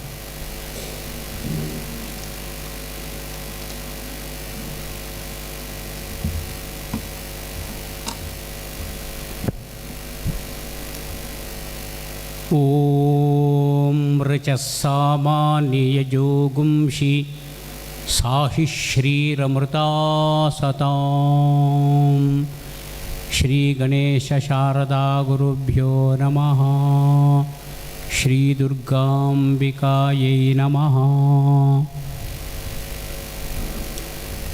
आदरणीयाः जिज्ञासवः, वसन्ते मासे यथा वा बुद्धेः स्फुरणार्थं मनसि यथा अस्माकं नीतिः अस्ति तस्याः श्रेष्ठमार्गार्थम् इयं गोष्ठी प्रवृत्ता इति कारणेन अहं संस्थात्रयस्य दुर्गापरमेश्वरी देवालयसमिति कालेज् विद्यालयः यः अस्ति तथा च संशोधना संसत्या अस्ति, एवञ्च अखिलकर्णाटकसंस्कृतपरिषत् तिसॄणां संस्थानां कृतेपि अहं हृदयपूर्वकं धन्यवादं व्याहरामि. नीतिः नाम अस्माकं देशस्य कृते नूतनतया वक्तव्यमिति किमपि नास्ति. यतोहि अस्माकं देशस्य आदिम मध्यम अन्तिम सर्वाङ्गीणसूत्रमपि नीतौ एव अस्ति. अतः नीतिः नाम यथा वा अस्माकं देहे रक्तमांसादयः सन्ति तथा नीतिः इति. येन केनापि देशेन अस्माकं कृते उपदेष्टव्यमिति नास्ति, परन्तु अस्माकं देशस्य चिन्तनमेव अस्माभिः दूरीकृतम् इति कारणेन नलन्दा विक्रमशिला इति विश्वविद्यालयाः आसन्। तान् विश्वविद्यालयान् उद्दिश्य दूरदूरदेशेभ्यः आगच्छन्ति स्म, पाठं ज्ञायन्ते स्म, पाठः ज्ञायते स्म। ते तत्तत् पाठं ते तत्तद्देशेषु प्रचारं कुर्वन्ति स्म। अतः नीतिविषये अस्माकं बहु सन्तोषस्य विषयः अस्ति, परन्तु नीतिः केवलं मानवानां कृते न तु चतुष्पादानां प्राणिनां कृते। यत्र कुत्रापि प्राणिनां सभाम् आहूय, चतुष्पादप्राणिनां सभाम् आहूय धर्मो नाम अयः, अधर्मो नाम अयं, नीतिः नाम इयम्, अनीतिर्कुनीतिर्नाम इयम् इति कुत्रापि उपदेशः नापेक्षितः। यतोहि सर्वे हि चतुष्पादाः प्राणिनः सृष्टिकालादारभ्य स्वकीया या नीतिरस्ति तां नीतिं परिपालयन्ति, परन्तु मानवः एव इदानीं यथा वा पङ्गुः इव, मूकः इव, काणः इव तथा रीत्या अभवत्। अतः ईदृश समावेशाः उत सम्मेलनानि उत विचारसङ्किरणं वारं वारम् आयोजनीयं भवति। अस्यां गोष्ठ्यां मान्य देवराजमहोदयः न्यायालयेषु न्यायनिर्णयसन्दर्भे कथम् अस्माकं प्राचीनानां नीतयः सम्यक् संस्थापिताः उपनिवेशिताः इति साधु तेन विचारः प्रतिपादितः। यथा मान्य GN भट्टमहोदयेन पूर्वाह्णे यथा उक्तं, दिवङ्गत जस्टिस् रामजोइस् महोदयेन न्यायालयेषु भारतीयत्वं कथमस्ति इति बहु सम्यक् निरूपितम्।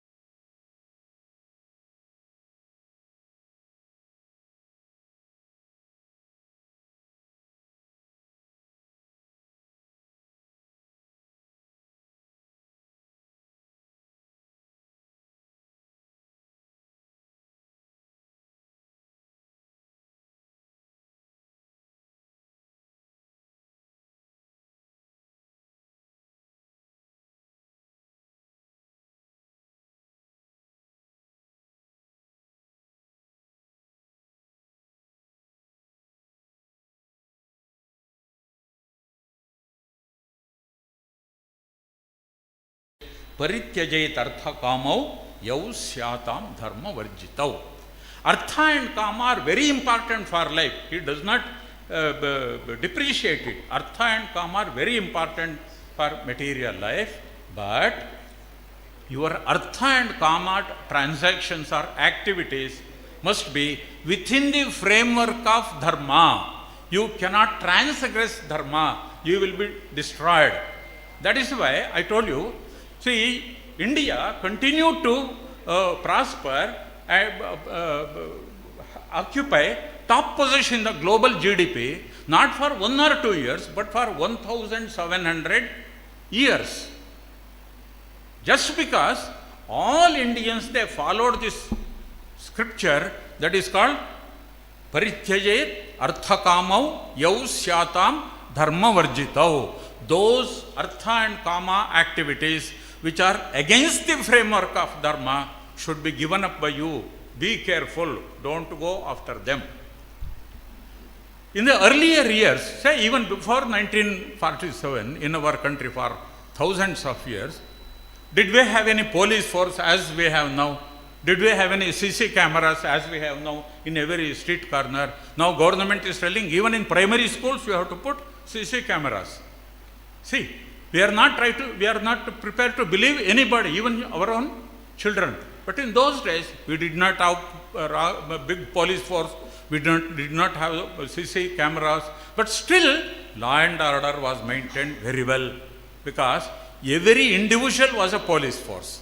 He was policing himself. What was the police? The police is the dharma consciousness.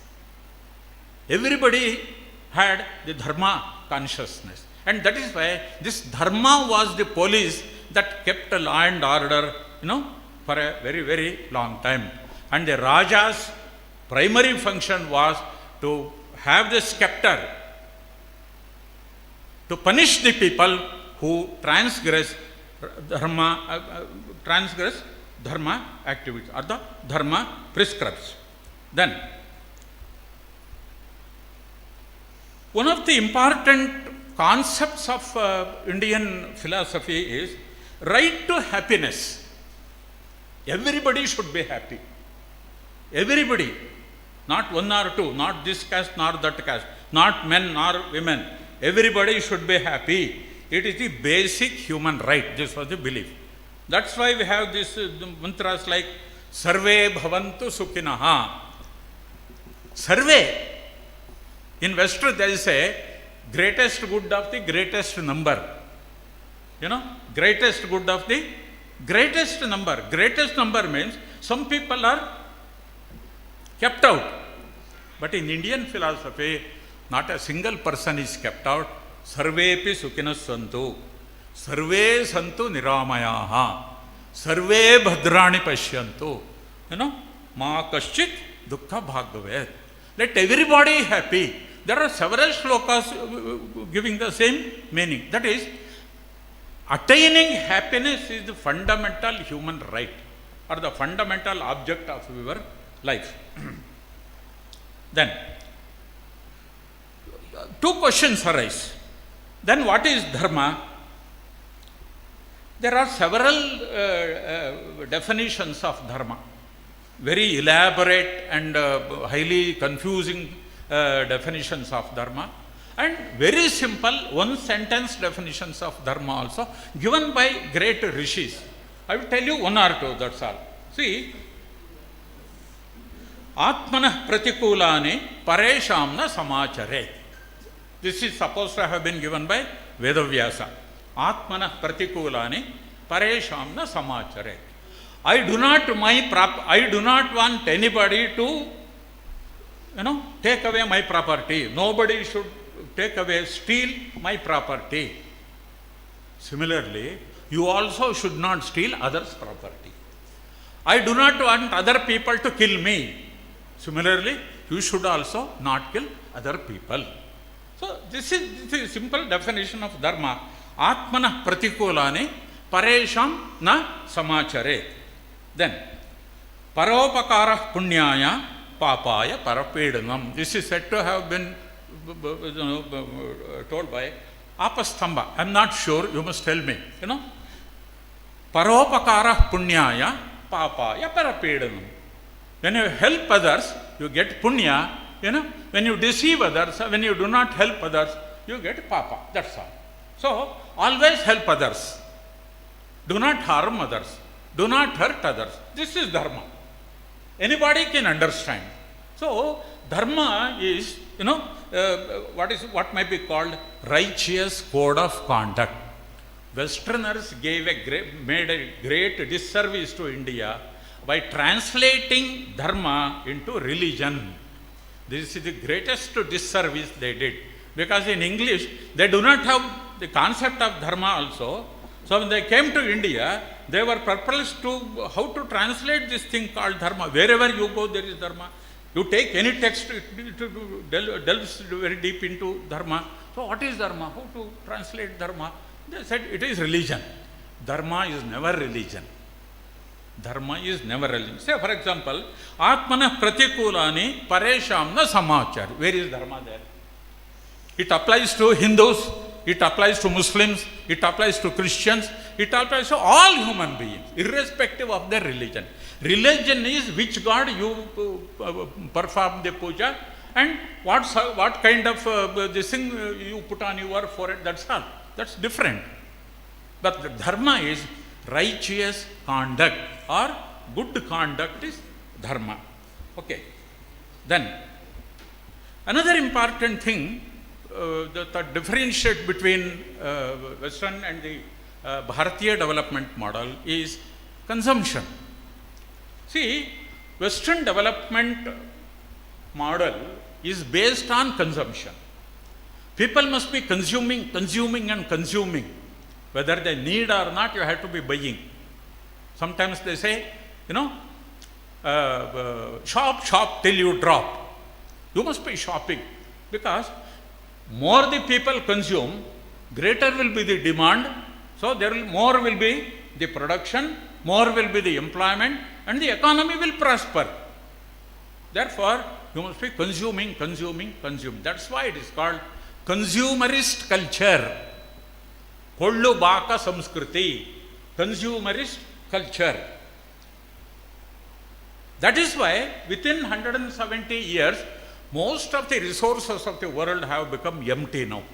All forests are destroyed for the sake of real estate people or even the people who use timber as resources for their industry.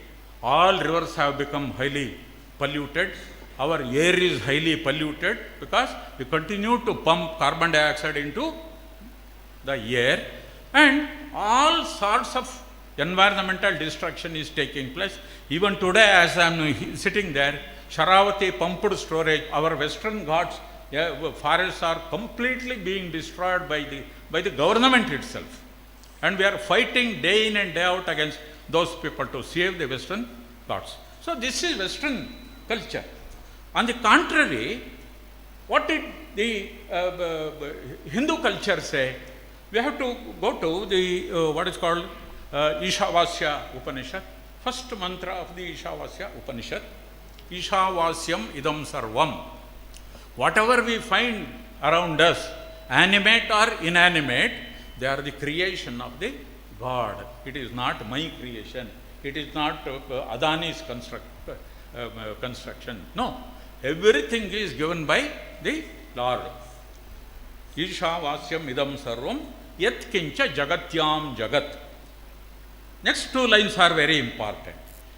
Tena tyaktena bunjita. Bunjita and consume. God has given all these things. It has got forest, it has got iron ore, it has got rare earth magnets or rare earth material. All resources are given. Why do you suffer yourself from poverty? You consume all the resources and lead a very, very happy life. Bunjita. But Bunjita has a rider here. In Western economics, there is no rider. What is the rider here? The rider here is Tyaktena. Leaving something to the others. See, we must consume the resources in such a way that some resources are saved for the next generation also. We are not the great grand masters of the resources that God has given. If our earlier people had consumed the way that we are consuming resources, we would not have anything to eat or anything to wear. We are having these resources because they saved. Similarly, we have to save the resources for the next generation. Not only for the next generation of the human beings, these resources belong to the other non-human creatures also. The animals, the birds, the worms and everything. You must remember that you are not the Lord of this world, as Bible says. You are a partner of this company where there are so many other people, animals, birds, We have to share our resources with all these people. Therefore, you cannot consume the resources irresponsibly. You have to consume the resources responsibly. That is called tyaktena. You leave something to the other generation, you leave something to the animals and other thing, and then you consume whatever is available to you. Tena tyaktena bhunjitha magradah kasyasvit dhanam. If you consume whatever belongs to the others, you are stealing. Don't steal what belongs to the others. So, this is the kind of consumption policy that our ancient people enunciated. This is what is called responsible consumption. The greatest problem of this Western development model today, as we are seeing today, is it is irresponsible consumption. It only tells you consume, consume and consume. Next generation ko maro goli. You take care of yourself, isn't it? And therefore, so we have a television only as a technology. We do not have the television. What is actually television? Looking 100 years ahead, 500 years ahead. That is what is called television. But we have got the television, only television set. We do not have television at all. We have lost totally television. But Hindu Arthashastra, it did not have the television set, it did not give us television set, but it actually gave us television. What happens after 1,000 years, what after 500 years, how you have to behave yourself. Well, so lastly, essential features of Bharatiya development model. Some 3 or 4 bullet points I have given. 1. Balanced approach between material and spiritual aspect of life. So it is inclusive. Western development model is exclusive. They do not have dharma, nor do they have the concept of moksha. They depend only upon dvivarga, not trivarga. That trivarga is artha and kama. And that is why, the entire world is going to be destroyed. Not only the Westerners, we also, because we are also following the Western model only. We have given up dharma, we have given up moksha, and therefore we are also depending upon artha and kama. So, balanced approach between material and spiritual aspect of life, 1. Secondly, artha and kama, not to transgress the boundaries of dharma. This is the very, very important aspect. Dharma, artha and kama should not transgress the boundaries of dharma. The third one, responsible consumption. Last one, respect for nature. Westerners do not have any respect of nature. They say economics is an independent subject. Economics is an independent subject. Either environment or ethics is not included in economics. That is externality. Ethics and environment are externality. They do not belong to us. Our only thing is you make profit and profit.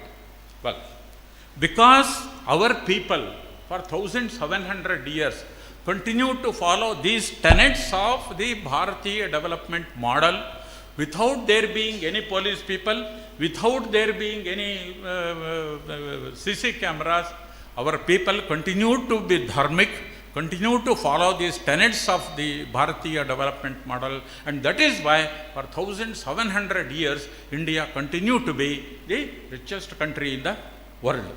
Now, why the Western countries, the Western development model has become so susceptible for destruction within 170, 175 years? I will give you one thing. There is what is called Charvaka Siddhanta. That's also called Lokayata. Charvaka Siddhanta was totally opposite, diametrically opposite to our Sanatana Hindu view of life, Hindu philosophy, isn't it? First of all, in Hindu philosophy, we believed there is life after death, isn't it? Life after death. Therefore, in order to escape from the cycle of birth and death, we have to seek moksha. That's our concept. So we believe in rebirth and we also believe in moksha. Charvaka says, diametric opposite, yes, he says, Yavat jivam sukham jivet. As long as, see, there is no rebirth at all. If you die, that is moksha. They say death itself is moksha. If you die, it is over. You will never be born. Therefore, you have got only one life. Why worry about honesty, all these things? And therefore, enjoy the life, as long as you are living. Yavat jivam sukham jivet. What kind of sukha? It is only indriya sukha, not spiritual sukha, as the Indian philosophers maintain. Yavat jivam sukham jivet. Nasti mrityu ragavacharaha. There is no man who has not seen mrityu. That is, death is permanent, and therefore you have to enjoy your life. Then, Basmi bhutasya dehasya punaragamanah kutaha tasmat sarva prayatnena runam krutva ghritam pibet. See, our neighbor person, a friend, he died, and all we are 3 or 4 people, he carried him to the cemetery, and we poured diesel, we poured karpura, and whatever burns fast, we poured, and we remained in the cemetery till Damar, isn't it? His head exploded. Then if you say that man comes again, how should we believe? So rebirth is bankam. It is nonsense told by the, rishis and other things. Basmi bhutasya dehasya punaragamanaha kutaha. When he is burnt out, turned into ashes, how can we believe that he comes back once again? Therefore, there is no rebirth. Tasmat, therefore, sarva prayatnena, putting all your efforts, runam krutva ghritam pibet. You borrow money from the others and enjoy the life. ಘೃತಂ ಪಿಬೇತ್ ಅಂದರೆ ಮಜಾ ಮಾಡಬೇಕು ಅಂತ ಅರ್ಥ. ಕರೆಕ್ಟಾಗಿ ಕನ್ನಡದಲ್ಲಿ translate ಮಾಡಬೇಕು ಅಂತ. ಸಾಲ ಮಾಡಿಯಾದರೂ ತುಪ್ಪ ತಿನ್ನು, ಸಾಲ ಮಾಡಿಯಾದರೂ ಮಜಾ ಮಾಡು. ಯಾಕೆಂದರೆ ಸತ್ತ ಮೇಲೆ ನೀನೇನು ಸಾಲ ತೀರಿಸಬೇಕಾಗಿಲ್ಲ, ಕೇಳಕ್ಕೆ ಅವನು ಇರೋದಿಲ್ಲ, ಕೊಡಕ್ಕೆ ನೀವು ಇರೋದಿಲ್ಲ. And therefore see the western philosophy the same thing. So the western philosophy originated in India also. That is called Lokayata. Here we call Charvaka, but in India, fortunately, nobody believed in Charvaka philosophy, and Charvaka was kicked out from this country, and the Westerners, welcomed him with a red carpet, and they are following the same thing. How? I tell you now. In the Western philosophy, even today in many of the universities, seminars take place. What is seminar? Is there any relationship between business and ethics? Morality and business. ನೈತಿಕತೆಗೂ ನಮ್ಮ ವ್ಯವಹಾರಗಳಿಗೂ ಏನಾದ್ರು ಸಂಬಂಧ ಇದೆಯಾ ಅಂತ ಚರ್ಚೆ, conclusion ಅಲ್ಲ. ನಮ್ಮಲ್ಲಿ ಯಾವಾಗಲೂ ಸಾವಿರಾರು ವರ್ಷದ ಕೆಳಗೆ ನಾವು ಕನ್ಕ್ಲೂಷ್ ಮಾಡಿಬಿಟ್ವಿ. ಅವರು ಇವತ್ತಿಗೂ ಚರ್ಚೆ ಮಾಡ್ತಾರೆ. I will tell you some of the opinions expressed by some great people in those countries. Bernard Mandeville, he wrote a poem, long poem called The Fable of the Bees in 1714, even before Industrial Revolution took place, when there was mercantilism in those countries. He says, I quote, dishonesty, selfishness and devotion to vice are the emotions which lay at the root of prosperity. If you want to prosper as an individual, if you want to prosper, if you are honest, you will never prosper. ಈಗ ನಾವೇ ಹೇಳ್ತೀವಿ, ನಮ್ಮ ದೇಶದಲ್ಲೇ ನಮ್ಮ ಇವ್ರಿಗೆ ಹೇಳ್ತೀವಿ, ನೀವು honest ಗಿನೆಸ್ಟ್ ಆಗಿದ್ರೆ ನೀವು ಉದ್ಧಾರ ಆಗಲ್ಲ ಬಿಡಿ, ನೀವು ಯಾವ್ದಾದ್ರು ದೇವಸ್ಥಾನದಲ್ಲಿ ಅರ್ಚಕರಾಗಕ್ಕೆ ಲಾಯಕ್ಕು, ನೀವು ಅಂಗಡಿ ಇಟ್ಟು ಬಿಸ್ನೆಸ್ ಮಾಡಿ ಏನಾದ್ರು ಸ್ವಲ್ಪ ದೊಡ್ಡವರಾಗ್ತೀವಿ, ಬೆಳಿತೀವಿ ಅನ್ನೋದಾದರೆ ಸ್ವಲ್ಪ ಇದನ್ನೆಲ್ಲ ದೂರ ಸರಿಸಬೇಕು. ಇದನ್ನು ಅವನು 1714 ಹೇಳಿದ್ದಾನೆ. ಇವತ್ತಿಗೂ ನಾವು ಅದನ್ನು ಹೇಳ್ತೀವಿ. ಅವನು ಡಿಸಾನೆಸ್ಟಿ, selfishness, you have to be selfish, you have to kill the neighbor and become rich. ಪಕ್ಕದ ಅಂಗಡಿಯನ್ನು ಕೊಂದು ನೀವು ನಿಮ್ಮ ಅಂಗಡಿ ಬೆಳೆಸಬೇಕು. ಪಕ್ಕದ 2 ಎಕರೆನ ಏನಾದರೂ ಮಾಡಿ ಒಳಗೆ ಹಾಕ್ಕೊಂಡು ನಿಮ್ಮದು 18 ಎಕರೆನ 20 ಎಕರೆ ಮಾಡಬೇಕು. Selfishness and devotion to vice. Vice is bad habit, ದುಶ್ಚಟಗಳು. ಈಗ ನಮ್ಮದೊಂದು ಸಣ್ಣ ಫ್ಯಾಕ್ಟ್ರಿ ಇದೆ, ಯಾರೋ ದೊಡ್ಡ ಫ್ಯಾಕ್ಟ್ರಿ ಅವರು ನಮ್ಮ ಪ್ರಾಡಕ್ಟನ್ನು ಕೊಂಡ್ಕೊಳ್ಳೋದಕ್ಕೆ ಬರ್ತಾರೆ, ಅವ್ರ ಹತ್ರ ಮಾತಾಡಬೇಕು. ಅವರೆಲ್ಲರೂ ಗ್ಲಾಸ್ ಎತ್ತಿ ಕುಡಿಯೋವಾಗ ನಾನೊಬ್ಬ ಮಜ್ಜಿಗೆ ಕುಡಿತೀನಿ sir ಅನ್ನೋಕ್ಕಾಗತ್ತಾ?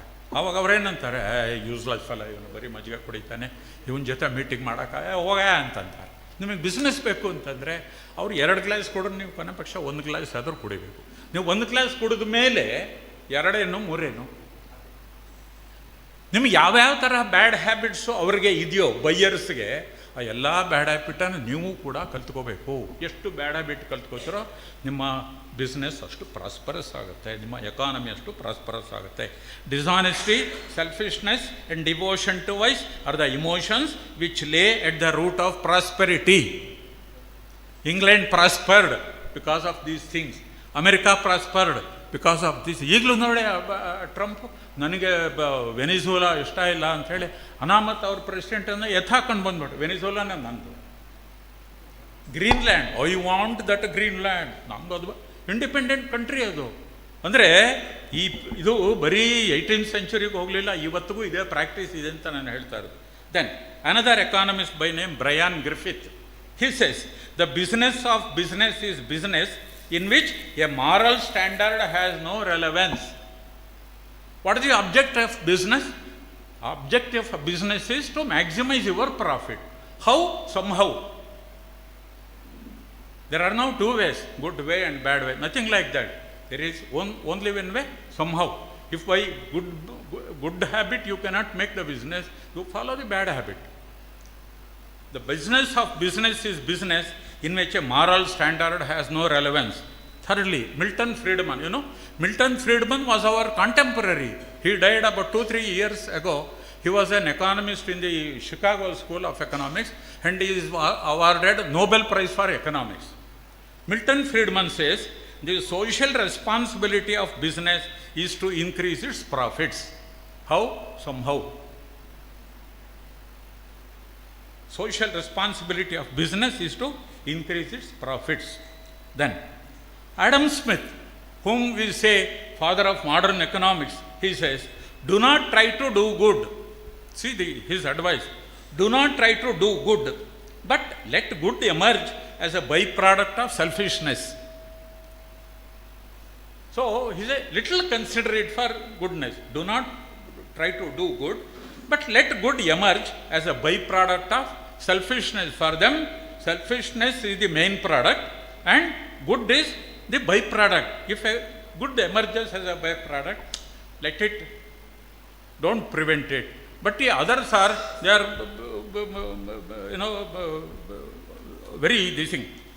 So, making your business earn maximum profit is the greatest responsibility of the business, and therefore, whatever is required to maximize your profit, you have to do, whether good or bad or anything.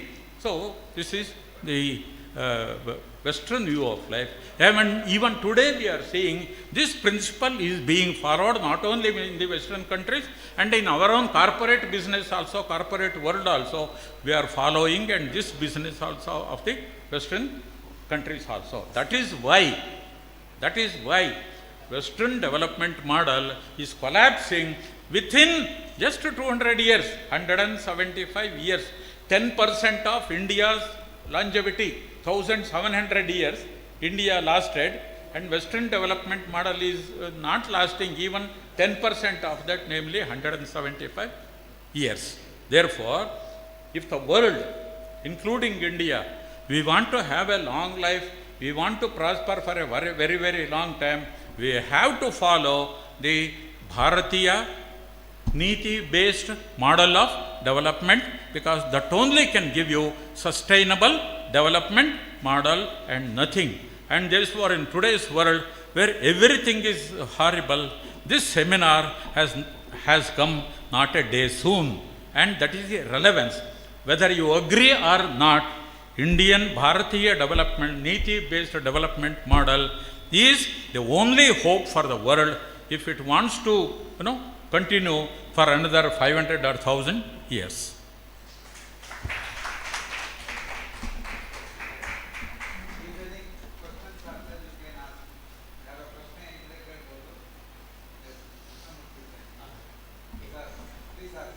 ಪ್ರಶ್ನೆ ಕೇಳೋಕ್ಕೆ ನಿಮಗೆ ಸ್ವತಂತ್ರ ಇದೆ, ಉತ್ತರ ಹೇಳದೇ ಇರೋದಕ್ಕೆ ನನಗೂ ಸ್ವತಂತ್ರ ಇದೆ, ಗೊತ್ತಿಲ್ಲದೆ ಹೋದರೆ.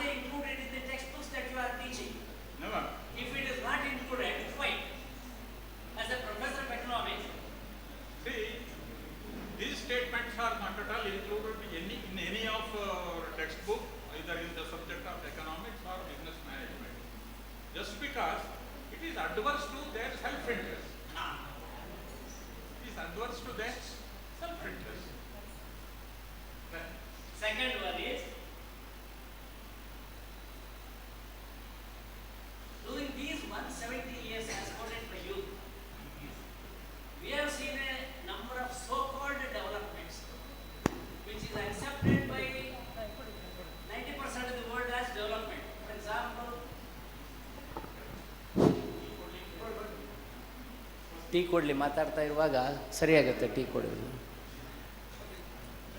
For example, the railways, the communication facilities that we have got it.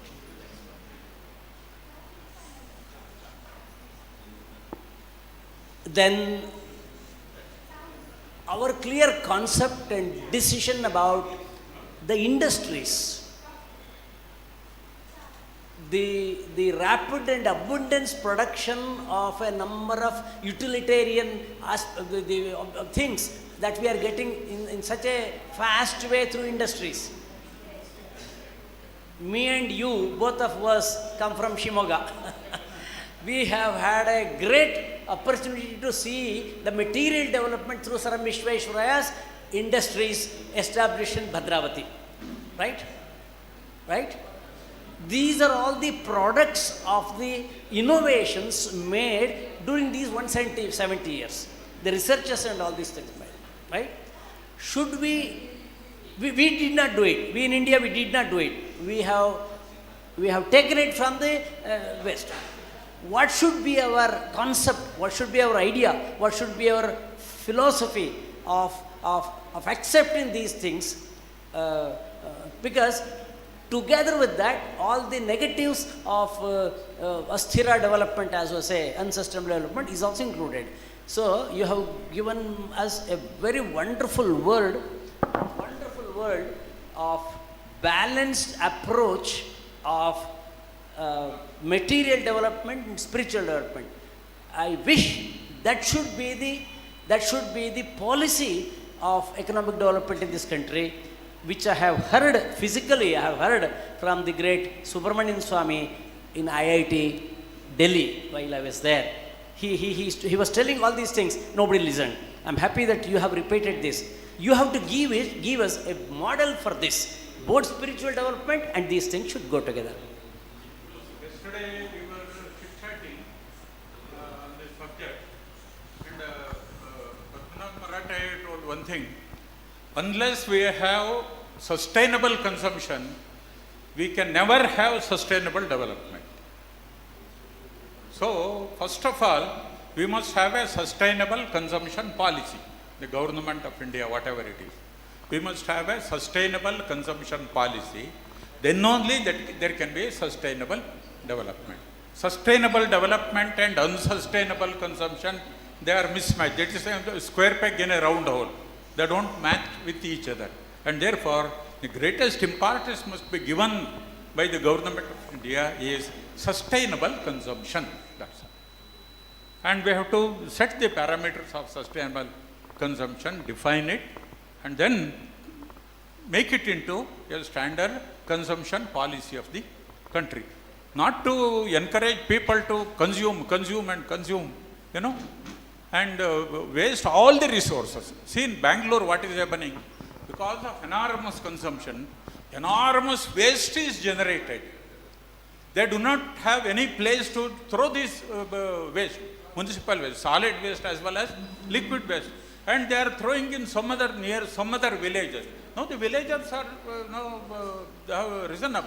Why do you throw your waste in our villages? You throw among within your own compound or within your city limit. Don't bring it here. Now, waste disposal is a huge problem, not only for the developed countries, but for even developing countries like India. And therefore, sustainable consumption and therefore sustainable development. Should I say Gandhian economics? Yes, definitely. Gandhi based, this thing on need-based Need-based. life rather than point-based. We are happy to inform that our Kateel temple is zero waste temple. There is no waste in Kateel temple. Even anything waste is converted into manure and it is sold as Shaka Parigopara. Yes. Suresh, Namaste sir. You have given a theoretical aspect of how India prospered.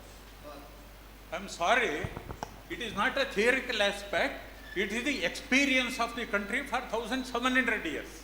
Time-tested theory, this one. Yes. So, time is a big element which tests any model.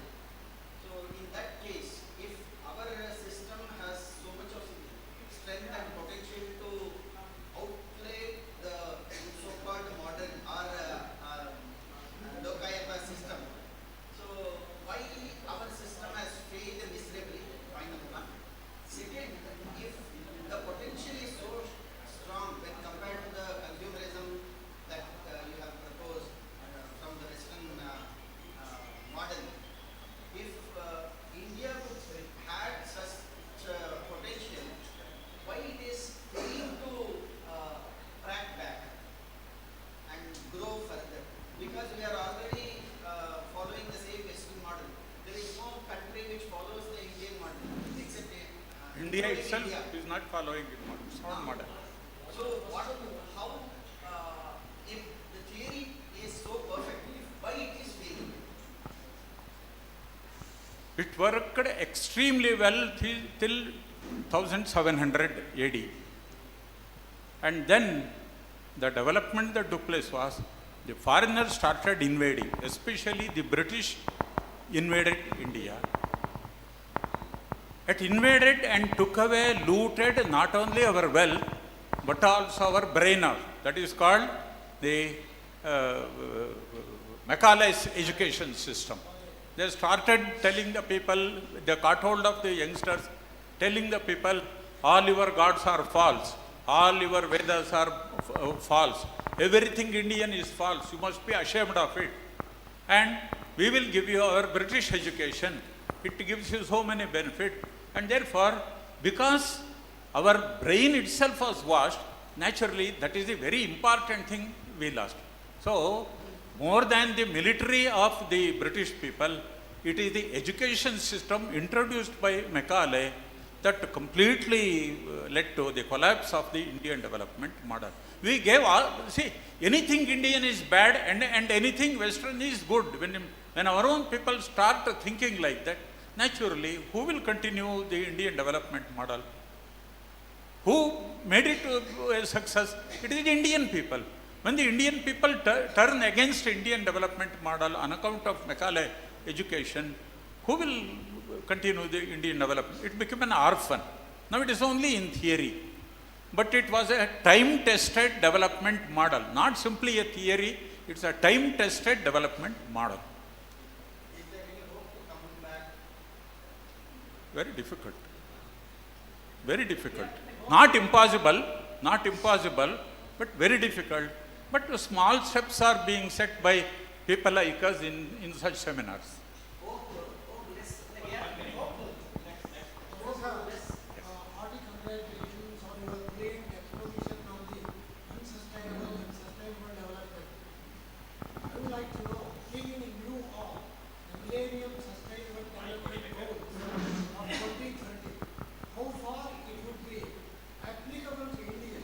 And how far it would be productive to India without it came from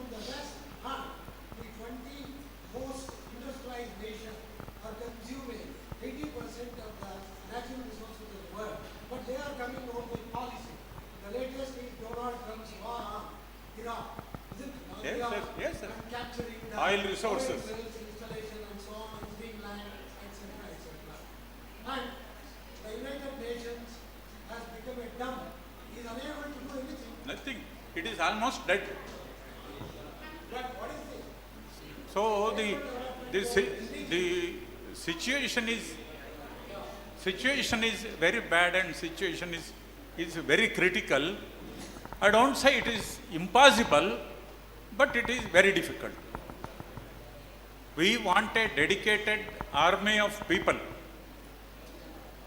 to turn the wheel backwards. Turning the wheel backward is a difficult thing, but it's not an impossible, but it's a difficult task.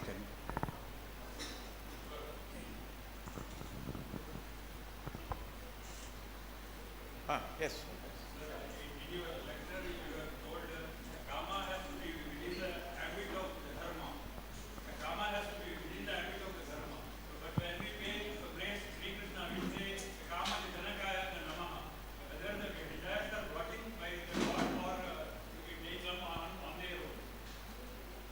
But, Jane, but, ನಂಗೆ ಗೊತ್ತಾಗಲಿಲ್ಲ ಒಂಚೂರು ನೀವು ಹೇಳಿ.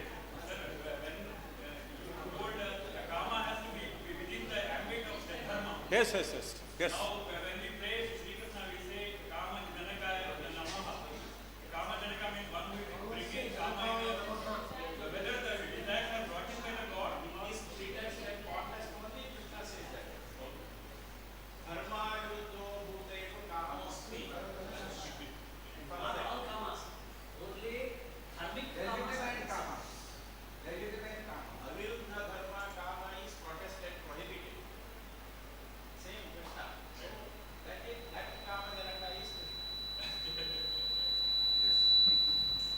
I have two questions and two clarifications. Yes. Answer is left to him. He has freedom. He has told. Question number one is, see, in this world economy, all these things you have mentioned, GDP now is present.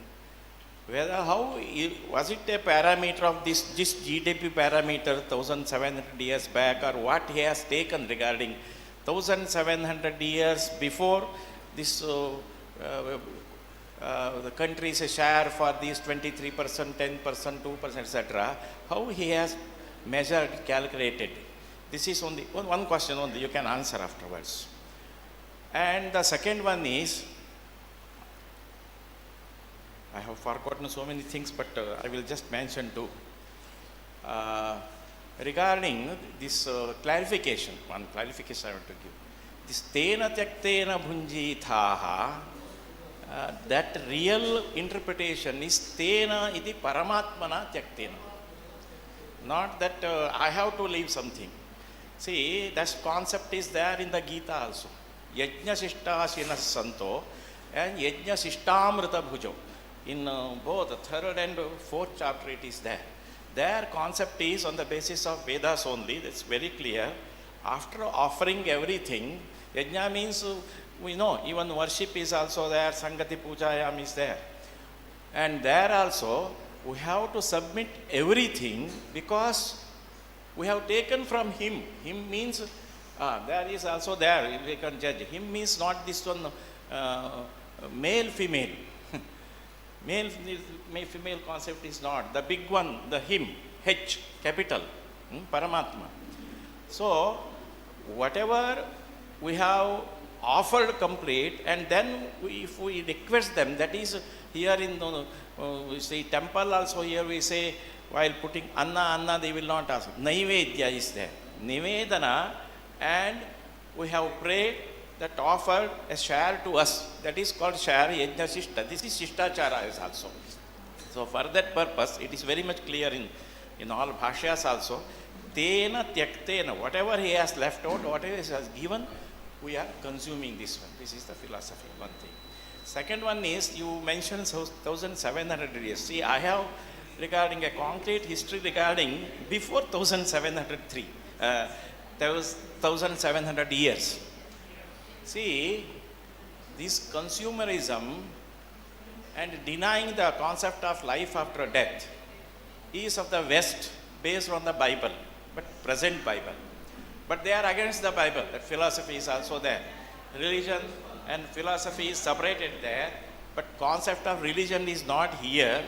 Here concept of dharma is only there, but because of their concept of religion and practice, caste, creed, combination problem has come over here in our Bharat also. But even in the Bible, this rebirth concept was there 100%. 100%. See, Brain Vasis, a famous psychiatrist, he was the world chairman of these things also. In London, afterwards UK, more than 6 books he has written, clinically tested books. He was not a believer of all these things. After when he clinically hypnotized people regarding their birth, previous birth, etc., he could not accept these things. But it is a fact. And he, of course, refers Purana, Upanishad, everything. And he referred Bible also. Because of the Roman Empire's order, this life after death or rebirth concept was removed from the Bible.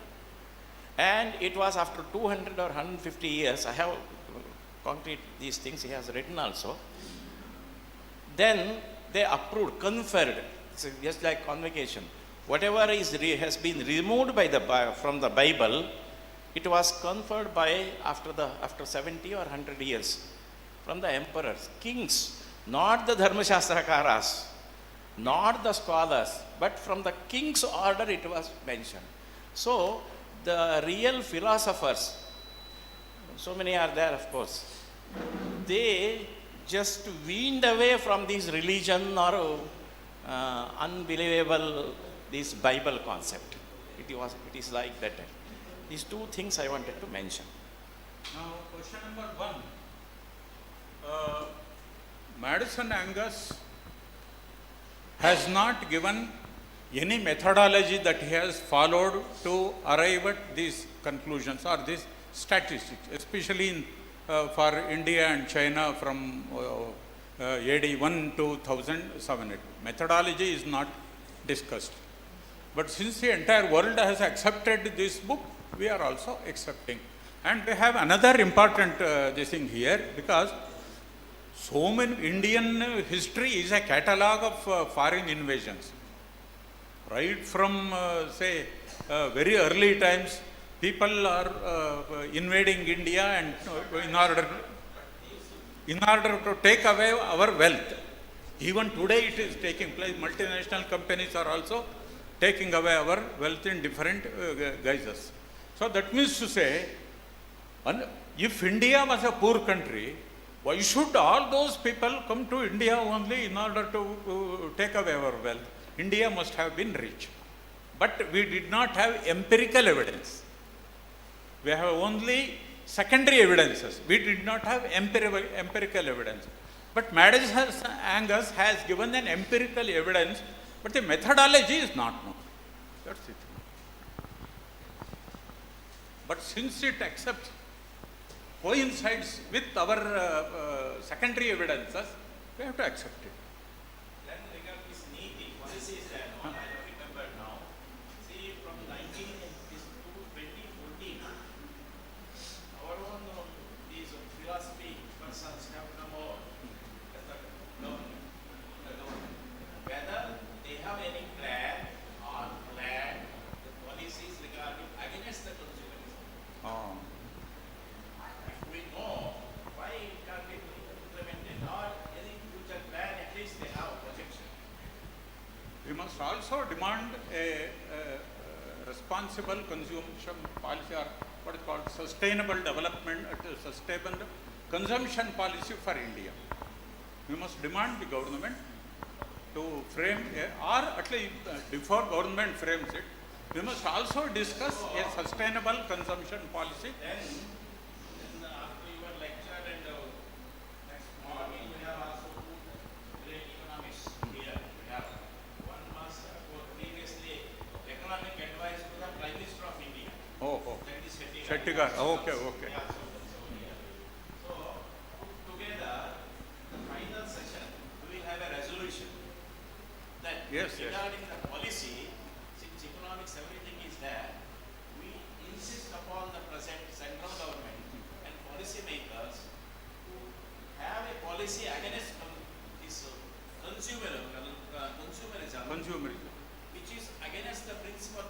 accepted established dharma.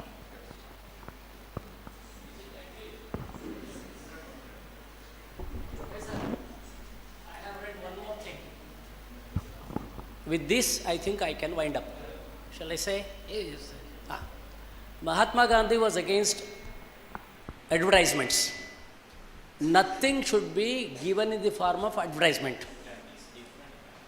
So, advertisement develops more and more of consumerism. And that is the way by which we try to go into the world of wants rather than limiting ourselves into the world of needs. Therefore, shall we say, today more of these things are only because of the manipulated advertisements, marketing only. It doesn't have any value, right? ಈ soap ಹಚ್ಚಿ ಎಲ್ಲ ಏನೂ ಆಗೋದಿಲ್ಲ, ಸುಳ್ಳೆ. ಅಲ್ಲಿ in that case ನಿಮ್ಮ advertisement ಸುಳ್ಳು, ನಿಮ್ಮ soap ಹಚ್ಚಿದ್ರೆ ನನ್ನ ಕರೆ ಹೋಗಲಿಲ್ಲ, ಅದರಿಂದ ಪೀನಲೈಸ್ ಮಾಡಿ, can we punish them legally using this? As an economist, is it possible to do it? Because most of the advertisements are stupid nonsense.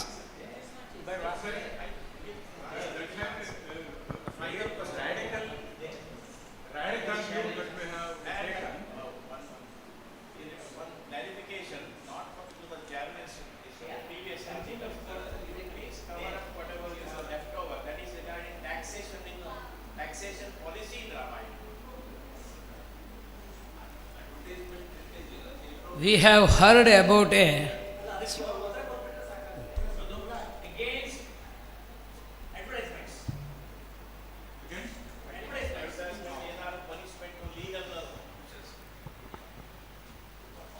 Sometimes this sort of a thing. For example, some Amitabh Bachchan or some film star, he says, you use this, some rotten. Say, for example, this what's that?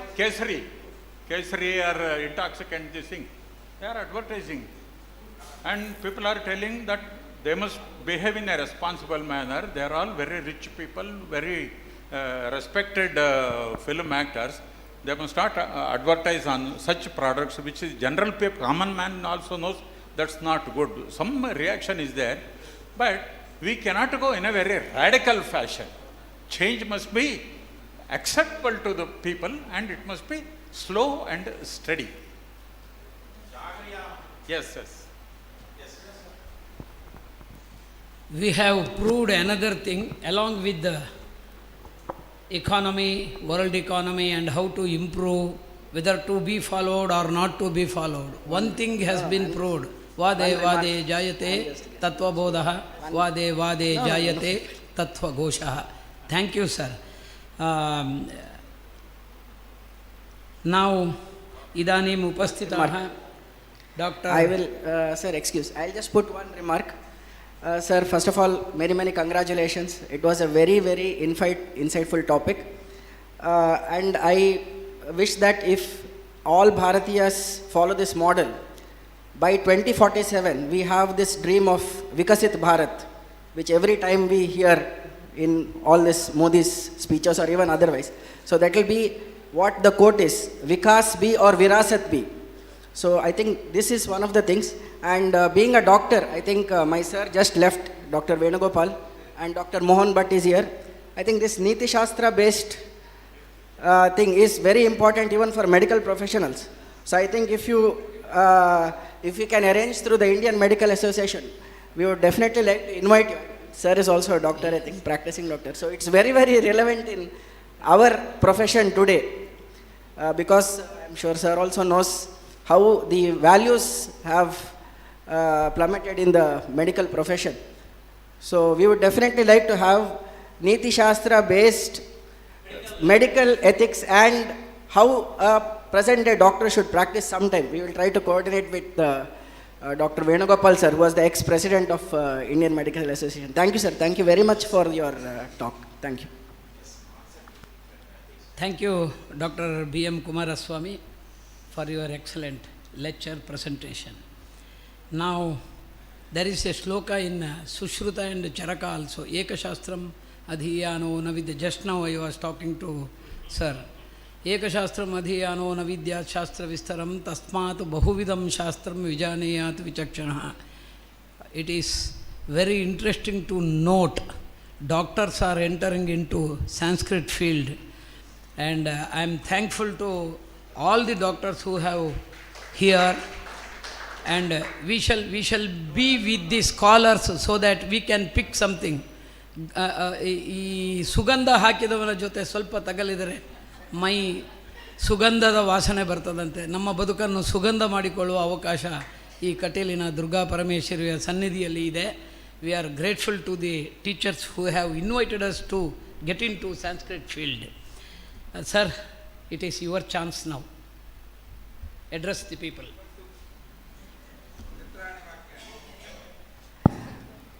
No, I would just like to conclude. I said the same thing. I always think from, Sanskrit is just my passion. I am a full-time doctor. I am a practicing physician. I am an allopathic doctor. It is just that I have that love and passion for Sanskrit. But I think these values which are there, like how Sir said, Sarve Bhavantu Sukhinaha, Sarve Sant, all these values are definitely required for a doctor who is practicing, because we have to see the same thing in a patient, because he should not suffer. We should see in that aspect of the patient, so they will also benefit. So I think so many points, as he was telling, because I have zero knowledge on economics, so I was thinking in how we can make our profession better. So definitely I think Dr. Mohan Bhatt will also agree with what I said. So thank you very much for this opportunity. It's always a pleasure, because I was an ex-student of this college. And now I am just teaching what I know to the next student, so that I don't lose touch with the subject. I am not any, maybe even 0.1% of the knowledge. Just for my interest, I am teaching Vyakarna subject online whenever I get time, so that I am in touch with the subject. So I again thank you all for the opportunity. It's always a pleasure to be with such great people who have so much of knowledge, but they are so humble. It's definitely it's a pleasure to be here and to learn from all of you, sir. Thank you very much for the opportunity. Very much humbled. Doctor, there is a shloka, Purna Kumbho Nakaroti Shabdam Ardo Ghato Goshabupaitu Nunam. If you can see any learner or scholars, they will not, they will not claim that they are master in that subject. By their way of living, you can make out what they are. Thank you, sir. I request Adhyakshiya Bhashana. Agachantu.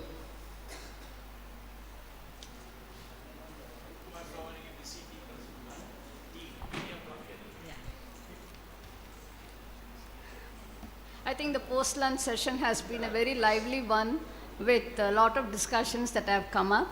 And I express my very deep gratitude to Dr. B.M. Kumaraswamy Shimoga for his such an inspiring talk on Neeti-based Bharatiya development model. Sir, it was a very, very exhaustive lecture that we had the good fortune of listening to you.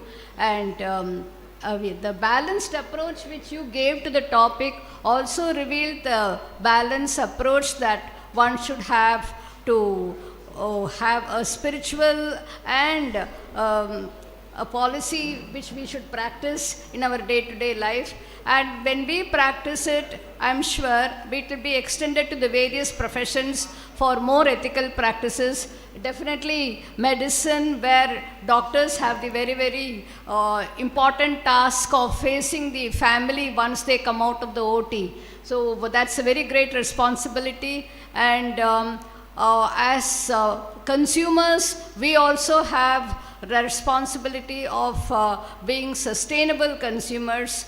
And when it comes from the production side and from the government policy makers also, there is a very great essential need for a sustainable development. It is a 360-degree approach, I think, that we should have, so that there is an all-round development for a Vikshit Bharat, which we are all Vikasit Bharat, that we are looking forward to in 2047. Sir, you have covered so many aspects that definitely it gives us a thirst to listen to more of your sessions. Definitely we look forward to such topics, and this discussion that followed definitely would form a very good basis for a very good group discussion that can be always had to evolve certain resolutions that we would like to pass at the end of the seminar. Probably we can manage one at the evening where we have experts from economics who are sitting together, and we can have some fruitful discussions on the topic as well.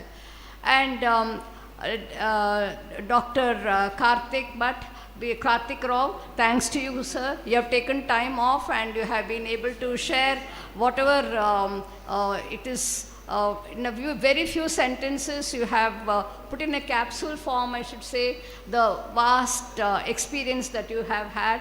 And definitely all the doctors over here will acknowledge what I feel, that it is more essential for material ethics today than ever before to be followed in the profession. And coming to my topic, which I presented this morning, it was on the governance, how Ramayana is an epitome of governance. I would just like, being with an economics professor over here, I would like to add one point about how in the Ramayana also we have the importance given for the finance part of the state, where a state without adequate finance or treasure was never considered worth it at all. And the king and the officers were considerably important, giving a lot of emphasis. They felt that the great success of a country was established only if they were able to augment the treasury appreciably. And the various exemptions for taxation, tributes, gifts and expenditures were exhaustively discussed, not only in Arthashastra, even when you go to the Ramayana, you find an elaborate discussion on this in the certain parts. But you find one thing, that when you compare it with what Kautilya says later, Kautilya speaks about fixed salaries for all the functionaries of the state. Once adequate salary is, his point was, once adequate salary is received, the functionaries will never revolt against the government, they will never revolt against the king, or will they yield to any kind of a temptation. And but when it comes to the Ramayana, such a detailed description is not there. It does not tell us how much the functionaries received as fixed pay and allowances. But we are told that the soldiers were paid their Vetana. Vetana was there along with allowances. So, however, it is always to be kept in mind that expenditure should never exceed income, and money should never go to the undeserved, and it must always be spent for the right cause. That was very much emphasized. Ayaste vipulaha kachit palataro vyayaha apatreshu nate kachit kosho nate apatreshu nate kachit kosho gachati raghava. So this is the principle that was followed, and definitely today I think the repercussions of the statement are being felt in several corners and being slowly emulated by the government. And let us look forward that the various policies that we saw were practiced in our ancient India are put to practice even today with deliberations coming through seminars like this. Thank you.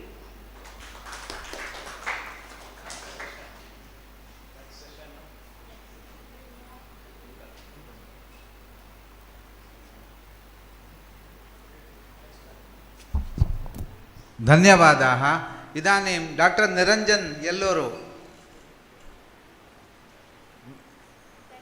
अस्य सत्रस्य समापनसमयः. अस्मिन् सत्रे समुपस्थितेभ्यः सर्वेभ्यः एकेन वाक्येन एव धन्यवादान् समर्पयामि. अग्रिमसत्रं भवति तत्क्षणमेव. जयलक्ष्मी.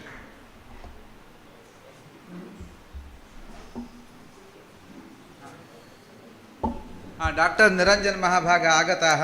तेभ्यः भगवत्याः प्रसादरूपेण तत्र शेषवस्त्रं दत्वा सभाजयन्तु इति डॉक्टर GN भट्ट महाभागान् प्रार्थये. ते बेङ्गलूरुनगरे प्रसिद्धवैद्याः, ये अस्माकं महाविद्यालयस्य संशोधनविभागे संशोधनं कुर्वन्तः सन्ति.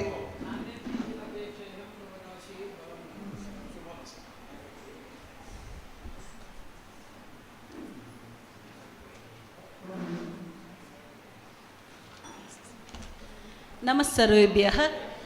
संस्कृतसाहित्ये नीतिशास्त्रं तस्य सामायिकप्रस्तुतता च इति विषयम् अधिकृत्य प्राचाल्यमानायाः अस्याः राष्ट्रीयसङ्गोष्ठ्याः तृतीयसत्रे वयं स्मः। अस्य सत्रस्य अध्यक्षा डाक्टर् सुमित्रा भट् शिवमोग्ग विशेष उपस्थितिरूपेण अत्र भवन्ति। श्री CA शिवानंद पै मंगलूरु तथा डॉक्टर मोहन भट्ट मंगलूरु तथा डॉक्टर चंद्रकांत श्रृंगेरी एवं च अस्मिन् सत्रे प्रबन्धमण्डनं कुर्वन्ति कुमारी वंदना Hegde.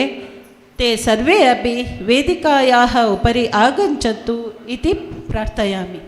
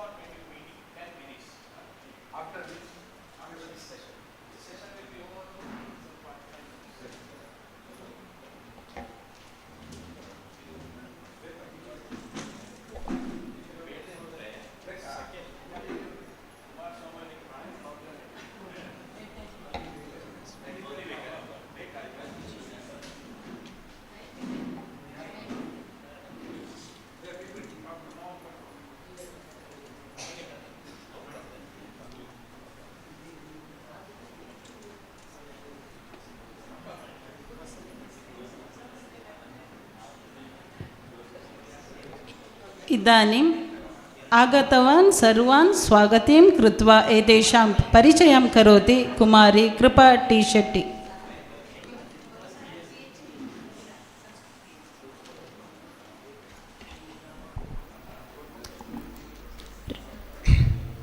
Respected dignitaries, faculty members, participants and students, good afternoon to one and all present here. It gives me immense pleasure to welcome you all to the third session of the National Seminar on Neethishastram in Sanskrit literature and its present relevance, jointly organized by Shree Durgaparameshwari Temple, FirstGradeCollege, Kateel, Sanskrit, Shodha, Samsthana, Sirsi and Akhila Karnataka Sanskrit Parishat, Mangalore. At the outset, I extend my respectful welcome to our esteemed chairperson, Dr. Sumitra Bhatt.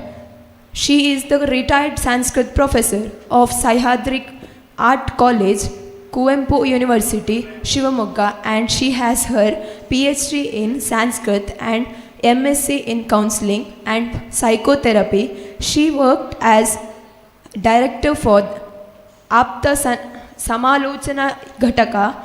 She continuously worked for 6 years in AISHE and AIOC, and she published many books in Kannada, Sanskrit and also English. There are 15 PhD students who got guidance under Dr. Sumitra Bhatt.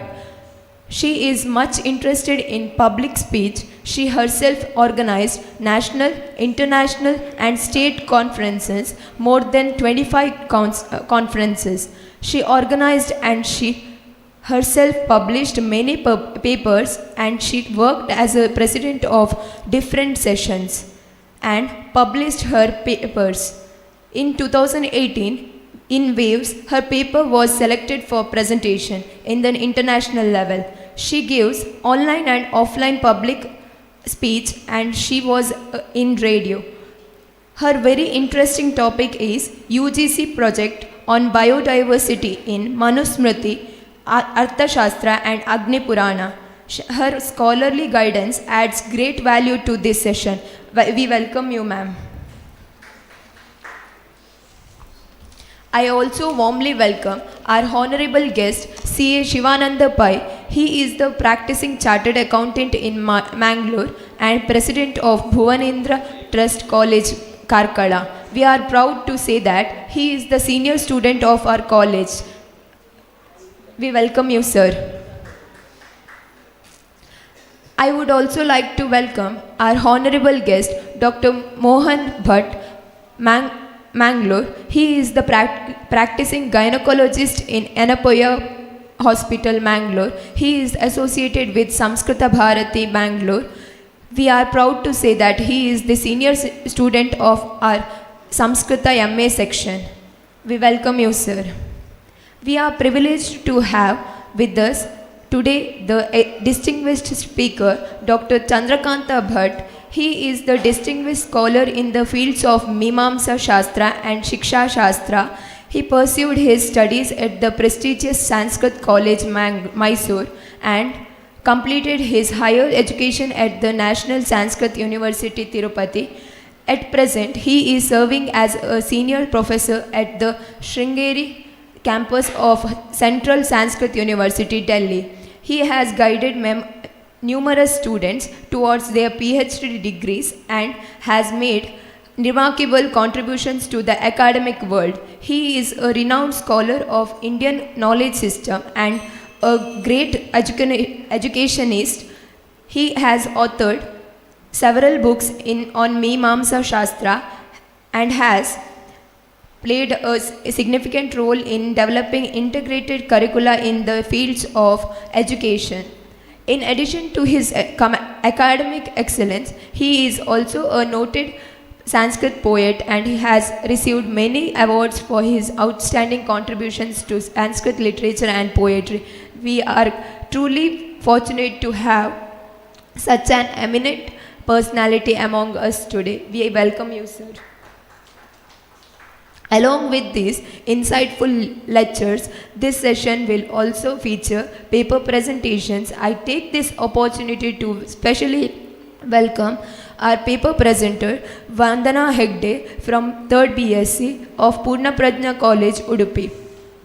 Once again, I wholeheartedly welcome you all to this session. Thank you, sir.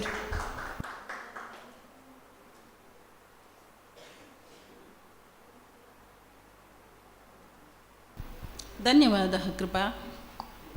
इदानीं विशेष उपन्यासं कुर्वन्ति doctor Chandrakant महोदयः। एतेषां विषयः Sanskrit literature in the light of NEP 2020।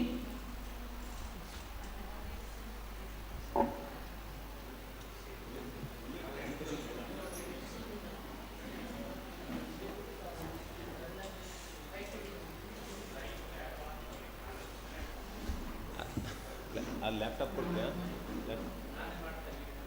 ಅಲ್ಲ ಅಲ್ಲಿ ಅದು ಬೇಕು ನಮಗೆ ಅಂತ ಅದು ಬೇಡ ಬಿಡು ಬೇಡ ತೊಂದರೆ ಇಲ್ಲ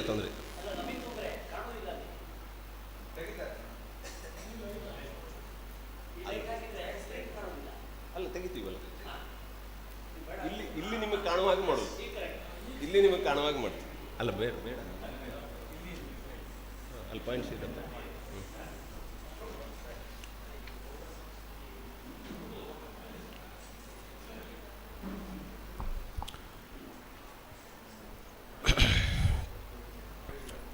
ಸದಾಶಿವಸಮಾರಂಭಾಂ ಶಂಕರಾಚಾರ್ಯಮಧ್ಯಮಾಂ ಅಸ್ಮದಾಚಾರ್ಯಪರ್ಯಂತಾಂ ವಂದೇ ಗುರುಪರಂಪರಾಂ ಅವಿದ್ಯಾಮೂಲನಾಶಿನ್ಯೈ ವಿದ್ಯಾವಯವಮೂರ್ತಯೇ ಸರ್ವವಿದ್ಯಾಪ್ರದಾಯಿನ್ಯೈ ಮೂಕಾಂಬಾಯೈ ನಮೋ ನಮಃ. ಮಾನ್ಯಾಃ ಅಸ್ಯ ಸತ್ರಸ್ಯ ಅಧ್ಯಕ್ಷಾः ಆಚಾರ್ಯಾः ಸುಮಿತ್ರಾ ಭಟ್ ವರ್ಯಾः ತಥೈವ ವಿಶೇಷरूपेण आगताः ಡಾಕ್ಟರ್ ಮಹೋದಯಾः ವೈದ್ಯಾः पत्रप्रस्तुतिं करोति एषा बालिका तथैव अत्र ये उपस्थिताः सन्ति सभामुखं पुरतः सर्वेपि मत् गुरुतुल्याः वर्तन्ते.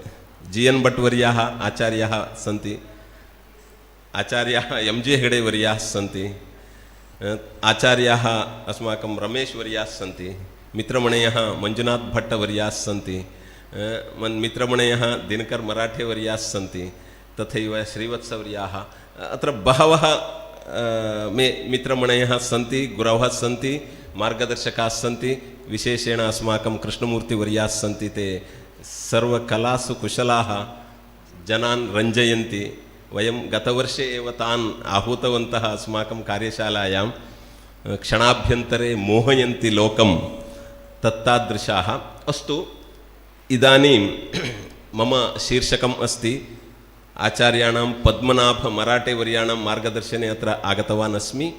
तेभ्यः कार्तज्ञं विनिवेद्य किञ्चित् बालभाषितं वक्तुम् इहे। अत्र राष्ट्रियशिक्षानीतिः तथैव संस्कृतनीतिसाहित्यम् इति अत्यन्तविशालः विषयः, विस्तृतः विषयः, अनलिमिटेड सब्जेक्ट, अनलिमिटेड कंटेंट इति वक्तुं शक्नुमः। यतोहि संस्कृतसाहित्यं सागरवदस्ति।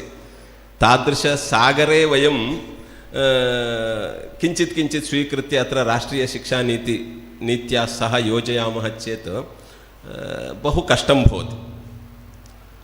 यतोहि संस्कृते किं नास्ति, सर्वविधनीतयः संस्कृते वर्तन्ते एव। भवन्तः जानन्ति, यदि अस्ति तदन्यत्र, यन्ये अस्ति न कुत्रचित्। तत्तादृशम् अस्ति। तथापि किञ्चित् वक्तुं प्रयत्नं करिष्ये। अत्र राष्ट्रियशिक्षानीतिः संस्कृतसाहित्यस्य कृते, राष्ट्रियशिक्षानीतिः इत्युक्ते 1968, 1986 अनन्तरं पुनः 2020। अत्र 2020 एव भवद्भिः ध्यातव्यं, स्मर्तव्यं, पुरातनं न स्मर्तव्यं। यतोहि अस्माकं कर्नाटकसर्वकारः NEP 2020 उच्यते चेदेव कंपितः भवति। पुनः तिरस्कारं कृत्वा न्यक्कृत्वा कर्नाटकीयनीतिमेव वयं कर्नाटके भिन्नशिक्षणनीतिं वयं अनुपालयामः इति प्रयत्नं कुर्वन्तः वर्तन्ते। कारणम् इदमेव अत्र भारतम् इण्डिया एव भवतु, भारतं न भवतु इति कारणं तावदेव। इण्डिया भवतु अथवा इण्डिका भवतु, कदापि भारतं न भवतु इत्येव प्रायः स्यात्। 2020 राष्ट्रियशिक्षानीतिः, समयं भवन्तः एव वदन्तु, शिक्षानीतिः संस्कृतसाहित्यस्य कृते बहु महत्त्वपूर्णं स्थानम् अदात्। न केवलं शास्त्रीयभाषा इति धिया महत्त्वं नास्ति, अत्र भारतीयज्ञानपरम्परायाः आकरः अस्ति, स्रोतांसि वर्तन्ते इति कारणेन अत्र दत्तमस्ति।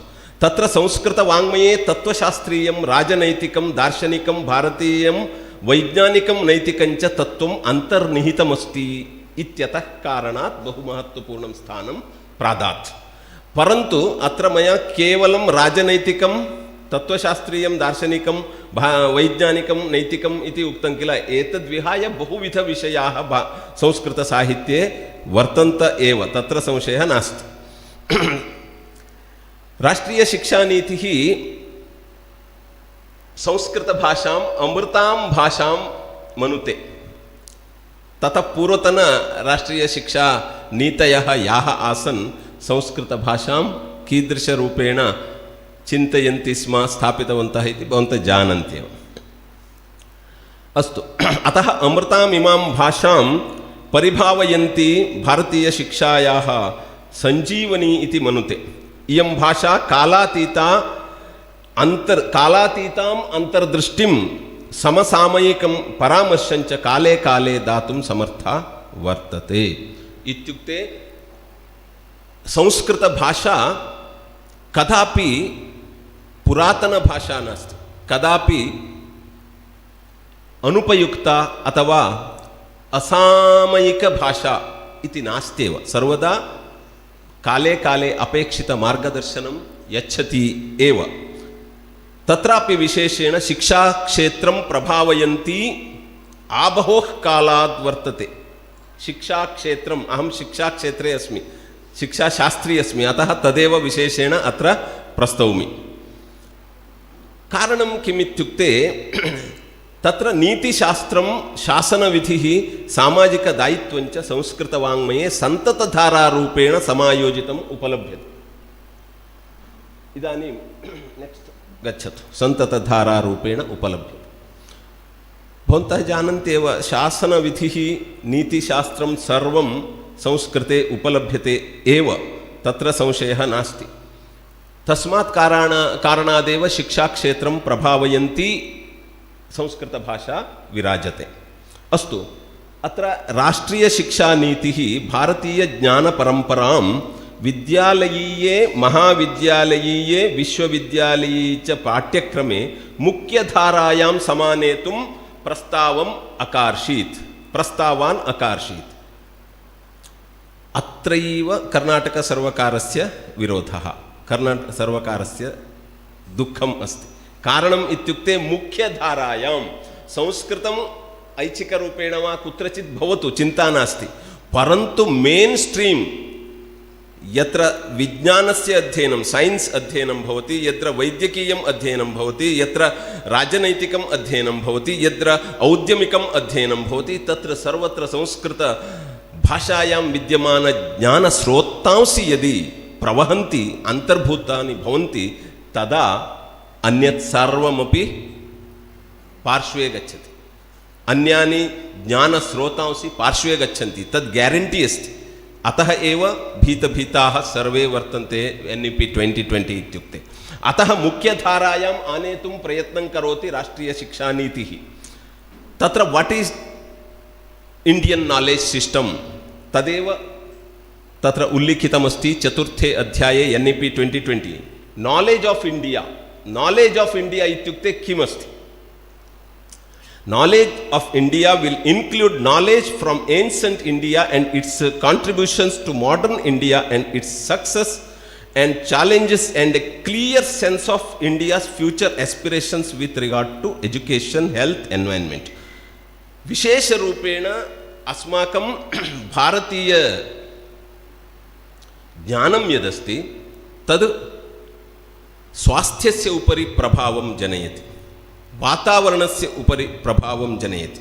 अस्माकं वेदेषु पर्यावरणविज्ञानम् अत्यद्भुतं वर्तते। पर्यावरणस्य संरक्षणम् एव अस्माकं जीवनस्य संरक्षणम् अस्ति। अतः एव जलम् इत्यस्य पर्यायपदमेव जीवनम् अस्ति। जलम् इत्युक्ते किं? जीवनं। Without water there is no life. अतः जलं संरक्षणीयं, जलस्य मालिन्यं कदापि न कर्तव्यम् इति वदति। तत्तादृश ज्ञानपरम्परा अस्माकम् अस्ति। नालेज् आफ् इण्डिया इत्युक्ते किम् इति चेत् यत् ज्ञानं भारतीयप्राचीनज्ञानम् आधुनिकभारतस्य कृते योगदानं कुर्वत् शिक्षाक्षेत्रस्य, स्वास्थ्यक्षेत्रस्य, पर्यावरणस्य च पन्थाह्वानं चालेञ्जस् यद्यद् आगच्छति तत्सर्वम् अपि अभिमुखीकर्तुं समर्थं यत् ज्ञानमस्ति तज्ज्ञानमेव वास्तविकं भारतीयज्ञानं, भारतीयज्ञानपरम्परा। भारतीयज्ञानपरम्परा इत्युक्ते मैत्स् इति उच्यते, अथवा मिथ्या इति। मिथ्या अस्माकम् अवगमः अस्ति, मिथ्या अवगमः, अण्डर्स्टाण्डिङ्ग्, मिस्अण्डर्स्टाण्डिङ्ग् इति अस्ति। किमस्ति? Indian knowledge system means Sanskrit. Knowledge of India इत्युक्ते संस्कृतम्, अन्यत् किमपि नास्ति इति। नो, तादृशं नास्ति। संस्कृतम् एकं पार्ट् अस्ति, तत्र पार्शियल् अस्ति। अतः अस्माकं पुरतः विद्यमान चालेञ्जस् यद्यद् आगच्छति तेषां पथ्याह्वानानाम् अभिमुखीकर्तुं यत् समर्थं ज्ञानमस्ति तदेव भारतीयं ज्ञानं, भारतीयज्ञानपरम्परा। तथैव अस्माकं भविष्यस्य आकाङ्क्षाः याः वर्तन्ते तासाम् आकाङ्क्षानां परिपूर्त्यर्थं यज्ञानं भारतीयसाहित्ये, भारतीयसंस्कृतौ विराजते तज्ज्ञानं वास्तविकभारतीयं ज्ञानम् अस्ति इति NEP 2020 उल्लिखति। अत्र चाप्टर् 4 पायिण्ट् नम्बर् 27। अहं तत्र फुल् पेराग्राफ् न लिखितवान्, जस्ट् इम्पार्टेण्ट् सेण्टेन्स् तत्र योजितवान् अस्ति। अतः राष्ट्रियशिक्षानीतिः भारतीयपारम्परिकज्ञानं नाम किमिति व्याख्यानम् आदौ करोति, तदेव करोति। ओके, नेक्स्ट् गच्छतु। भारतीयज्ञानपरम्परान्तर्गतं नीतिसाहित्यं सामाजिकीं, नैतिकीं, व्यावहारिकञ्च जागरूकतां विद्यालयस्तरादेव समुत्पादयितुं समर्थम् अस्ति। It's a special quotation. भारतीयज्ञानं यदस्ति तद् ज्ञानम् एक्चुअली विद्यालयस्तरादेव बाल्यस्तरादेव अपेक्षितज्ञानम् अपेक्षितव्यवहारज्ञानम् अपेक्षितनैतिकज्ञानं दातुं समर्थम् अस्ति. अतः एव अपेक्षते. प्रासङ्गिकता तत्र अस्ति, इदानीमपि अपेक्षते इति तत्र NEP 2020 उल्लिखति. एतस्मादेव कारणात् राष्ट्रियशिक्षानीतेः पाठ्यक्रमपरारूपे NCF इति उच्यते, नेशनल् करिकुलम् फ्रेम्वर्क्. तत्र especially secondary school education, school level education मध्ये स्वीकुर्मः चेत् अस्य संस्कृतनीतिसाहित्यस्य विशिष्टं स्थानं तद् अलङ्करोति, तत्र भजनं करोति. राष्ट्रियशिक्षानीतिः संस्कृतनीतिसाहित्यं भजते. नीतिसाहित्यं विना किमपि नास्ति. किमर्थम् इति अग्रे उच्यते मया. तत्र पश्यन्तु, students will be taught at a young age the importance of doing what's right and will be given a logical framework for making ethical decisions. नैतिकनिर्णयस्वीकरणे इदानीं भवन्तः पश्यन्ति एव, झटिति 1 मार्क्स् न्यूनम् आगतं चेत् झटिति सुसैड् एव, no other thinking, no other way. यदि इंजीनियरिंग समाप्य कैंपस सिलेक्शन न भवति, no way to get job इति चिन्तयन्ति ते डिप्रेशन मध्ये गच्छन्ति. अतः एव एतत् सर्वम् अपेक्षते. इंडियन नॉलेज सिस्टम अपेक्षते. ethical decisions. Children will have the opportunity to read and learn from the original stories of especially Panchatantra, Jataka, Hitopadesha and others. Fun fables, ityukte dantakatha, and inspiring tales from the Indian tradition and learn about their influences on global literature. इत्युक्ते तत्र किं किम् influence करोति इति तत्र स्वीकृतम् अस्ति. सेवा इत्युक्ते का, त्यागः इत्युक्ते कः, सहिष्णुता इत्युक्ते का, विविधता डैवर्सिटी इति वयं वदामः.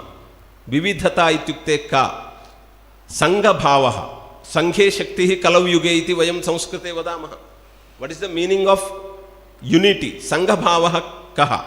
तथैव सच्चारित्र्यं, गौरवभावः. इदानीं ज्येष्ठानां कृते गौरवदानं नास्त्येव. गौरवभावदानम्, उपकारभावः, समचित्तता, एकता, न्यायवेत्तता, तथैव स्वातन्त्र्यं. स्वातन्त्र्यं नाम किम्? इदानीं स्वेच्छा एव स्वातन्त्र्यम् अस्ति. स्वातन्त्र्यं, तथैव सन्मानं, कथं गौरवं दातव्यं, सम्मानं कुत्र दातव्यम् इत्यपि नास्ति. तथैव सहोदरता. जानन्ति एव, संविधानं वदति लिबर्टी, फ्रेटर्निटी एंड इंटिग्रिटी इति वदति. तत्सर्वं कुतः प्राप्यते?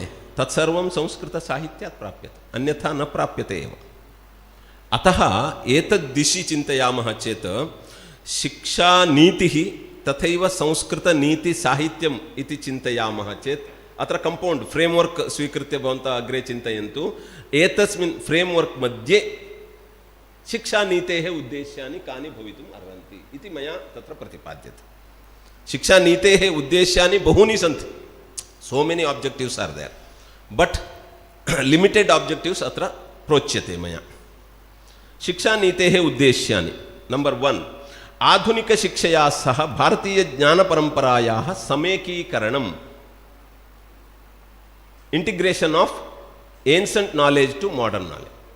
तद्वयोः समन्वयः एकीकरणं कर्तव्यम् अस्ति. राष्ट्रियशिक्षानीतिः वाञ्छति यत् भारतीयं परम्परागतं ज्ञानं पाठ्यक्रमे मुख्यधारायां समागच्छेत्. परम्परागतं ज्ञानं, तत्रापि विशेषेण विदुरनीतिः, हितोपदेशः, चाणक्यनीतिः, पंचतन्त्रञ्च समाहितं भवेत्. इदानीं वस्तुतः मम अंडर मध्ये पंचतंत्र विषय, पंचतंत्रं स्वीकृत्य how we can apply in the school curriculum इति विषये शोधच्छात्रः कश्चित् स्वीकुर्वन् अस्ति. मम अधीने मार्गदर्शने शोधं कर्तुं, रिसर्च कर्तुं. अतः तादृशग्रन्थाः अत्र प्रधानपाठ्यक्रमे समागच्छेयुः। तदा एव अस्माकं छात्राणां व्यवहारे नैतिकतायां परिवर्तनम् आगच्छति इति NEP 2020 साक्षात् वदति। अत्र एतद् उल्लेखः अस्ति 4.27-28 मध्ये एव अस्ति।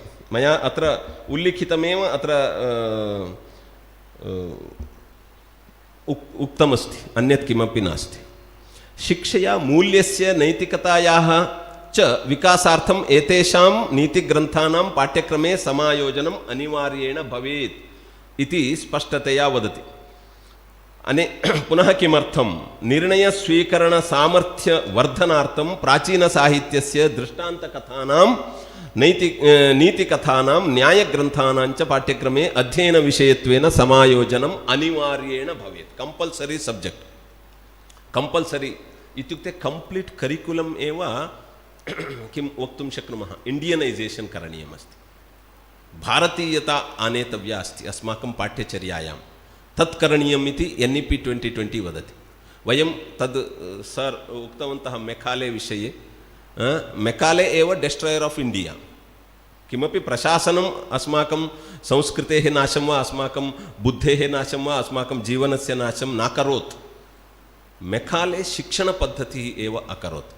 मेकाले किं कृतवान् तदेव कृतवान् अस्ति, यत् शरीरेण रक्तेन आहारेण भारतीयाः भवन्तः भवन्तु नाम, परन्तु मस्तिष्केन चिन्तनेन शिक्षया अस्माकं वैदेशिकाः पाश्चात्याः भवन्तः भविष्यन्ति चेत् अत्र सर्वं स्वतः एव नश्यति, पुनः कोऽपि नाशकस्य अपेक्षा अस्ति इति उक्तवान् सः। तदेव कृतवान् अस्ति। चिन्तनशक्तेः एव विनाशः जातः अस्ति, भारतीयचिन्तनशक्तेः। निर्णयस्वीकरणसामर्थ्यवर्धनार्थं प्राचीनसाहित्यस्य अध्ययनम् अपेक्षते। तथैव चारित्रिकविकासः नैतिकविकासश्च उत्तमव्यक्तित्वसम्पादने प्रधाने भवतः। पर्सनालिटी डेवलप्मेंट इति वदामः वयं। क्यारेक्टर् बिल्डिंग एव नास्ति चेत् कथं व्यक्तित्वविकासः भवति? कस्मिन्नपि कर्मणि एथिक्स् एव नास्ति चेत् कथं पर्सनालिटी डेवलप्मेंट भवति? इदानीं कृतिचौर्यम् इत्यादि इत्यादि नास्त्येव। अतः इदानीं PhD मध्ये सर्वत्र UGC द्वारा आनीतमस्ति, compulsory you have to submit plagiarism certificate. No चेत् किमर्थम् अपेक्षितमस्ति? यदि आत्मनि तादृश सत्यभावः, तादृश शुद्ध चिन्तनम् आसीत् चेत् तदपेक्षितमेव नासीत्, तद् गतम्।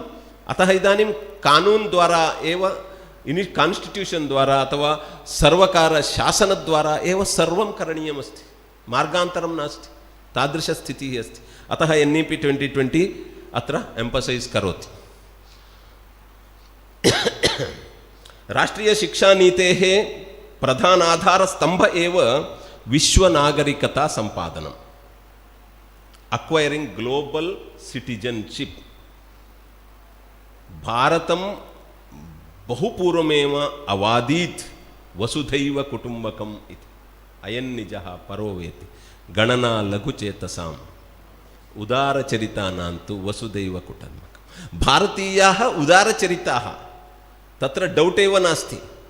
तद् निरूपणीयं, तत् साधनीयं, तथैव तदनुगुणम् अस्माकं देशस्य स्वरूपं भवितव्यं चेत् तदर्थं किं करणीयं?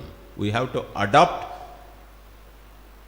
ग्लोबल सिटिजनशिप सिस्टम, वसुधैव कुटुम्बकम् इति यत् स्वरूपमस्ति तद् अस्माकं पाठ्यक्रमे योजनीयं। We have to adopt it in our curriculum, then only we can produce the goods of knowledge in this ethics.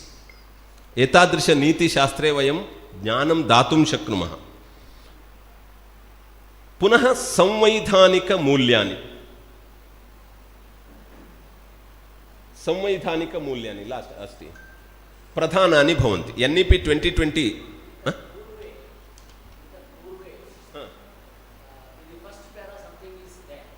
Okay okay come back. प्रधानपर्यायत्वेन संस्कृतं, this is the quotation created by me.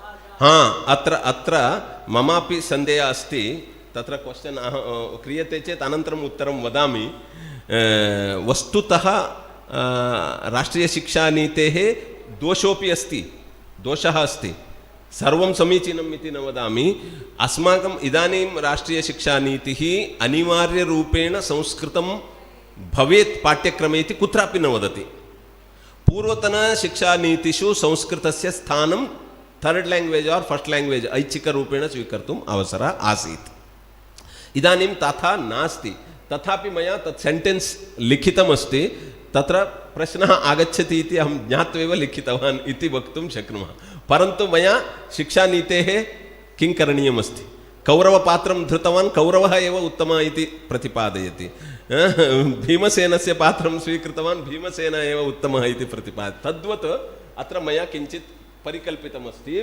प्रधानपर्यायत्वेन संस्कृतं प्रधानपर्यायत्वेन संस्कृतम् इत्युक्ते no not that meaning in India in education system we have to go for that alternate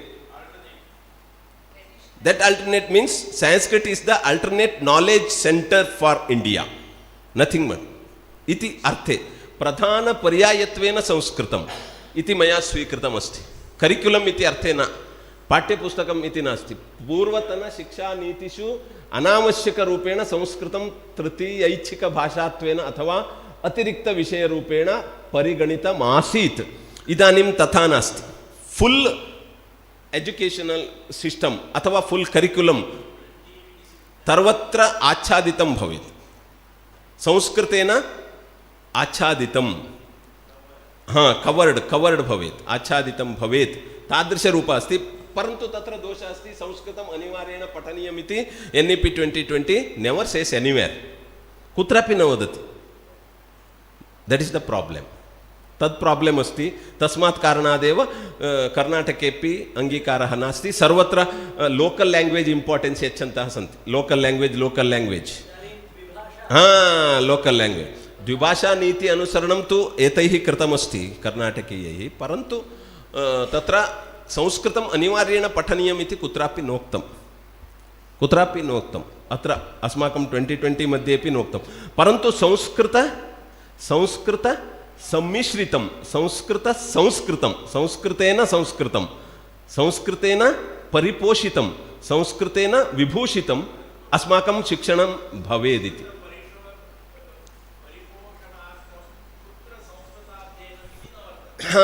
तद् अस्माभिः सर्वत्र पठनीयं किञ्चित् इत्युक्ते भवताम् आहारः कः प्रधानः आहारः इति नोच्यते आहारः शुद्धः भवेत् भोजनम् अत्यन्त परिशुद्धं भोजनं भवेत् तत् कुत्र मिलति परिशुद्धं भोजनं संस्कृते एव मिलति अतः संस्कृतम् आश्रयणीयम् इति अभिप्रायः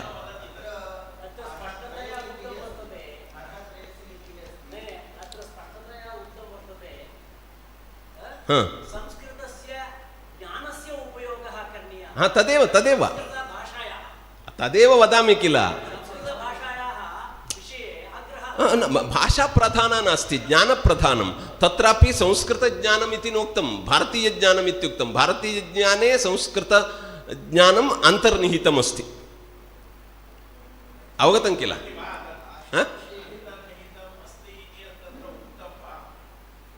न एतद् मया उच्यते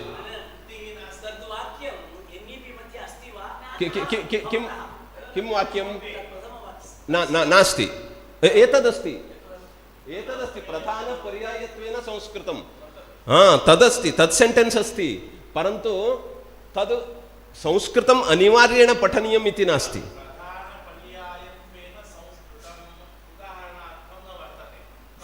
न वर्तते तदेव किञ्चिदपि नास्ति तदेव 1 minute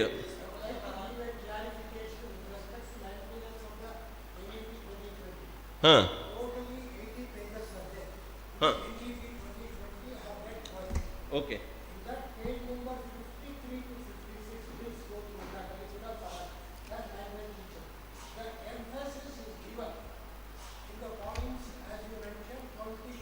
24. 24 to 52. In that, they have clearly mentioned, without mentioning Sanskrit word, they say Indian knowledge. Indian languages. Indian knowledge, some texts are quoted. Indian traditional languages, they say. Traditional languages. Languages should be developed as recognized by the 8th schedule of the In Indian knowledge. which contains Sanskrit. In that they have In, mentioned very clearly, all the languages should develop the knowledge based on multidisciplinary. Next point, that is multidisciplinary eva asti. study, keeping in view of the Indian system. Jnana parampara. Samskrite eva asti iti na. Not in Sanskrit, in Indian classical languages, any language. Huh. I got the pre-draft of this NEP from Tata Institute of Social Sciences. Okay. Huh. Before it was implemented. Consciously, deliberately, they have avoided Sanskrit because the pseudo-culturists,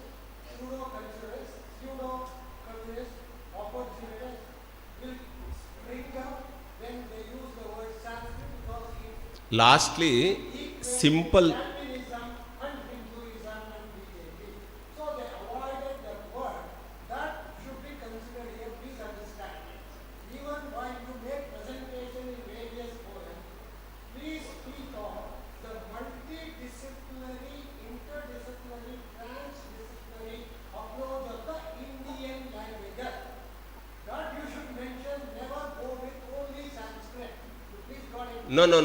Only Sanskrit I am not going. That is why I told that Pradhana Paryayatvena Sanskritam. Main, simple, standard Sanskrit mentioned in this. Sarala Manaka Sanskritam.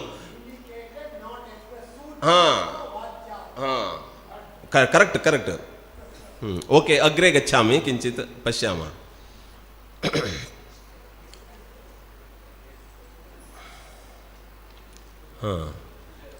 जीवन कौशल प्राप्ति प्रधान अस्ति तत् हितोपदेश पंचतंत्रादि नीति ग्रंथाः कथा माध्यमेन जीवन कौशलं बोधयन्ति इत्यतः तेषां ग्रंथानाम् अनुप्रयोगः शिक्षायाः प्रारंभिक स्तरे स्यात् येन सामाजिक नीतेः सर्वव्यवहारस्य सामूहिक बुद्धेश्च विषये बोधनं जायते अत्र स्पष्टतया उक्तमस्ति पंचतंत्र एंड हितोपदेश तद्वत् सिंपल स्टैंडर्ड संस्कृत इति वर्ड अस्ति अनंतरम Kadambari Banabhatta Kadambari and etcetera also mentioned in this NEP 2020 but not as a language only as Indian knowledge system okay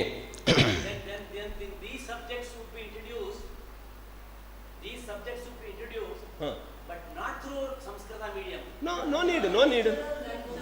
Arre, no need.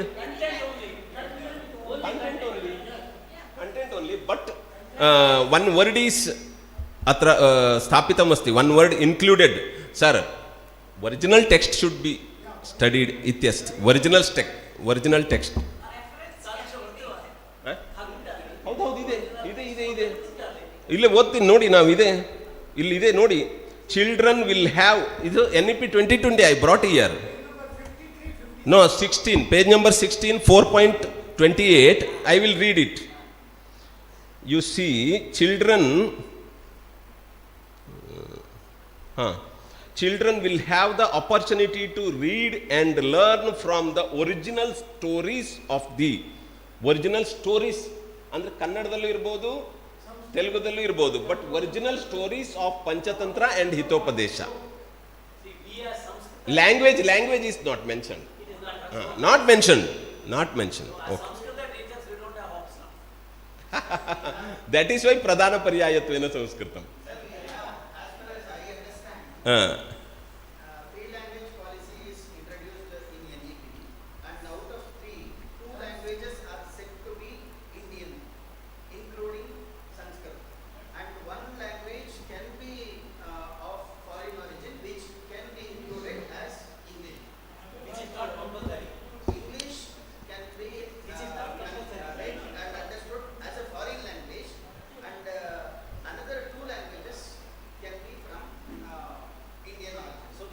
Okay, sir.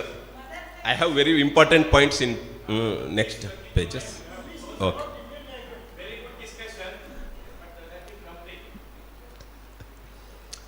Why? Because NEP 2020 is different, Niti Sahitya is different. How to teach Niti Sahitya, that is my point here. How to teach Niti Sahitya. What are the methods to be followed for teaching Niti Sahitya? Okay.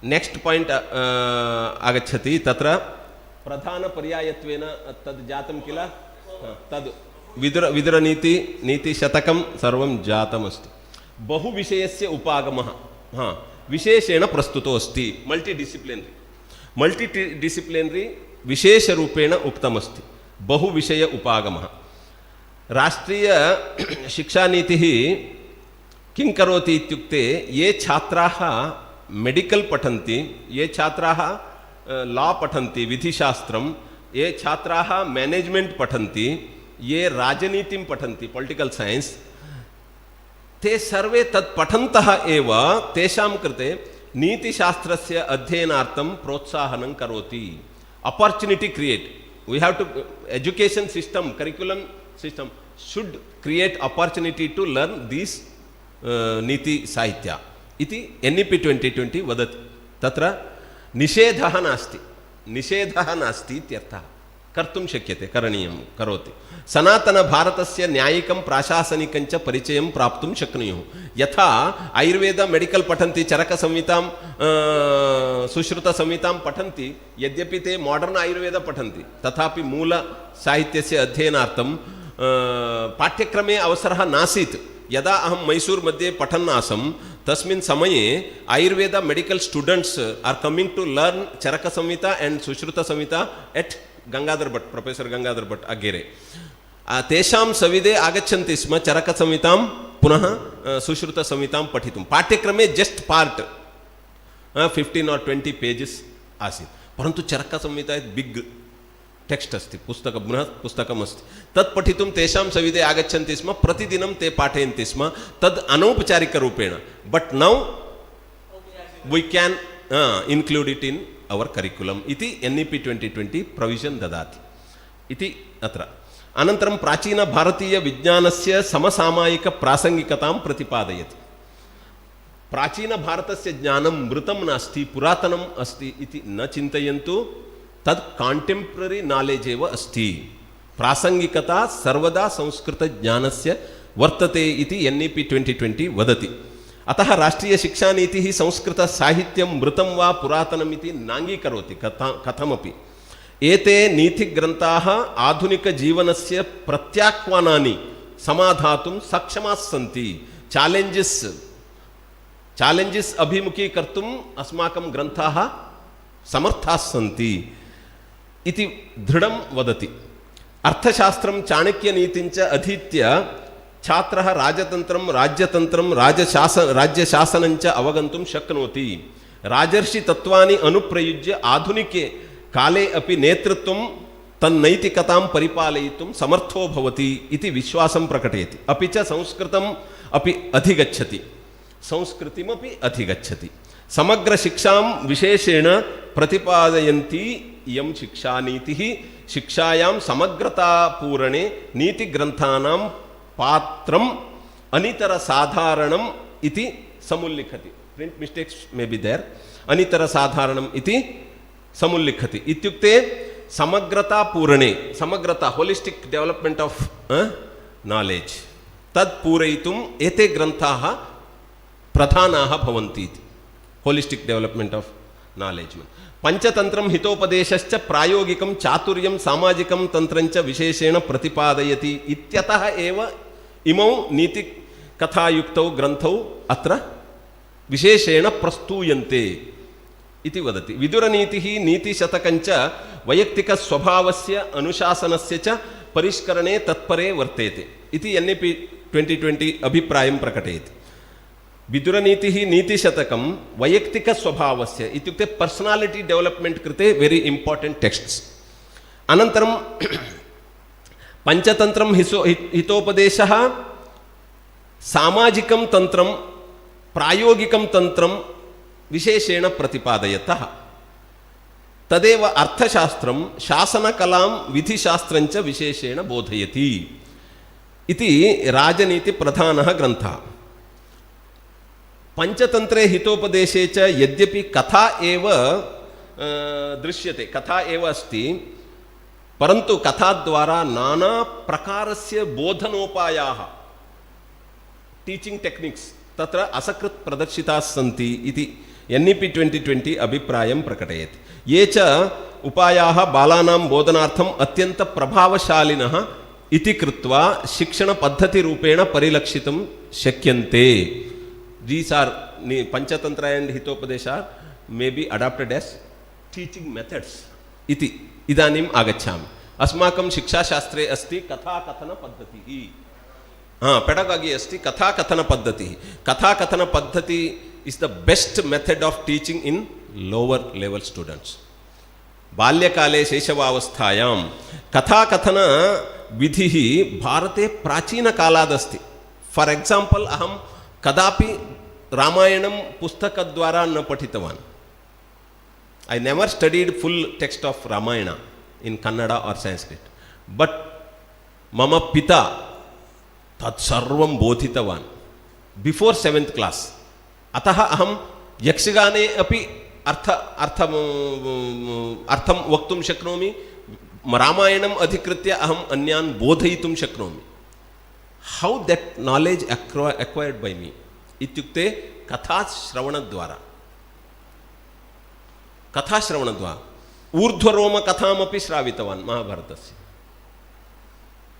तादृश कथा परंपरा अस्माकं उत्तम परंपरा अस्ति. तदेव प्राचीनकालादेव बालबोधनार्थं प्रयुक्तः प्रभावपूर्णः उपायः अस्ति. कश्चित् राजा अमरशक्ति नामकः आसीत्. जानन्ति एव सर्वे भवन्तः. तस्य पुत्राः मूर्खाः आसन्. तेषां शिक्षणमेव तस्य चिन्ता आसीत्, चिन्तायाः विषयः आसीत् अभूत्. तदा पंडितमण्डले विराजमान विष्णुशर्मा नामकः पंडितः शिक्षणदायित्वं स्वीकृत्य पशूनां पक्षिणां कथाः श्रावयन् अल्पेनैव कालेन राजनीति निपुणान् समवकार्षीत्. तान् पुत्रान् सर्वान् अपि सः पुत्रान् सर्वान् किं कृतवान्? राजनीति निपुणान् कृतवान् आसीत्. अन्ते इदमत्र ज्ञायते यत् सरलाभिः सरसाभिः कथाभिः वेगेन अनायासेन च कठिनमपि विषयं बालेभ्यः बोधयितुं शक्यते. अतः कथा कथन पद्धतिः अनुसर्तव्या अस्माकं विद्यालये गृहेषु मातापितृभिः अपि. नेक्स्ट इंडक्टिव मेथड आगमन विधिः.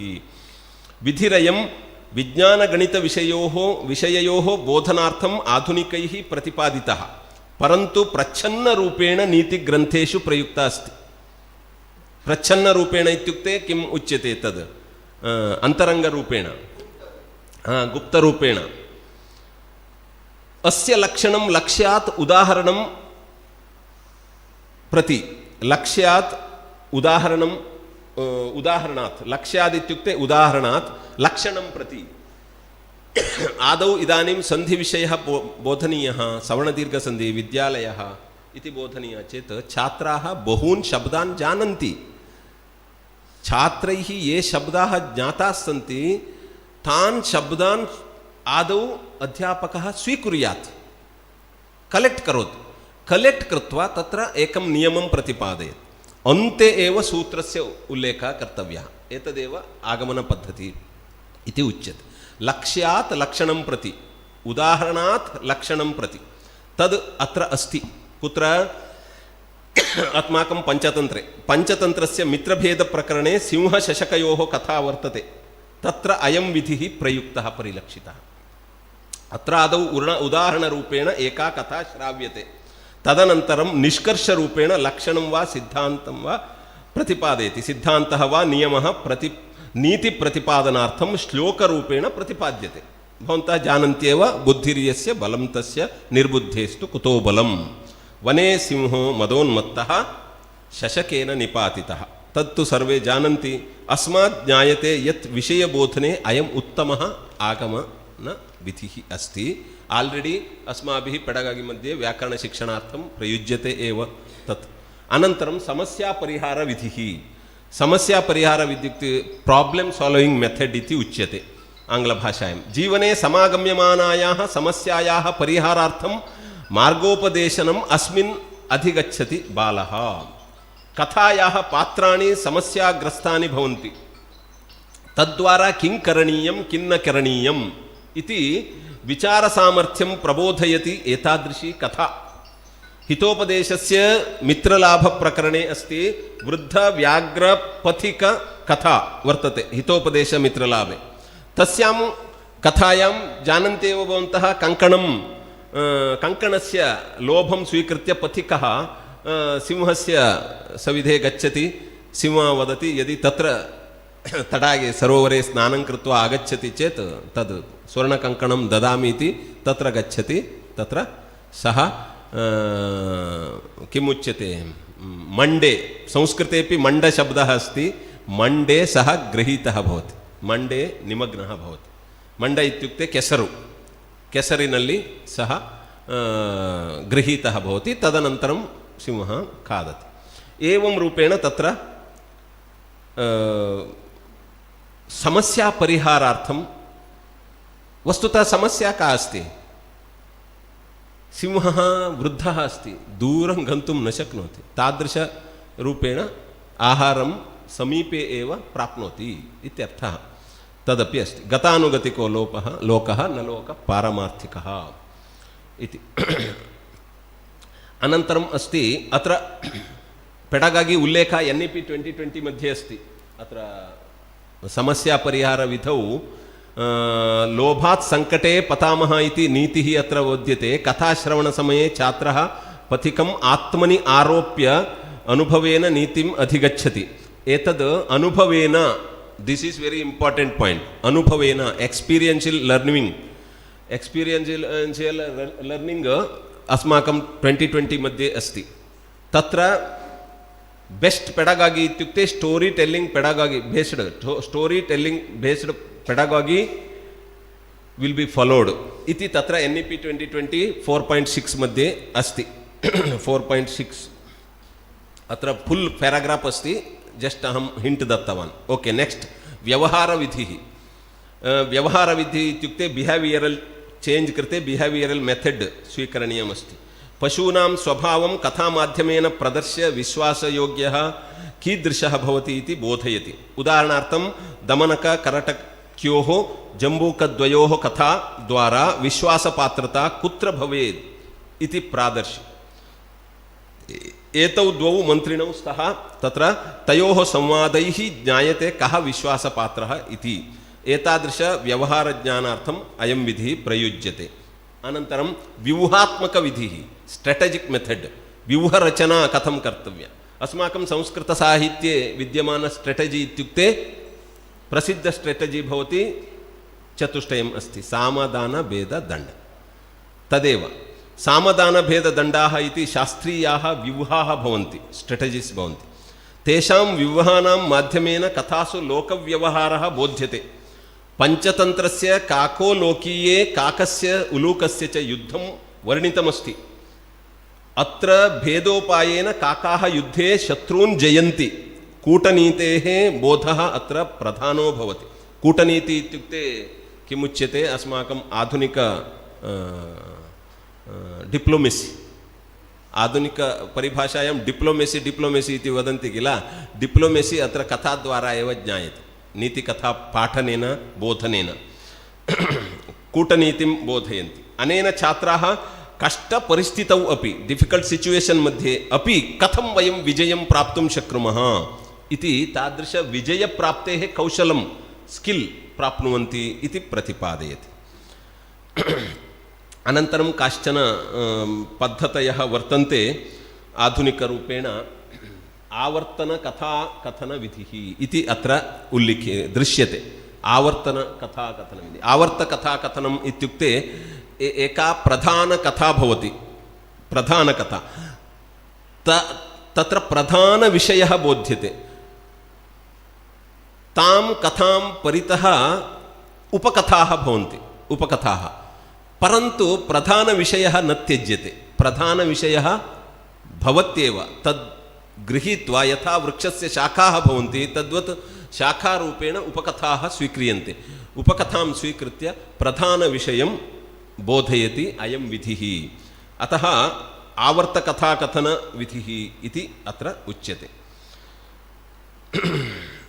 अस्मिन् विधौ मुख्यमेकं विषयं बोधयितुम् उपकथाः समायोज्यन्ते, येन मूलविषयः दृढः भवति। एकस्याः प्रधानकथायाः अन्तर्भूतत्वेन अन्याः लघुकथाः सनाथीक्रियन्ते, अनेन विषयविस्तारः भवति।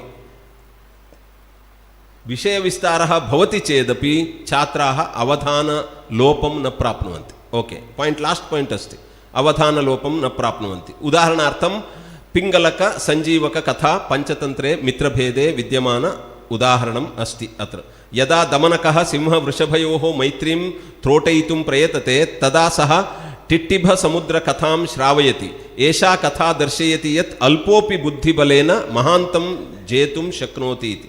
प्रगाढोऽपि विषयः सारल्येन अनेन विधिना बोध्यते। नेक्स्ट निषेधात्मक कथा पद्धति, निषेधात्मक बोधन पद्धति अस्ति।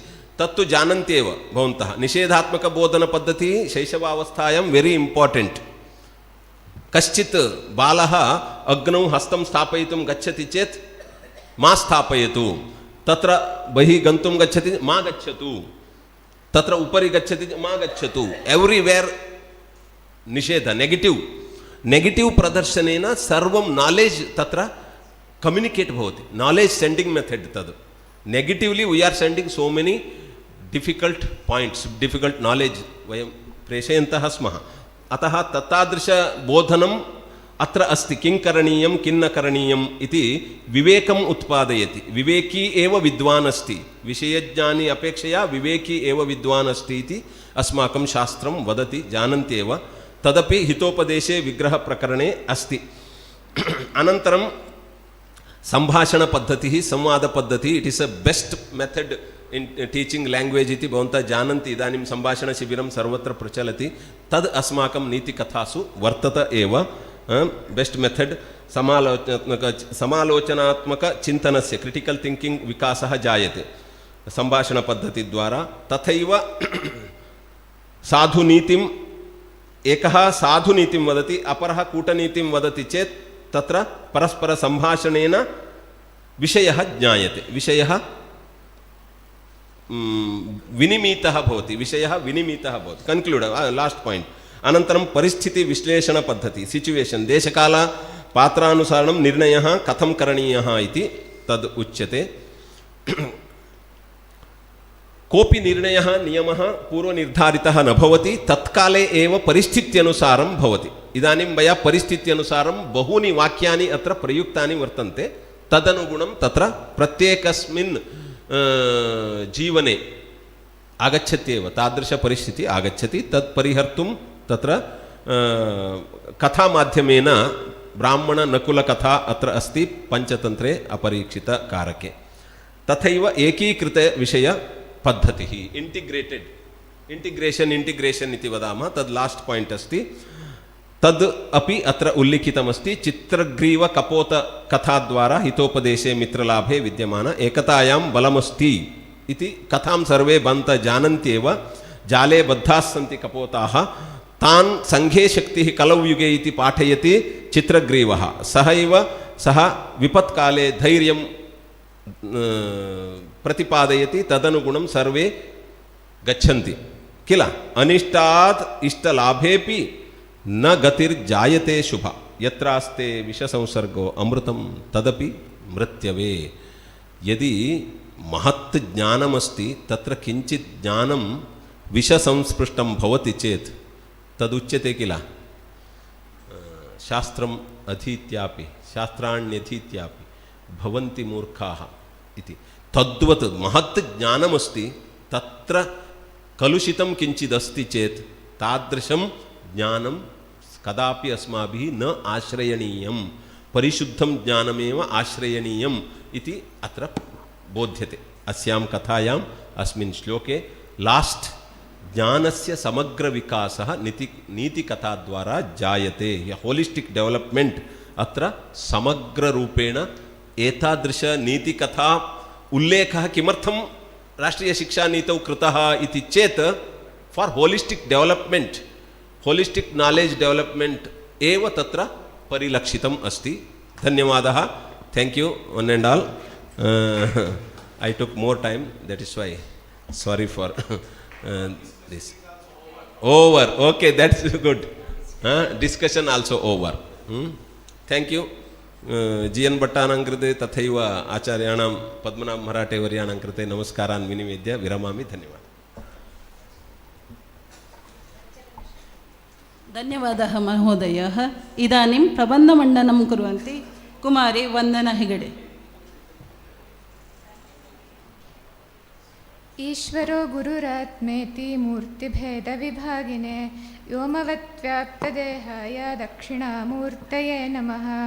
धर्मो ब्रह्मरसो नाम शिवं सत्यञ्च सुन्दरं यात्रिधा तत्त्वमूचेतां संस्कृतप्रतिभां नुमः. ನಾನು ಕನ್ನಡದಲ್ಲೇ ಮಾತಾಡ್ತೇನೆ. ಲೋಕವನ್ನು ನಾವು ಗ್ರಹಿಸುವ ರೀತಿ ಮತ್ತು ಲೋಕದಿಂದ ಡಿರೈವ್ ಆಗುವಂತಹ ಅನುಭವಗಳನ್ನು ನಾವು ಗ್ರಹಿಸುವ ರೀತಿ ಎರಡು ವಿಧ. ಆಚಾರ್ಯ ಹಿರಿಯಣ್ಣ ಅವರು ಹೇಳುವಂತೆ ಫ್ಯಾಕ್ಟ್ ಮತ್ತು ವ್ಯಾಲ್ಯೂ, ತಥ್ಯ ಮತ್ತು ಮೌಲ್ಯ ಅನ್ನುವಂಥದ್ದು. ತಥ್ಯ ಅಂದರೆ ಅದನ್ನು ನಾವು ಕೇವಲ ಪರ್ಸೀವ್ ಮಾಡಬಹುದು. ಈಗ ಸಕ್ಕರೆ ಸಿಹಿಯಾಗಿದೆ, ಅದನ್ನು ಓದ್ತೇವೆ, ಅದೊಂದು ಫ್ಯಾಕ್ಟ್. ಆದರೆ ಅದು ಮೌಲ್ಯವಾಗಬೇಕು ಅಂದರೆ ಆ ಸಕ್ಕರೆ ತಿಂದು ನೋಡಿದಾಗ ಅದು ನಮಗೆ ಸಿಹಿಯ ಅನುಭವವನ್ನು ಕೊಟ್ಟಾಗ ಅದು ಮೌಲ್ಯವಾಗ್ತದೆ. ಅದನ್ನೇ ಹಿರಿಯಣ್ಣ ಅವರು ಹೇಳುವಂಥದ್ದು ಫ್ಯಾಕ್ಟ್ ಅನ್ನುವಂಥದ್ದು ಇನ್ಫಾರ್ಮೇಷನ್ ಅಥವಾ ಮಾಹಿತಿ, ಮೌಲ್ಯ ಅಥವಾ ವ್ಯಾಲ್ಯೂ ಅನ್ನುವಂಥದ್ದು ಸಂವೇದನೆ. ಆ ಸಂವೇದನೆ ಕೊನೆಗೆ ಹೋಗಿ ಸ್ವಭಾವವೇ ಆಗುವಂಥದ್ದು ಎಂದು. It has to be achieved ಅನ್ನುವಂಥದ್ದು ವ್ಯಾಲ್ಯೂ ಅಥವಾ ಮೌಲ್ಯಕ್ಕಿರುವಂತಹ ಒಂದು ಡೆಫಿನೇಷನ್ ಹಿರಿಯಣ್ಣ ಅವರು ಕೊಡುವಂಥದ್ದು. ಮಾನವ ಸಂಘಜೀವಿ, ಅವನು ಜೀವ ವಿಕಾಸ ಆದಾಗಿಂದ ಮಾನವ ಸಮಾಜದಲ್ಲಿಯೇ ಇರುವಂಥದ್ದು. ಹಾಗಾಗಿ ಅವನಿಗೆ ಏಕಾಂತ ಎಷ್ಟೇ ಬೇಕಾದರೂ ಕೂಡ ಸಮಾಜದ ಒಂದು ವ್ಯಾಲಿಡೇಷನ್ ಅವನಿಗೆ ಬಹಳ ಮುಖ್ಯವಾದದ್ದು. ಹಾಗಾಗಿ ಪರಂಪರೆ ಕಟ್ಟಿಕೊಟ್ಟಂತಹ ಆದರ್ಶವನ್ನು ಪಡೀಲಿಕ್ಕೆ ಅವನು ಪ್ರಯತ್ನ ಪಡ್ತಾನೆ. ಅದನ್ನೇ ಹಿರಿಯಣ್ಣ ಅವರು ಹೇಳ್ತಾರೆ, from the conflict between consciousness of the ideal and disinclination to follow it emerges the notion of right and wrong. ಒಂದು ಪರಂಪರೆ ಒಂದು ಧರ್ಮ ಅಥವಾ ಅಧರ್ಮ, ಸರಿ ಅಥವಾ ತಪ್ಪು ಅನ್ನುವಂಥದ್ದನ್ನು ಕಾಲಾನುಗತವಾಗಿ ಹೇಳಿಕೊಂಡು ಬಂದಿರ್ತದೆ. ಅದಕ್ಕೆ ತಕ್ಕ ಹಾಗೆ ಅವನು ಸರಿಯಾದದ್ದು ಯಾವುದು, ತಪ್ಪು ಆದದ್ದು ಯಾವುದು ಅನ್ನುವಂಥದ್ದನ್ನು ಆಚರಣೆ ಮಾಡೋದಕ್ಕೆ ಅಥವಾ ಅದನ್ನು ನಿರ್ಲಕ್ಷ್ಯ ಮಾಡೋದಕ್ಕೆ ಪ್ರಯತ್ನ ಪಡ್ತಾನೆ ಅಂತ. ಆದರೆ ಪ್ರಾಣಿಗಳಿಗೆ ಈ ಅನುಕೂಲ ಇಲ್ಲ. ಅವರಿಗೆ ಸ್ವಪ್ರಜ್ಞೆ ಅನ್ನುವಂಥದ್ದಿಲ್ಲ, ಸೆಲ್ಫ್ ಕಾನ್ಷಿಯಸ್ನೆಸ್ ಅನ್ನುವಂಥದ್ದು ಇಲ್ಲ. ಮಾನವನಿಗೆ ಪ್ರಕೃತಿ ಕೊಟ್ಟಂತಹ ಪ್ರಮುಖ ಕೊಡುಗೆಗಳಲ್ಲೊಂದು ವಿವೇಕ. ಶಂಕರ ಭಗವತ್ಪಾದರಿಗಂತೂ ವಿವೇಕದ ಮೇಲೆ ಬಹಳ ನಂಬಿಕೆ. ವೇದಾಂತವೇ ಅದರ ಮುಂದೆ ಪ್ರಸ್ಥಾನವಾಗುವಂಥದ್ದು. ಆ ಸೆಲ್ಫ್ ಕಾನ್ಷಿಯಸ್ನೆಸ್ ಅನ್ನುವಂಥದ್ದು ಮತ್ತು ಅದರ ಮೂಲಕ ಡಿರೈವ್ ಆಗುವಂತಹ ಸೆಲ್ಫ್ ಕ್ರಿಟಿಸಿಸಮ್, ನಾನು ಮಾಡೋದು ಸರಿಯಾ ತಪ್ಪಾ, ಇದು ಧರ್ಮವಾ ಅಧರ್ಮವಾ ಅನ್ನುವಂಥದ್ದು ಮಾನವನಿಗೆ ಅತಿ ಬೇಗವಾಗಿ ರಿಯಲೈಸ್ ಆಗುವಂತಹ ಅಂಶಗಳು. ಆದರೆ ಆ ಕಡೆಯಲ್ಲಿ ನಾವು ಮೇಲಿನ ಆದರ್ಶವನ್ನು ನೋಡ್ತಾ ಇದ್ದಾಗಲೂ ನಮ್ಮ ಪ್ರಾಣಿ ಸಹಜವಾದ ಚೋದನೆಗಳು ನಮ್ಮನ್ನು ಬಿಡೋದಿಲ್ಲ. ಭಾವಗಳಿಗೆ ಒಂದು ಲಿಮಿಟ್ ಇದೆ. ಒಂದು ಹಂತದವರೆಗೆ ನೀತಿಯನ್ನು ಅದಕ್ಕೆ ಟ್ರೈನ್ ಮಾಡಬಹುದು, ಸಂಸ್ಕಾರ ಕೊಡಬಹುದು. ಆದರೆ ಸಂದಿಗ್ಧತೆಯಲ್ಲಿ, ಉತ್ಕಟತೆಯಲ್ಲಿ ಅದು ಕೊಲ್ಯಾಪ್ಸ್ ಆಗುವಂತಹ ಸಂದರ್ಭವೇ ಹೆಚ್ಚು. ಅದು ಎಮೋಷ್ನಲ್ ಫ್ಲಕ್ಸ್ ಅಂತ ಹೇಳ್ತೇವಲ್ಲ ಹಾಗೆ. ಆದರೆ ಮೌಲ್ಯ ಸಂವಿಧಾನವನ್ನು ನಾವು ಅಪ್ರಯತ್ನಪೂರ್ವಕವಾಗಿ ಮಾಡಬಹುದಾ, ಅದನ್ನ ಅಳವಡಿಸಿಕೊಳ್ಬಹುದಾ, ಅದಕ್ಕೆ ಎಷ್ಟು ತರಬೇತಿ ಬೇಕು ಅನ್ನುವಂಥದ್ದೆಲ್ಲ ಮುಖ್ಯವಾಗುವಂತಹ ವಿಷಯ. ಹಿರಿಯಣ್ಣನವ್ರನ್ನೇ ಹೇಳಬೇಕು ಅಂದರೆ that which is pursued for its own sake is a value. ಅದಕ್ಕೊಂದು ಪರ್ಯಾಯ ಅನ್ನುವಂಥದ್ದಿಲ್ಲ, ಅದಕ್ಕಾಗಿಯೇ ಅದನ್ನು ಆಚರಣೆ ಮಾಡಬೇಕು ಅನ್ನುವಂಥದ್ದು. ಈಗ ಸ್ವಲ್ಪ ಆ ಕಡೆ ಹೋದರೆ ಒಂದು ಅಭಿವ್ಯಕ್ತಿಯಿಂದ ಅರ್ಥ ಹೇಗೆಲ್ಲ ಹೊಮ್ಮಬಹುದು ಅಂದರೆ, ನಮ್ಮ ಪರಂಪರೆ ಹೇಳಿದೆ ಪ್ರಭು ಸಂಹಿತ, ಸುಹೃತ್ ಸಂಹಿತ ಮತ್ತು ಕಾಂತಾ ಸಂಹಿತ ಅನ್ನುವಂಥದ್ದಾಗಿ. ಈ ಧರ್ಮಶಾಸ್ತ್ರಗಳಾಗಿರಲಿ, ಮನುಸ್ಮೃತಿ ಇತ್ಯಾದಿ ಆಗಿರಲಿ ಹೀಗೆ ಹೇಳ್ತದೆ. ಹೀಗೆ ವಿಧಿ ಪ್ರತಿಷೇಧ ಶಾಸ್ತ್ರಗಳು ಅಂತಲೇ ಇದೆ, ಹೀಗೆ ಮಾಡಬೇಕು ಅಂತ ಹೇಳ್ತದೆ. ಅದು ವಾಚ್ಯಾರ್ಥ. ಸ್ವಾಧ್ಯಾಯ ಪ್ರವಚನಾಭ್ಯಾಂ ನ ಪ್ರಮದಿತವ್ಯಂ, ಆ ಲೈನನ್ನು ನೋಡಿದಾಗ ಹೌದು ಹೀಗೆ ಮಾಡಬಾರ್ದು, ಹೀಗೆ ಮಾಡಬೇಕು ಅನ್ನುವಂಥದ್ದು ಗೊತ್ತಾಗ್ತದೆ ವಾಚ್ಯಾರ್ಥವಾಗಿ. ಮಿತ್ರ ಸಂಹಿತ, ಪುರಾಣ ಇತಿಹಾಸಗಳು ನಮಗೆ ಒಂದು ಉದಾಹರಣೆಯನ್ನು ಕೊಡ್ತದೆ. ನನಗೀಗ ಯಾವುದೋ ಒಂದು ದಟ್ಟ ಕಾಡಿಗೆ ಹೋಗಬೇಕಿದ್ದಾಗ ನನ್ನ ತಂದೆ ಹೇಳ್ಬೋದು, ಮಲೆನಾಡಲ್ಲಿ ತುಂಬ ದಟ್ಟ ಕಾಡುಗಳಿವೆ, ಅಲ್ಲಿ ಹೋದರೆ ನಿನ್ನೆ ಒಂದು ಹುಲಿ ಬಂದು ಒಬ್ಬರನ್ನು ತಿನ್ಕೊಂಡು ಹೋಗಿತ್ತು, ಬೇಕಾದರೆ ಹೋಗು, ಏನು ಮಾಡ್ತೀನಿ ನಿನ್ನಿಷ್ಟ ಅಂತ. ಲಕ್ಷಣಾರ್ಥ, ಅದು ಇಂಪ್ಲೈಡ್ ಎಕ್ಸ್ಪ್ರೆಷನ್ ಅಂತ ಹೇಳ್ತೇವಲ್ಲ, ಅದು ಪುರಾಣ ಇತಿಹಾಸಗಳ ದಾರಿ. ಆದರೆ ಮಹಾಕಾವ್ಯಗಳ ದಾರಿ ವ್ಯಂಜನಾ ವ್ಯಾಪಾರ, ಅಲಂಕಾರ ಶಾಸ್ತ್ರದ ಕಾನ್ಸೆಪ್ಟ್, ಧ್ವನಿ ಅಥವಾ ವಕ್ರತಾ ವ್ಯಾಪಾರ, ಕಾಂತಾ ಸಂಹಿತ. ಅಂದರೆ ಅದು ಏನು ಮಾಡಬೇಕು ಅಂತ ಹೇಳೋದಿಲ್ಲ, ನಮ್ಮನ್ನು ಒಂದು ತುದಿಗೆ ನಿಲ್ಲಿಸಿ ಒಂದು ಅನಾಲಿಸಿಸ್ ಮಾಡೋದಕ್ಕೆ ನಮ್ಮನ್ನು ಅನುವು ಮಾಡಿಕೊಳ್ತದೆ. ಅದರ ಮೂಲಕ ನಾವೇ ಕಂಡುಕೊಳ್ಳಬೇಕು, ಆ ಮೌಲ್ಯ ನಮ್ಮೊಳಗೆ ಸ್ವತಃ ಸ್ಫುರಣೆಯಾಗಬೇಕು. ಅದು ನಮ್ಮನ್ನು ಫೋರ್ಸ್ ಮಾಡೋದಿಲ್ಲ, ಒಂದು ಧ್ವನಿಯ ಮೂಲಕ ಹೇಳ್ತದೆ ಅಂತ. ಅದನ್ನು DVG ಅವರು ನನ್ನ ಮುಂದಿನ ಇದು ಅದೇ ಮಹಾಕಾವ್ಯಗಳಲ್ಲಿ ಧರ್ಮದ ಕಾನ್ಸೆಪ್ಟ್ ಅನ್ನುವಂಥದ್ದು. DVG ಅವರು ಹೇಳ್ತಾರೆ, ಕಾವ್ಯ ನೀತಿಯನ್ನು ತಿಳಿಸ್ತದೆ ಅಂತ ತುಂಬ ಜನ ಹೇಳ್ತಾರೆ, ಆದರೆ ಅದು ಅತಿವ್ಯಾಪ್ತಿಯ ಮಾತಾಗ್ತದೆ. ಕಾವ್ಯದ ಮೊದಲ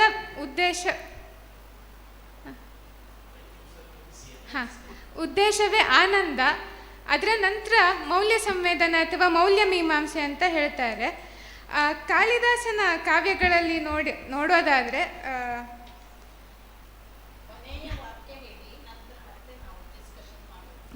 ಸರಿ,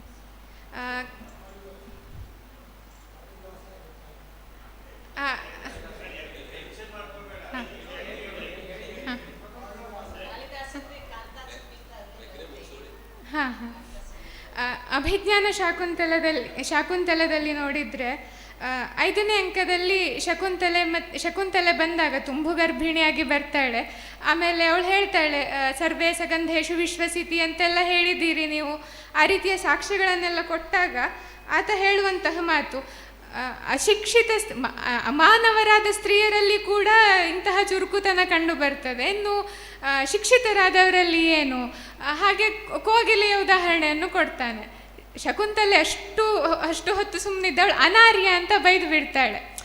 ಅದೊಂದು ಎಮೋಷ್ನಲ್ ಫ್ಲಕ್ಸ್ ಅಲ್ವ, ಹಾಗಾಗಿ ಅಷ್ಟು ದುಷ್ಯಂತನ ಯೋಚನೆಯನ್ನಾಗ ಸಂಕುಚಿತ ಅಂತ ಇಟ್ಕೊಂಡ್ರೆ, ಅದೇ ನಂತರದ ಅಂಕದಲ್ಲಿ ಒಬ್ಬ ಸಮುದ್ರ ವ್ಯಾಪಾರಿ ಧನಮಿತ್ರ ಎಂಬುವನು ಕಾಲವಶನಾಗ್ತಾನೆ. ಆಗ ದುಷ್ಯಂತನಿಗಾಗಲೇ ಶಕುಂತಲೆಯ ಬಗ್ಗೆ ನೆನಪಾಗಿರ್ತದೆ, ಅವನು ಅವಳದ್ದೇ ನೆನಪಲ್ಲಿ ಇರ್ತಾನೆ. ಅಂತಹ ಒಂದು ಸಂದರ್ಭದಲ್ಲಿ ಕೂಡ ಅವನು ಆ ಸಮಸ್ಯೆಯನ್ನು ಬಗೆಹರಿಸಿ ಕೊನೆಗೆ ಹೇಳ್ತಾನೆ, ಏನ ವಿಯುಜ್ಯಂತೆ ಪ್ರಜಾ ಸ್ನಿಗ್ಧೇನ ಬಂಧುನ, ಯಾರ್ಯಾರಿಗೆ ಬಂಧು ವಿಯೋಗ ಆಗಿದೆಯೋ ಅವರ ಸ್ಥಾನದಲ್ಲಿ, ಅದು ಧರ್ಮಸಮ್ಮತವಾದ ಸಂಬಂಧ ಆಗಿದ್ದರೆ ಆ ಸ್ಥಾನದಲ್ಲಿ ನಾನಿರ್ತೇನೆ ಅಂತ. ಅವನ ಆ ಭಾವದಿಂದ, ಹಿಂದಿನ ಅಂಕದ ಭಾವದಿಂದ ಈ ವಿಶ್ವಪ್ರಜ್ಞೆ ಇದೆಯಲ್ಲ, ನಾನು ಎಲ್ಲರಿಗೂ ಇದ್ದೇನೆ ಅನ್ನುವಂಥದ್ದು, ಆ ಭಾವ ವಿಸ್ತಾರ, ಭಾವ ಪರಿಪಾಕವನ್ನು ಕಾಳಿದಾಸ ತೋರಿಸುವಂತಹ ರೀತಿ ಧ್ವನಿ ಮೂಲಕವಾಗಿ ಹಾಗೆ ಅಂತ. ಕಾಳಿದಾಸನ ರೀತಿಯೂ ಅದೇ, ವ್ಯಾಸ ವಾಲ್ಮೀಕಿಗಳ ರೀತಿಯೂ ಅದೇ. ಕೊನೆಗೆ ಒಂದು ಲೈನಲ್ಲಿ ಹೇಳಬೇಕು ಅಂದರೆ, ಭಾರತೀಯ ಸಂಸ್ಕೃತಿ ಎಲ್ಲ ಎಲ್ಲಿ ಕಲ್ಮಿನೇಷನ್, ಅದರ ಪರಾಕಾಷ್ಠೆ ಅಂತ ಹೇಳಿದರೆ ಅಸಕ್ತ ಸುಖಮನ್ವಭೂತ್ ಅಂತ ಕಾಳಿದಾಸ ರಘುವಂಶದಲ್ಲಿ ದಿಲೀಪನ ಬಗ್ಗೆ ಹೇಳಿಬಿಡ್ತಾನಲ್ಲ, ಅದೇ ಲೋಕಸಂಗ್ರಹಕ್ಕಾಗಿ ಕರ್ಮ ಮಾಡಬೇಕು, ಅಂಟಿಕೊಳ್ಬಾರ್ದು ಅಂತ. ಕೃಷ್ಣನ ಜೀವನವೂ ಅದೇ, ಮಹಾಕವಿಗಳ ದಾರಿಯೂ ಅದೇ. ಹಾಗಾಗಿ ಅಂತಹ ಮಹಾಕವಿಗಳಿಗೆ ಪ್ರೀತಿಯಿಂದ ನಮಗೆ ನೀತಿ ಸ್ಫುರಣೆ ಆಗಲಿಕ್ಕೆ ಸಹಾಯ ಮಾಡುವಂತಹ ಮಹಾಕವಿಗಳಿಗೂ ಕಾವ್ಯಕ್ಕೂ ಧನ್ಯವಾದವನ್ನು ಹೇಳ್ತಾ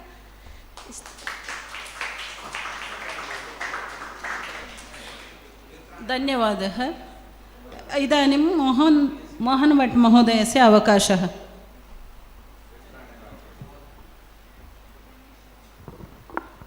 नमस्कारः सर्वेभ्यः. अहं संस्कृतः एकः छात्रः अस्मि. अहं प्रायशः गतः 5 वर्षः एव अहं संस्कृत अध्ययनम् आरम्भं कृतवान्. कृष्णमूर्तिमहोदयः अस्मि. अहं पूर्वः तस्य रुद्रः सः पाठितवन्तः. तर्हि अहं धन्योऽस्मि. गतवर्षपूर्वे अहम् अत्र एव पद्मनाभ मराठे महोदयस्य शिष्यतः MA कृतवान्. परन्तु अद्यतनविषयस्य एकं विषयः अस्ति, किञ्चित् एकनिमिषमेव स्वीकरोमि. अद्यतन उदयवाणी मध्ये एक सर्वकारस्य एक विषय अस्ति ये तृतीयभाषा स्वीकुर्वन् SSLC पर्यन्तं उदाहरणतः संस्कृत आसीत् प्रायशः अन्यभाषा अपि अस्ति परन्तु ये तृतीयभाषा स्वीकृतवान् तस्य भाषे अङ्कः नास्ति ग्रेडिङ्ग् अस्ति ABC तत् किं कारणम् अद्यतनजनाः छात्राः पोषकाः अपि संस्कृतं किं स्वीकृतवन्ति छात्राणां पुत्राणां पुत्रीणां संस्कृतस्य ज्ञानम् आरम्भं कर्तुं स्वीकृतं छात्रः किं दृष्टवान् एतत् बहु अङ्कः सुलभेन प्राप्तवान् तत्कारणतः संस्कृतं स्वीकुर्वन्ति परन्तु एतत् न्यूनं कर्तुम् उद्देश्य तत् ग्रेडिङ्ग् ABC इति कोऽपि पास् नास्ति कोऽपि फेल् नास्ति सर्वेभ्यः पास् अस्ति परन्तु ग्रेडिङ्ग् अङ्कानि सिस्टम् त्यक्त्वा अत्र ग्रेडिङ्ग् सिस्टम् आरम्भं कर्तुं विचारः चलति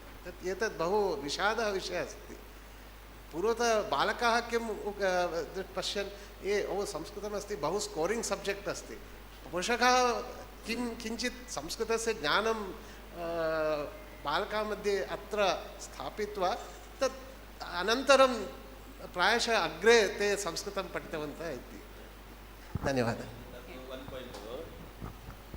ಸಂಸ್ಕೃತ ನಮ್ಮ ಕೇಂದ್ರೀಯ ವಿದ್ಯಾಲಯಗಳಲ್ಲಿ ಸಂಸ್ಕೃತ ಇದೆ 6ನೇ ಕ್ಲಾಸಿಂದ ಇದೆ ಎಷ್ಟರವರೆಗೆ 9ನೇ ಕ್ಲಾಸ್ ತನಕ ಮಾತ್ರ ಅದೇನೇ ನೆಗ್ಲೆಕ್ಟ್ ಮಾಡಿದ್ರು ಕಾಂಗ್ರೆಸ್ ಗೌರ್ಮೆಂಟು ಹಿಂದಿನ ಶಿಕ್ಷಾ ನೀತಿಗಳು ಅಂತ ಹೇಳಿದ್ದು 10th ಕ್ಲಾಸಲ್ಲಿ ಸಂಸ್ಕೃತ ಇಲ್ಲ ಅವ್ನು ಬರೆಯೋದೇ ಇಲ್ಲ ಬೋರ್ಡಿಗೆ ಎಕ್ಸಾಮೇ ಇಲ್ಲ ಅವ್ನು ಟೋಟಲ್ 10th ಆರ್ +2 ಮಾಡಿ ಬಂದಾಗ ಸಂಸ್ಕೃತ ಇರೋದಿಲ್ಲ ಅವನು ಅಂಕಪತ್ರದಲ್ಲಿ 9th ಕ್ಲಾಸ್ ತನಕ ಸಂಸ್ಕೃತ ಇದೆ ಹಾಗಾಗಿ ಕೇಂದ್ರೀಯ ವಿದ್ಯಾಲಯದ ಯಾರು ಟೀಚರ್ ಇದ್ದಾರೋ Sanskrit teachers they are not promoted as a PGs only TGT PGT post is not there in Kendriya Vidyalaya Sangathan why this is the neglecting manner neglect everywhere Sanskrit is neglected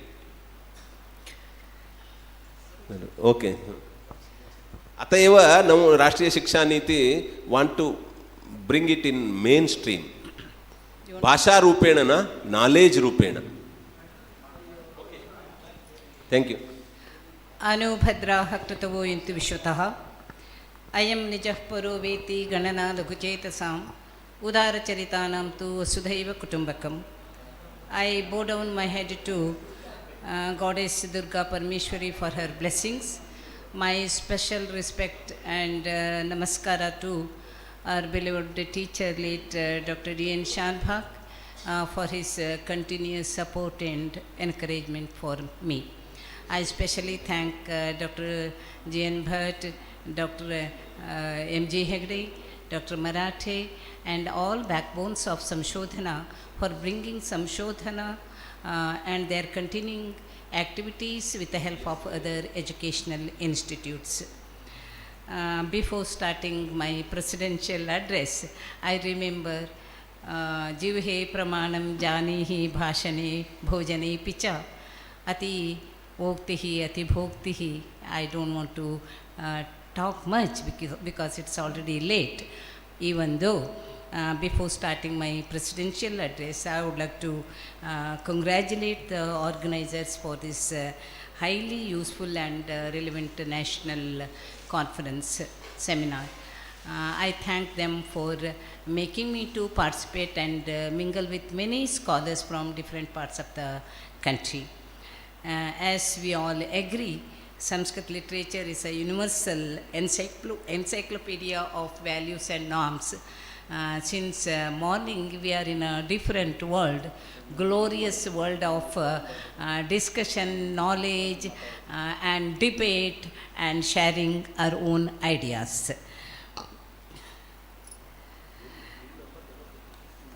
I congratulate and appreciate scholars on the dais who presented their papers. Before discussing or before expressing my views on them, I would like to add some about national education policy 2020, because I am familiar with NEP 2020. Here there are so many scholars who can talk, but my house itself is online and offline meetings. My husband works for NEP, NCERT and National Samaja Vijnana Parishat. He is chairperson for sociology, and as you all know, he is working with that Dharma Shastra. He talks more than me about Sanskrit literatures. According to me, it may not be, it is not in NEP, but I am taking from someone else's. According to me, 3 important aspects to be noted are to learn, de-learn or unlearn, and relearn. When we are discussing about national education policy and our Sanatana Dharma Shastra Neeti literature, these are very important, because in the present Indian context, many issues are in learning today are not relevant. We know that. However, they are conventionally inserted in our curriculum due to colonial administration. We already learned them. What is our duty now? What we can do? But we understood we have lots of important things to know and learn. So the previous issues are to be unlearned or de-learned. In addition, many areas of education which have been dropped because they were considered as traditional and useless need to be included for relearning because they are highly relevant. ಕೆಲವೊಂದನ್ನು ನಾವು ಈಗಾಗಲೇ ಕಲಿತು ಬಿಟ್ಟಿದ್ದೇವೆ. ಕಲಿತ ಮೇಲೆ ನಮಗೆ ಅನಿಸ್ತಾ ಇದೆ, for example physics, chemistry and Sanskrit dramas. Then afterwards we started understanding we have our own physics, we have our own mathematics, we have our own economics, Arthashastra, etc. Then what to do? We have to remove them from our mind. Remove means not, we cannot remove, but those ideologies, misinterpretation should be removed from us, and we have to add new things. In our mobile or laptop, if it is full, we will empty them. Otherwise, we cannot take more videos. Here, Maudya, whatever Maudya is in our mind, Talayalli Maudya tumbitide, we have, if we don't remove, unlearn is very important before relearn. It is not easy to accept new ideologies until we open up ourselves, open up our mind. Manusmriti is an excellent example for that, misinterpretation of Manusmriti. I give you one example from my own experience. 3 months in Shivamogga we organized Bhagavad Gita Abhiyana, starting from primary school up to university, criminology in Bhagavad Gita we organized one conference. Then one of my friends, I don't know how to call him my friend, he asked me, he read somewhere, "Your Krishna," he said me, "Your Krishna." See, he is a Hindu, but my Krishna, I told him, yeah, I don't mind. My Krishna is mine, Rama is mine, Durgaparameshwari is mine. You ask your question. He told, "Karmanye vadikaraste ma phaleshu kadachana." Okay. Then your Krishna told, you do your duty, don't expect anything. Then I told, you please read Bhagavad Gita properly. My Krishna told something else also. Kartavya prajne, kartavya nishte, mano nigraha, and science, yoga, of course Vedanta and everything. And I do my duty. I am doing my duty. And my university is giving or paying my salary or pension because they are doing their duty. Kartavya, see, I don't force them to give, but they are doing the duty is very important according to Bhagavad Gita, Shri Krishna Paramatma. So I requested him, please remove all your misunderstanding and misinterpretation and start reading. Or there are so many Kannada versions, Bhagavad Gita or English, you read them and you start understanding. You please coolly, Krishna is not mine, Bhagavad Gita is not mine, so it is, please, again you start reading. This national education policy is also having the same problem, because in Karnataka, initially when BJP Sarkar was there, government, they accepted and afterwards they have removed. Because that word Sanskrit, if that word Sanskrit comes there, then many will not accept easily. So instead of Sanskrit, we can call Indian traditional Sanatana, Sanataniya Dharma, we can call, no problem. Okay? And Sanskrit Neeti literature holds a profound place in shaping ethical and moral discourse, particularly through its rich tradition of short stories, as he has explained. And that is true. Short storytelling is, through the storytelling itself we learn a lot. Mane modala patashale jananitane modala guru. That mother tells us stories. From that stories only we start learning ethics, samskara, samskriti, etc. I like Hitopadesha and Panchatantra. Those stories tell the same thing. They never tell you have to do this one, you don't have to do this one. But from reading stories, we can understand the ethics. I wanted to discuss a lot on Dr. Chandrakant's paper. I congratulate you. You have really presented a beautiful paper, very interesting, because since morning we were discussing something else, and now we started thinking. Very interestingly, during his presentation itself, audience started asking questions. So I don't have to ask questions again, and I don't evaluate his presentation, because it's a beautiful paper, and we in this time we need this type of discussion. Congratulations. Thank you very much, Dr. Chandrakant. And our Dr. Mohan, he is a gynecologist, it seems. Vaidyo Narayano Harihi. I am so happy. In previous session also we had one doctor, and there are so many doctors who are real. We are also doctors. It means PhD holders. It means here we are working on Neeti literature. You are giving medicine to our Sharira, and we are giving medicine to our mind. So Daihika and Manasika Vijnaninaha atra santi. Tadartham अत्यंत उत्तम रूपेण भवानपि अत्र अस्ति किल, तदेव अस्माकं भाग्यः इति अहं भावयामि. Our little friend, what's your name? Vandana Hegde. Vandana, I am so sorry I stopped you, because we should have given more time to young scholars like Vandana. But she has taken Prabhu Samhita, Mitra Samhita and Kanta Samhita. I am absolutely sure she follows her parents' words. She looks like a very sincere girl. She is like my daughter, and I wish you all the best, Vandana. God bless you. And here, before ending, I want to add one word.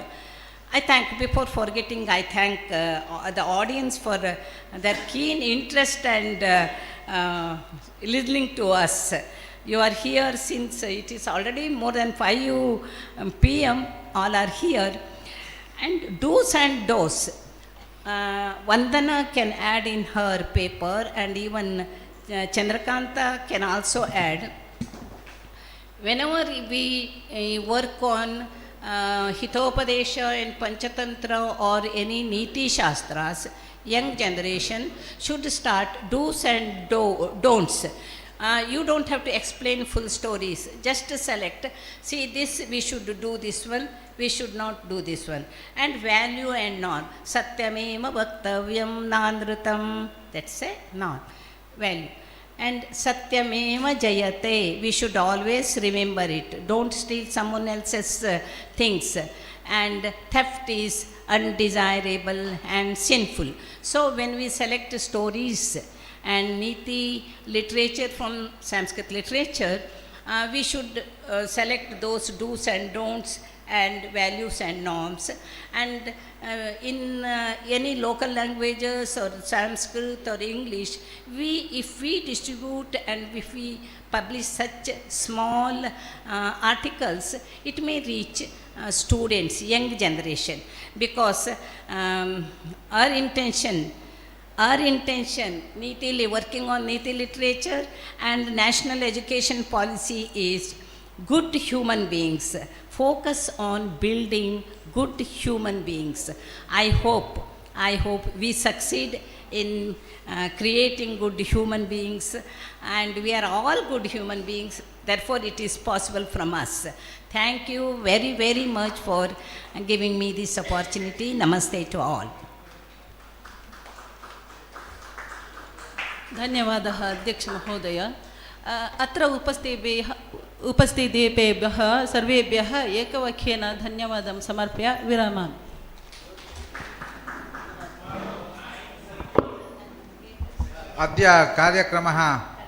अद्यतनस्य कार्यक्रमः सञ्जातः. श्वः सर्वे अपि 9:00 भवन्तु. उपाहारः अत्रैव भवति. 9:30 सत्रं प्रारभ्यते. अतः पुनरेकवारं सर्वेभ्यः अद्यतनस्य धन्यवादः. श्वस्तन कृते स्वागतम्.